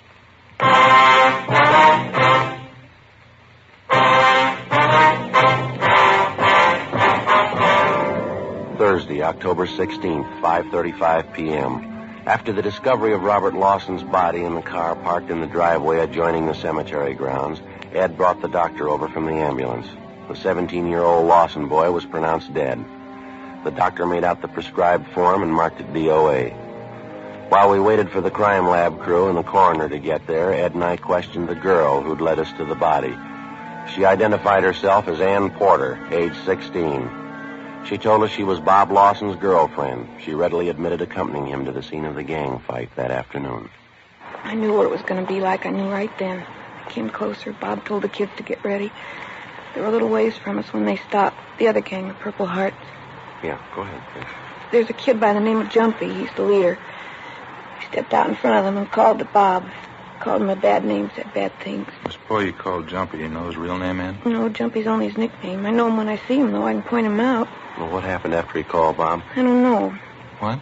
I don't know. I'm not sure. Everything seemed to happen at once. Bob swore at me, pushed me back, told me to get out of the way. Then he walked up to this kid, Jumpy, right in front of their whole gang. I screamed at Bob. I screamed at him not to. Why'd you scream? What'd you do? He had a chain under his coat. It was kind of a short whip-like. Bob had it doubled up. Yeah. When he went up to Jumpy, Bob had a cigarette in his mouth. He told Jumpy to light it for him. It's supposed to mean he's chicken if he does it. Jumpy laughed at him. Bob took out the chain, hit him across the face with it. Hit him with all his might. It knocked Jumpy down. He was laying on the sidewalk. His face was cut bad. Bob had the chain, kept hitting him with it. And somebody gave a yell, and both the gangs started fighting. Were you close to Bob Lawson most of the time? No, not first. There was a lot of yelling and kicking and fighting going on. I ran around and was looking for him. Finally saw Bob. I'm not sure it happened so fast. What happened, Ann? I'm not sure. I thought I saw Jumpy pull a knife on Bob. Long and thin, maybe an ice pick. Yeah. Bobby was still hitting with the chain. It looked like Jumpy hit Bob in the chest with something right over the heart. Bobby stopped. Jumpy did it again. Bobby got white. He looked sick. He turned around and started to run. Well, what happened then? Bobby kept running. I knew he was hurt. I went after him. I saw him fall, but he got up. He kept running. Then one of the other gang grabbed me. They hit me. It's all right. We understand. I didn't find Bob until the fight was over. I heard the cops' cars coming, sirens, coming around from everywhere. I felt sick. I finally found Bob, though. He was laying in the back seat of the car, just laying there. And that's when you called out? Yes. I guess I knew it. As soon as I looked at him, dead white as a sheet. It ain't easy. Not when you find somebody dead, not somebody you love. All right, youngster. It'll be all right. It'll be all right. You're lying. You know that. It won't be all right. Take it easy, Ann. I loved Bob. Didn't you know that? When he graduated, the first thing we were going to get married. As soon as he got out of school, we'd be married. We'd be married. Ann? Ann? Yeah. How old are you? I'm 16. Why? Nothing. It happens to practically everybody. What? People seem to make a lot of mistakes when they're 16.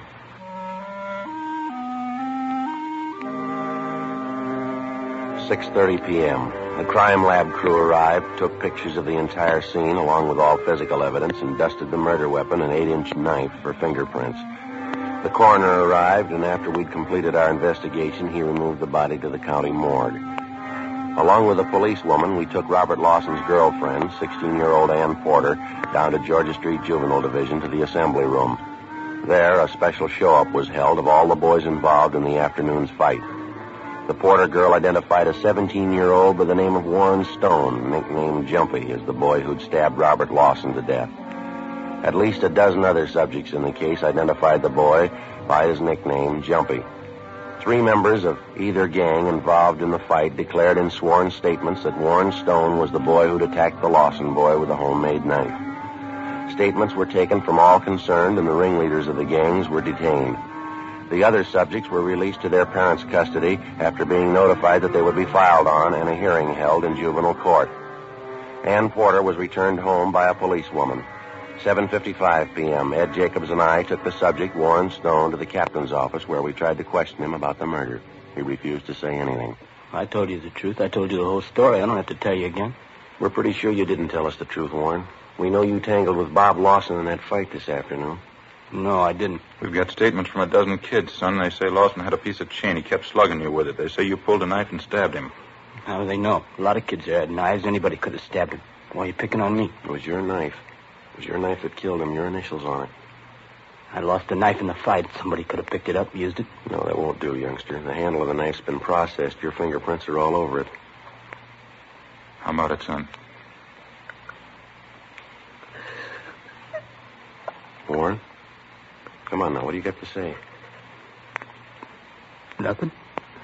I killed him.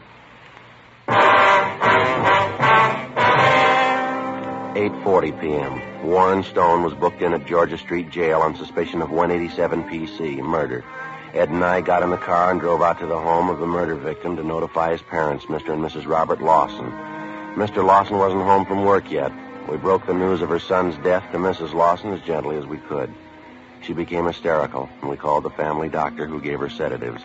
Later, when she recovered herself a bit, she asked for the full story. We told her. How could it happen? Bobby, how could it happen? Sorry, ma'am. There's not much we can say. We tried everything we could to stop it. But you didn't stop it. You let them kill Bobby. You let them kill him. No, ma'am. We tried to warn him. We tried to warn all of them. We're sorry. You're not sorry. You didn't try. Bob's dead. Everything I had. He's 17 years old and he's dead. I can thank you for that. My only baby. We're sorry you feel that way, Mrs. Lawson. Why shouldn't I feel that way? You call yourselves policemen. That boy who killed Bobby, you should have had him in jail in the first place. Young killer. Running around loose, you're as guilty as he is. I'm not defending him, ma'am, but he wasn't a young killer. Didn't even have a juvenile record. I don't care anything about records. He's a killer. He took a knife and he killed Bob, and you let him do it. You let him. I think we better be going in. Yeah. You or your husband will have to identify the body, and tomorrow morning will be all right, the county morgue. Dear God. You'll have to be at the coroner's inquest, too. You'll be notified about the time and the date. I hope you have to live with this. I hope you live with it like I have to live with it. I hope it drives you crazy. I know how you feel, ma'am, but you're wrong. I think you'll realize that. They murdered Bob. You let them kill him. I'll always remember that. All right. And you remember something else. The last time we came here to your house, we tried to make you understand. You didn't know Bobby. You didn't understand him. I was the only one. I always knew what he was thinking, what he wanted, what he was going to do. I was the only one. No, ma'am, there was somebody else. What? The boy who killed him.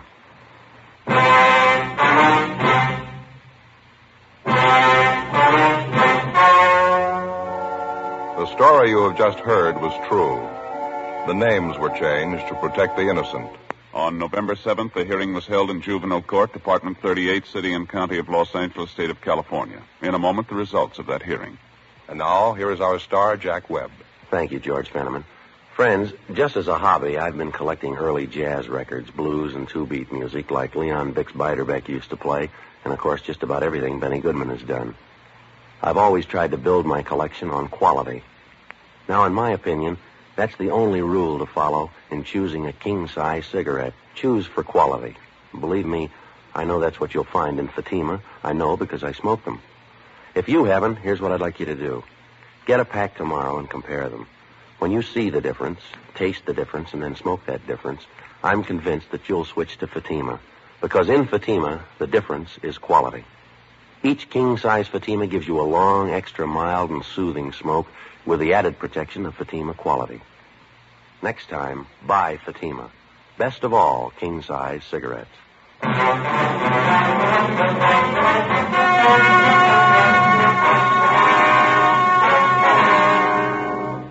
17-year-old Warren Ernest Stone was filed on alleging violation of 187 PC, murder. The rest of the juvenile gang ringleaders were filed on alleging 242 PC, battery. They were all made wards of the juvenile court and placed in detention homes under the supervision of the State Youth Authority. They are still confined in state institutions for juveniles.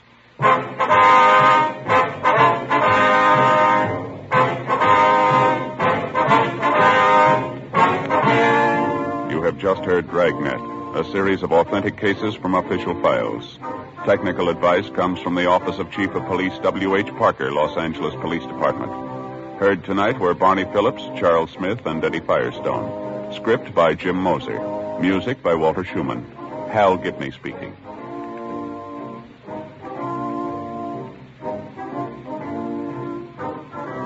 Fatima Cigarettes, best of all king-size cigarettes, has brought you Dragnet, transcribed from Los Angeles. Keep it tuned right here to HOJO Radio for more classic old-time radio.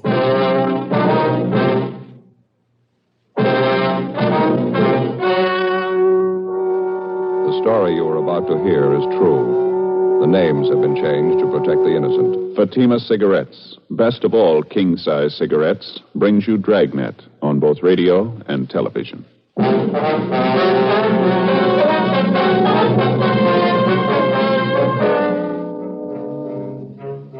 You're a detective sergeant. You're assigned to homicide detail. A woman reports the disappearance of her 30-year-old brother. He's been missing for only 2 days, but the manner of his disappearance was sudden, out of the ordinary. Your job? Investigate. Fatima, America's first largest-selling blended cigarette. Fatima, now best of all king-size cigarettes. Prove it yourself today. Compare Fatima with the king-size cigarette you are now smoking. 1. Fatima's length filters the smoke 85 millimeters for your protection. 2. Fatima's length cools the smoke for your protection. 3. Fatima's length gives you those extra puffs, 21% longer than standard cigarette size. And in Fatima, you get an extra mild and soothing smoke, plus the added protection of Fatima quality. Definitely the best quality in its class, but the same price as the cigarette you're now smoking. Buy Fatima in the bright sunny yellow pack. Best of all king-size cigarettes.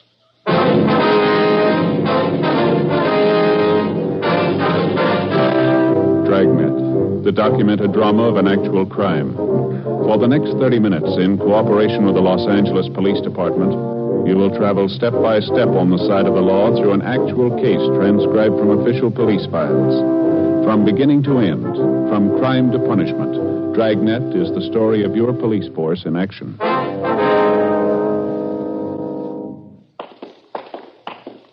It was Wednesday, November 14th. It was overcast in Los Angeles. We were working the day watch out of homicide detail. My partner's Ed Jacobs. The boss is Captain Lorman. My name's Friday. We were on the way out from the office, and it was 8:56 a.m. when we got to the S&H Paper Company on 4th Street, the rear entrance. Where do we find her, Joe? Upstairs? No, main floor. She told me we'd find her in the timekeeper's office. She said it was near the back door entrance. We couldn't miss it. Let's give a look down the corridor, huh? Maybe one of the workers can tell us. Yeah, right. Looks like some kind of an office there, doesn't it? Just beyond the time clock? Let's see. Paymaster, head timekeeper. Yeah, that's it. The door's locked, Ed. You want to rap on the pay window? Yeah. Yes? Police officers, ma'am. We have an appointment with Miss Edith Tabor. Oh, yes, officers. I'm Edith Tabor. Just a moment, please. I'll ring the buzzer. Just push on the door. All right, thank you, ma'am. Go ahead, Ed. All right. Are you the one I talked to on the phone, Sergeant Friday? Yes, ma'am, that's right. This is my partner, Sergeant Jacobs. How do you do? This is about your brother, Miss Tabor. Ralph Tabor, is that right? Yes, that's right. I know there must be something wrong. Ralph's been gone since Sunday. No one's seen him. No one's heard from him. I'm worried sick about it. Last time you saw him was on Sunday? No, I didn't actually see him. I talked to him on the phone. We made a date for dinner. Ralph and I always have dinner together Sunday nights.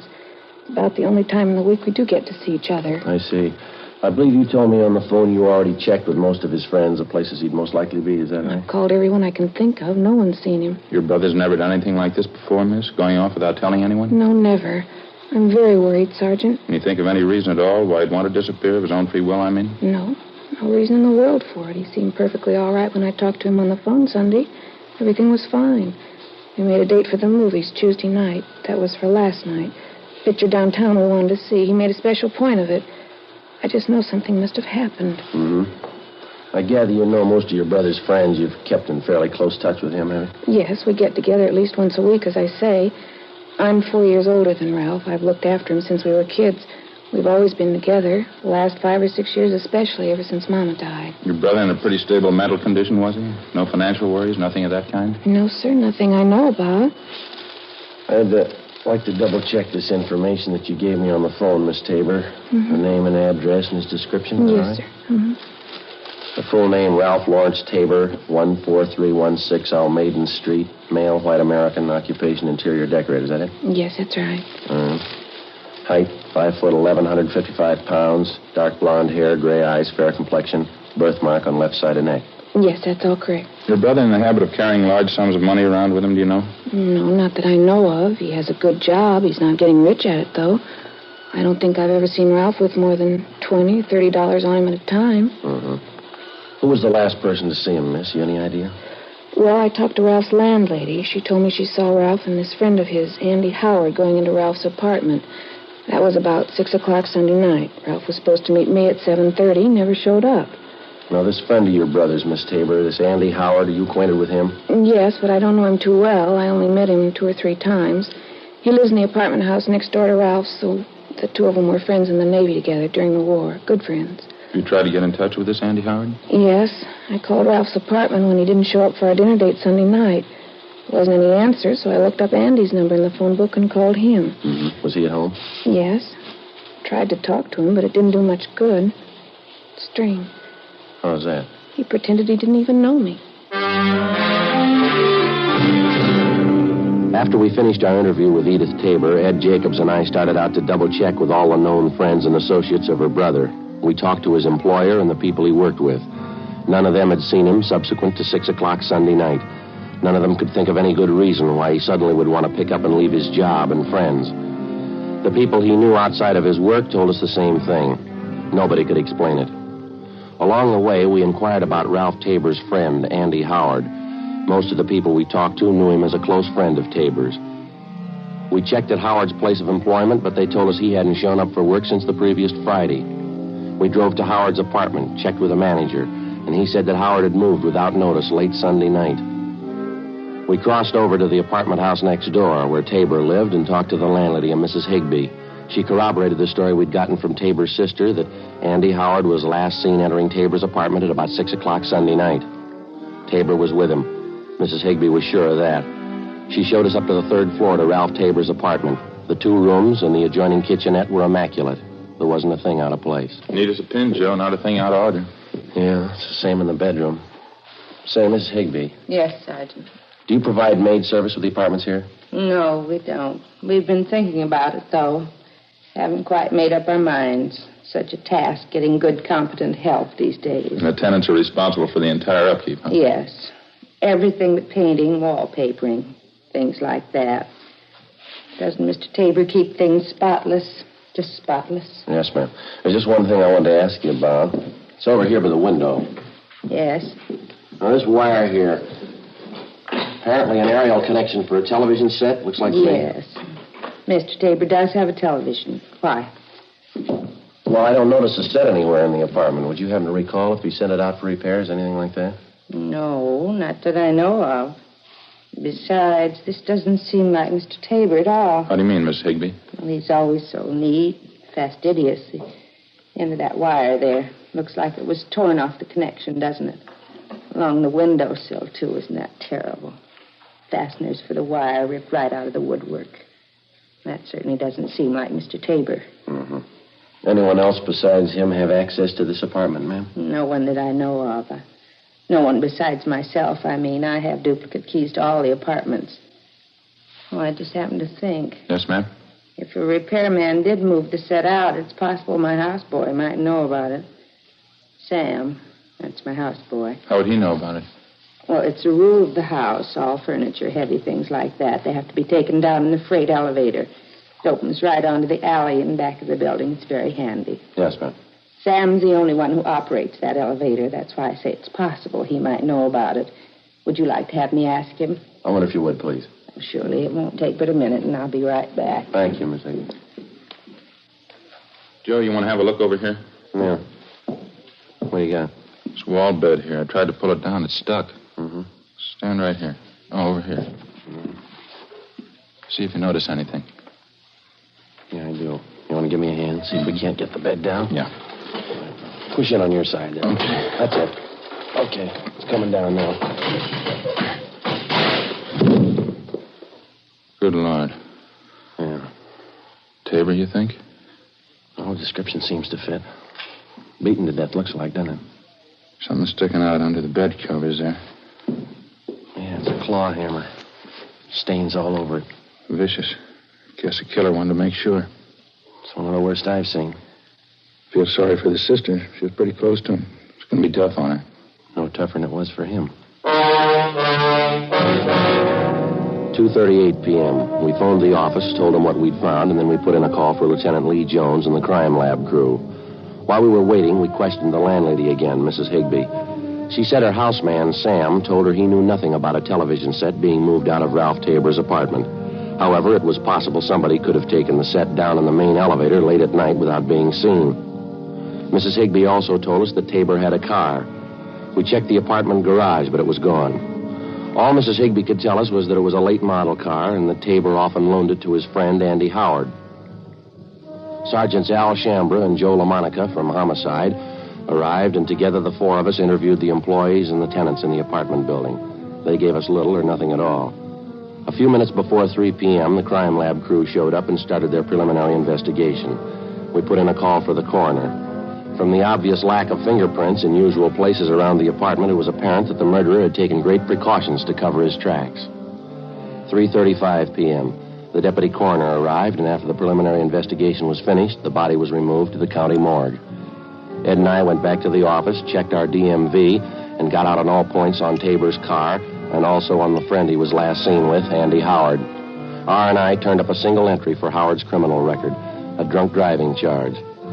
5:20 p.m., we met with Edith Tabor and broke the news of her brother's death. When she recovered from the shock, we interviewed her briefly.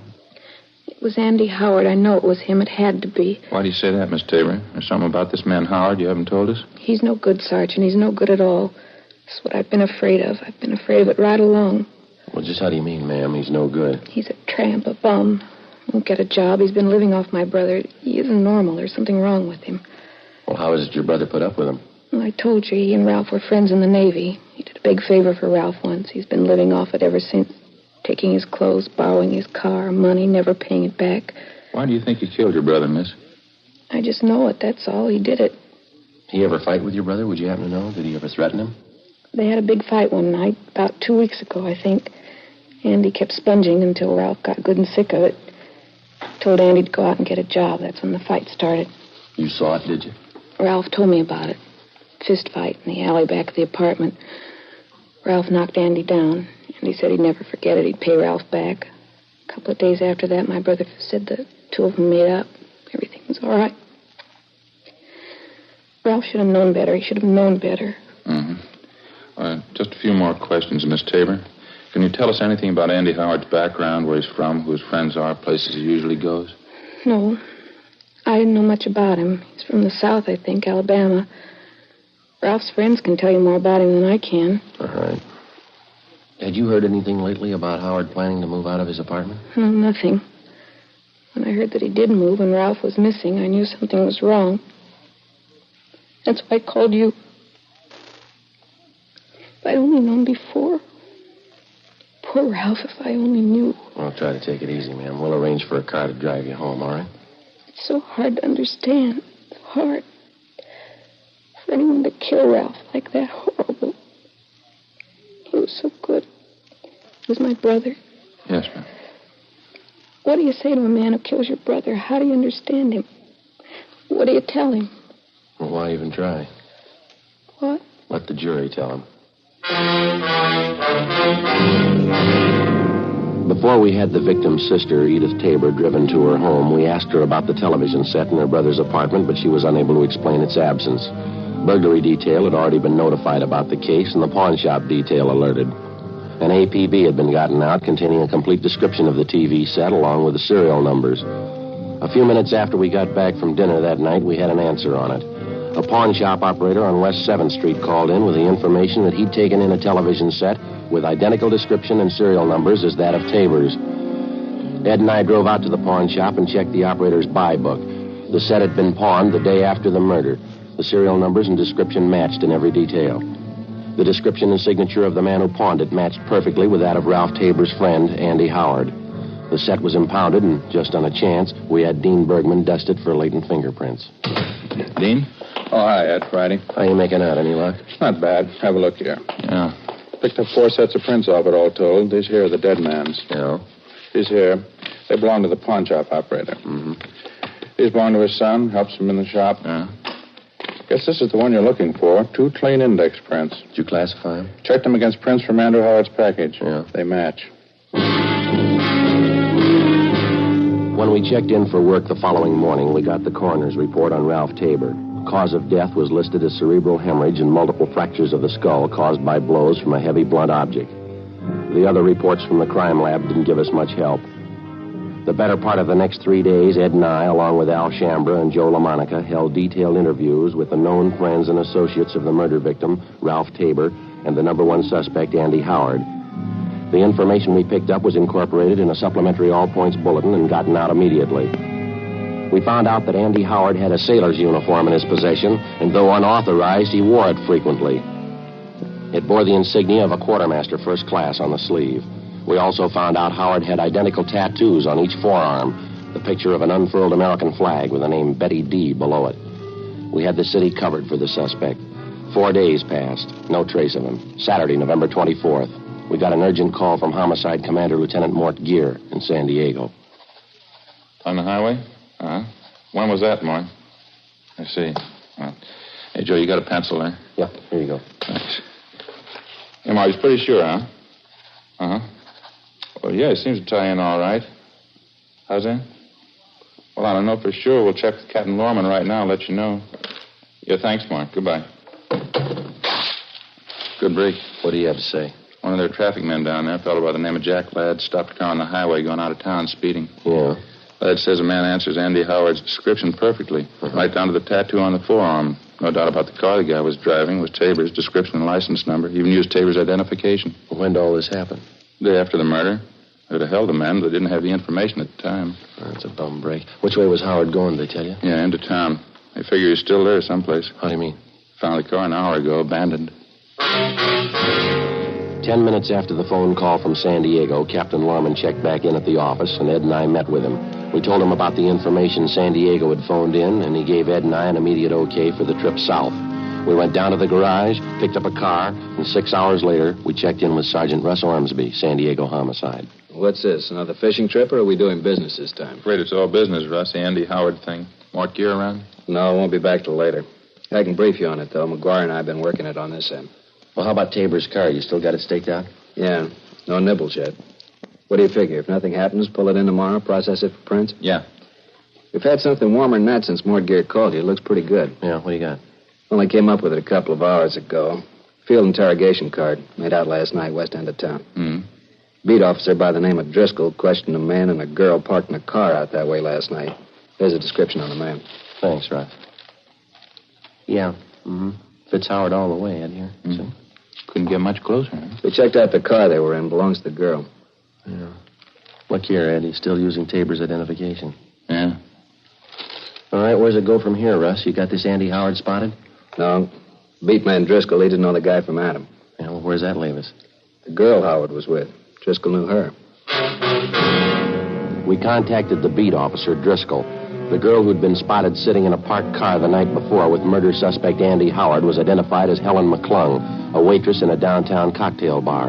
A stakeout was placed in her apartment, and she was brought in for interrogation. Well, he's not a good friend of mine. I don't know where he lives. Don't know what he does. I hardly even know him, Sergeant. You were out for a drive with him the night before last, that right? Sure, I don't deny that. We went out for a ride. That's all there is to it. You sure you don't know where this man lives, Helen? Not exactly, no. He's staying at a hotel downtown, I think. We went for a ride, and I dropped him off at the bus line. That's all there was to it. Do you expect to see him again? You have any dates with him in the next couple of days? No. Tell you the truth, I thought I had a date. Didn't work out. Nothing ever works out. Phoned this morning, called it off. Tell you why? I gave some lame excuse. I found out the real reason, though. What's that? You mind telling us? No, I don't mind. Got a date with my girlfriend instead. Claire Peterson. Burned me up a little, but I don't mind. Well, where's your girlfriend live, Helen? You mean Claire? Out on Rose Avenue, 1500 block. I'm not sure, though. Is he going to pick her up there? I guess so. Why? When's the date for, do you know? Yeah, tomorrow night.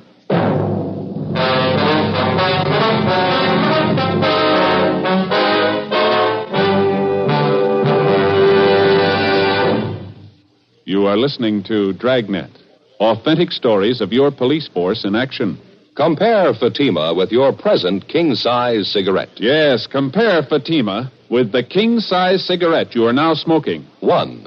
Fatima's length filters the smoke 85 millimeters for your protection. 2. Fatima's length cools the smoke for your protection. 3.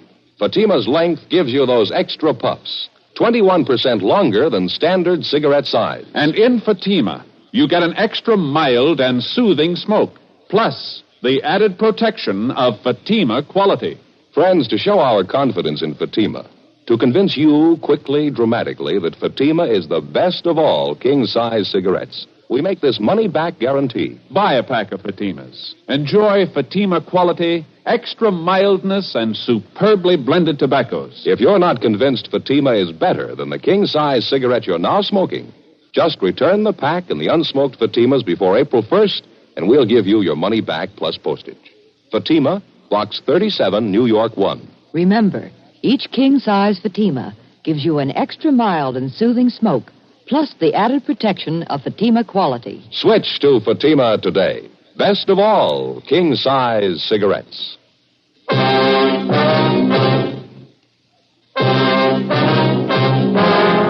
Monday, November 26th, 10 a.m. After checking her name through San Diego R&I, we finally located the address of the girl Claire Peterson, who was supposed to have a date with our murder suspect, Andy Howard, that night. She lived in a small apartment house in the southeast end of town. The manager told us that she'd already left for work. We ran it down. The Peterson girl was employed as a cutter in a shirt factory down in the industrial district. We questioned her at her work. A tall, attractive girl, blonde, blue eyes, a small scar on her chin. She kept working while we talked to her. Yeah, I have a date with Ralph Tabor tonight. Something the matter? Afraid so, Miss Peterson. The first place, his name isn't Ralph Tabor. No, I'm sorry. You must be wrong, officer. I was out with him just last Monday. I know that's his name on everything he has. His car, his wallet, all his business papers. Guess you must have made a mistake. No, it's no mistake, ma'am. We checked it out pretty thoroughly. We'd like to talk to you about him if we could, please. Well, there's not too much to tell. I just met him Monday night. I was with my girlfriend, Helen. He wanted to go out with me, so I made a date. I didn't think there was anything wrong. You said he's to meet you at your apartment, Miss Peterson. Did he give any specific time when he'd be there? 8 or 8:30, he said. Hey, what's wrong, do you know? There's something wrong with the man. I ought to know, don't you think? We want him for questioning, ma'am. You any idea where he lives? No, I haven't. One of the hotels downtown, I think. 5th Street or 6th Street. I wouldn't know for sure. Why do you want him? Can't you tell me, please? We believe he's committed a murder, Miss Peterson. Matter of fact, we're sure of it. What do you want me to do? If he calls up before your date tonight, don't do anything to discourage him. Tell him to meet you. If he wants to postpone the date, try and make him come tonight. If you can't do that, try and find out where he's staying. Don't let him know we talked to you. Well, all right, I can try. You'll be there when he comes to my apartment, I mean. Yes, ma'am, we'll be there. You'll be protected all the way. Well, what do you do? Ma'am? What do you do? You say he's a murderer. He must be desperate. What do you do? How'll you arrest him? It's his choice, ma'am, any way he wants it. As soon as we left the plant where the Peterson girl worked, we called Sergeant Tony McGuire at San Diego Homicide Detail, and he made arrangements for an immediate stakeout at the girl's apartment.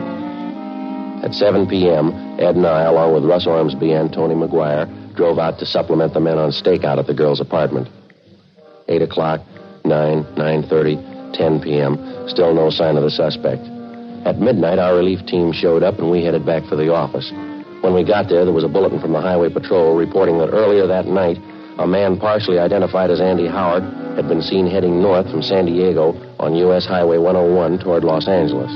We got Captain Lorman on the phone, briefed him on the latest developments, and told him that photographs of the suspect had been distributed to all officers.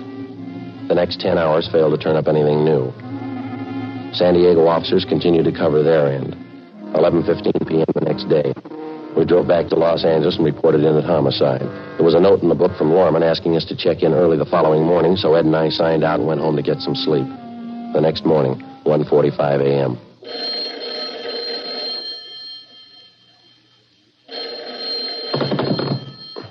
Hello, Friday talking. Sorry to wake you up, Friday. This is Hawkins down the business office. Oh, yeah, Hawkins. What do you got? Beat officer out in Wilshire called in 2 or 3 minutes ago. He figures he has your murder suspect for you, Andy Howard. Bring him in now. Well, what about identification? He checked that over? No identification. He's wearing a sailor's uniform. What about insignia, his rating? Quartermaster first class. After I hung up, I phoned Ed, got him out of bed, and the two of us drove down to the office where we picked up the suspect and took him to the interrogation room. During the interrogation, we found a wallet concealed on his person. It contained a driver's license, credit card, and half a dozen other means of identification. All of them were made out to Ralph Tabor. After an hour of questioning, he'd still admit nothing. He sat hunched over in his chair, tearing an old envelope into small pieces and dropping them on the floor in front of him. This'll make the 10th time I told you. I don't know what happened to Ralph. I didn't take his car or his television set. I didn't leave the city. I wasn't in San Diego last week. Now, if you don't believe me, you prove I'm lying. We didn't pull you in on the guess, Andy. We'll prove it. You mind telling me how? We got 3 people on their way in here right now. Ralph Tabor's sister, his landlady, a man by the name of Sims, pawn shop dealer. Mean anything to you? My word against theirs. 3-1, mister. I got the odds in their favor. Look, why don't we straighten this out once and for all? You think I killed my friend Ralph. Why? Explain it to me. Why should I kill him? Look, I wouldn't know, Andy. Maybe you'd like to tell us. His sister says he was pretty good to you. She was good to me. I guess she didn't tell you what I did for him overseas when we were in the Navy together. No, she didn't tell us. She wouldn't. Stupid women. I haven't found one of them worth anything. Frustrated. She needs a husband. That's her trouble. She claims her brother was paying the bills for you, Andy. He gave you clothes, money, his car. She says you were living off of him. Lousy woman. That's all the thanks I get for all I did for Ralph. I borrowed a few dollars, yeah. That's all. Kept throwing it up to me, him and his sister, after all I did for him. What are you trying to say, Andy? Could have been different, Ralph and me. What do you want me to say? Did you kill him? Did you kill him, Andy? You can't explain it that way. It's not as simple as that. Didn't? No, it's all mixed up together. It's complicated. It's not simple at all. I mean, with your best friend especially. It's more of a mistake. I mean, morally, I didn't mean to kill him. I just did. It's a mistake. Terrible mistake. You want to give us a statement, Howard? The stenographer will take it down. Oh, yeah, all right, in a minute. Just want to make sure you understand. I mean about Ralph. And all I did for him. Yeah. No gratitude at all. You blame me? I mean, after all I did for him, you blame me? Well, you should have remembered, Andy, about gratitude. Yeah? Doesn't mean much when you have to ask for it.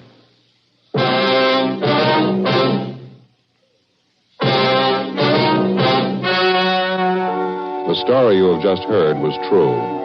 The names were changed to protect the innocent. On February 4th, trial was held in Superior Court, Department 89, City and County of Los Angeles, State of California. In a moment, the results of that trial. And now, here is our star, Jack Webb. Thank you, George Fenneman. Friends, you've been listening to Dragnet for the past 28 minutes. Now, it'll take you less than 28 seconds to prove that Fatima is the best of all king-size cigarettes. Just compare Fatima with the king-size cigarette you're now smoking. Fatima filters the smoke through a long distance of 85 millimeters. Fatima's length cools the smoke for your protection. Fatima's length gives you those extra puffs, 21% longer than standard cigarette size. And in Fatima, you get an extra mild and soothing smoke, plus the added protection of Fatima quality. Prove it today. Buy Fatima.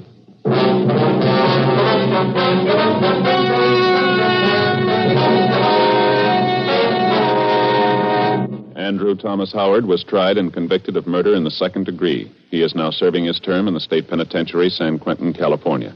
Second-degree murder is punishable by imprisonment from 5 years to life. Ladies and gentlemen, right now, inflation is America's #1 menace on the home front. It's the one enemy that can lick America. We can help prevent this by working harder, working better. The fight against inflation will succeed only if all of us get behind it.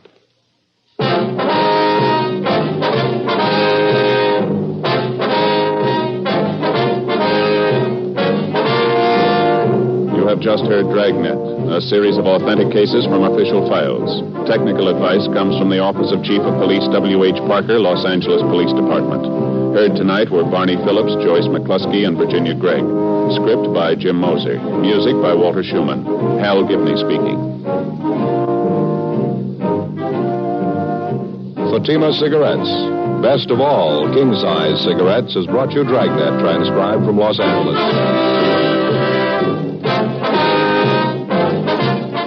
Next, it's David Harding and Counter Spy on NBC. Thanks for listening to HOJO Radio. We'll be back again very soon.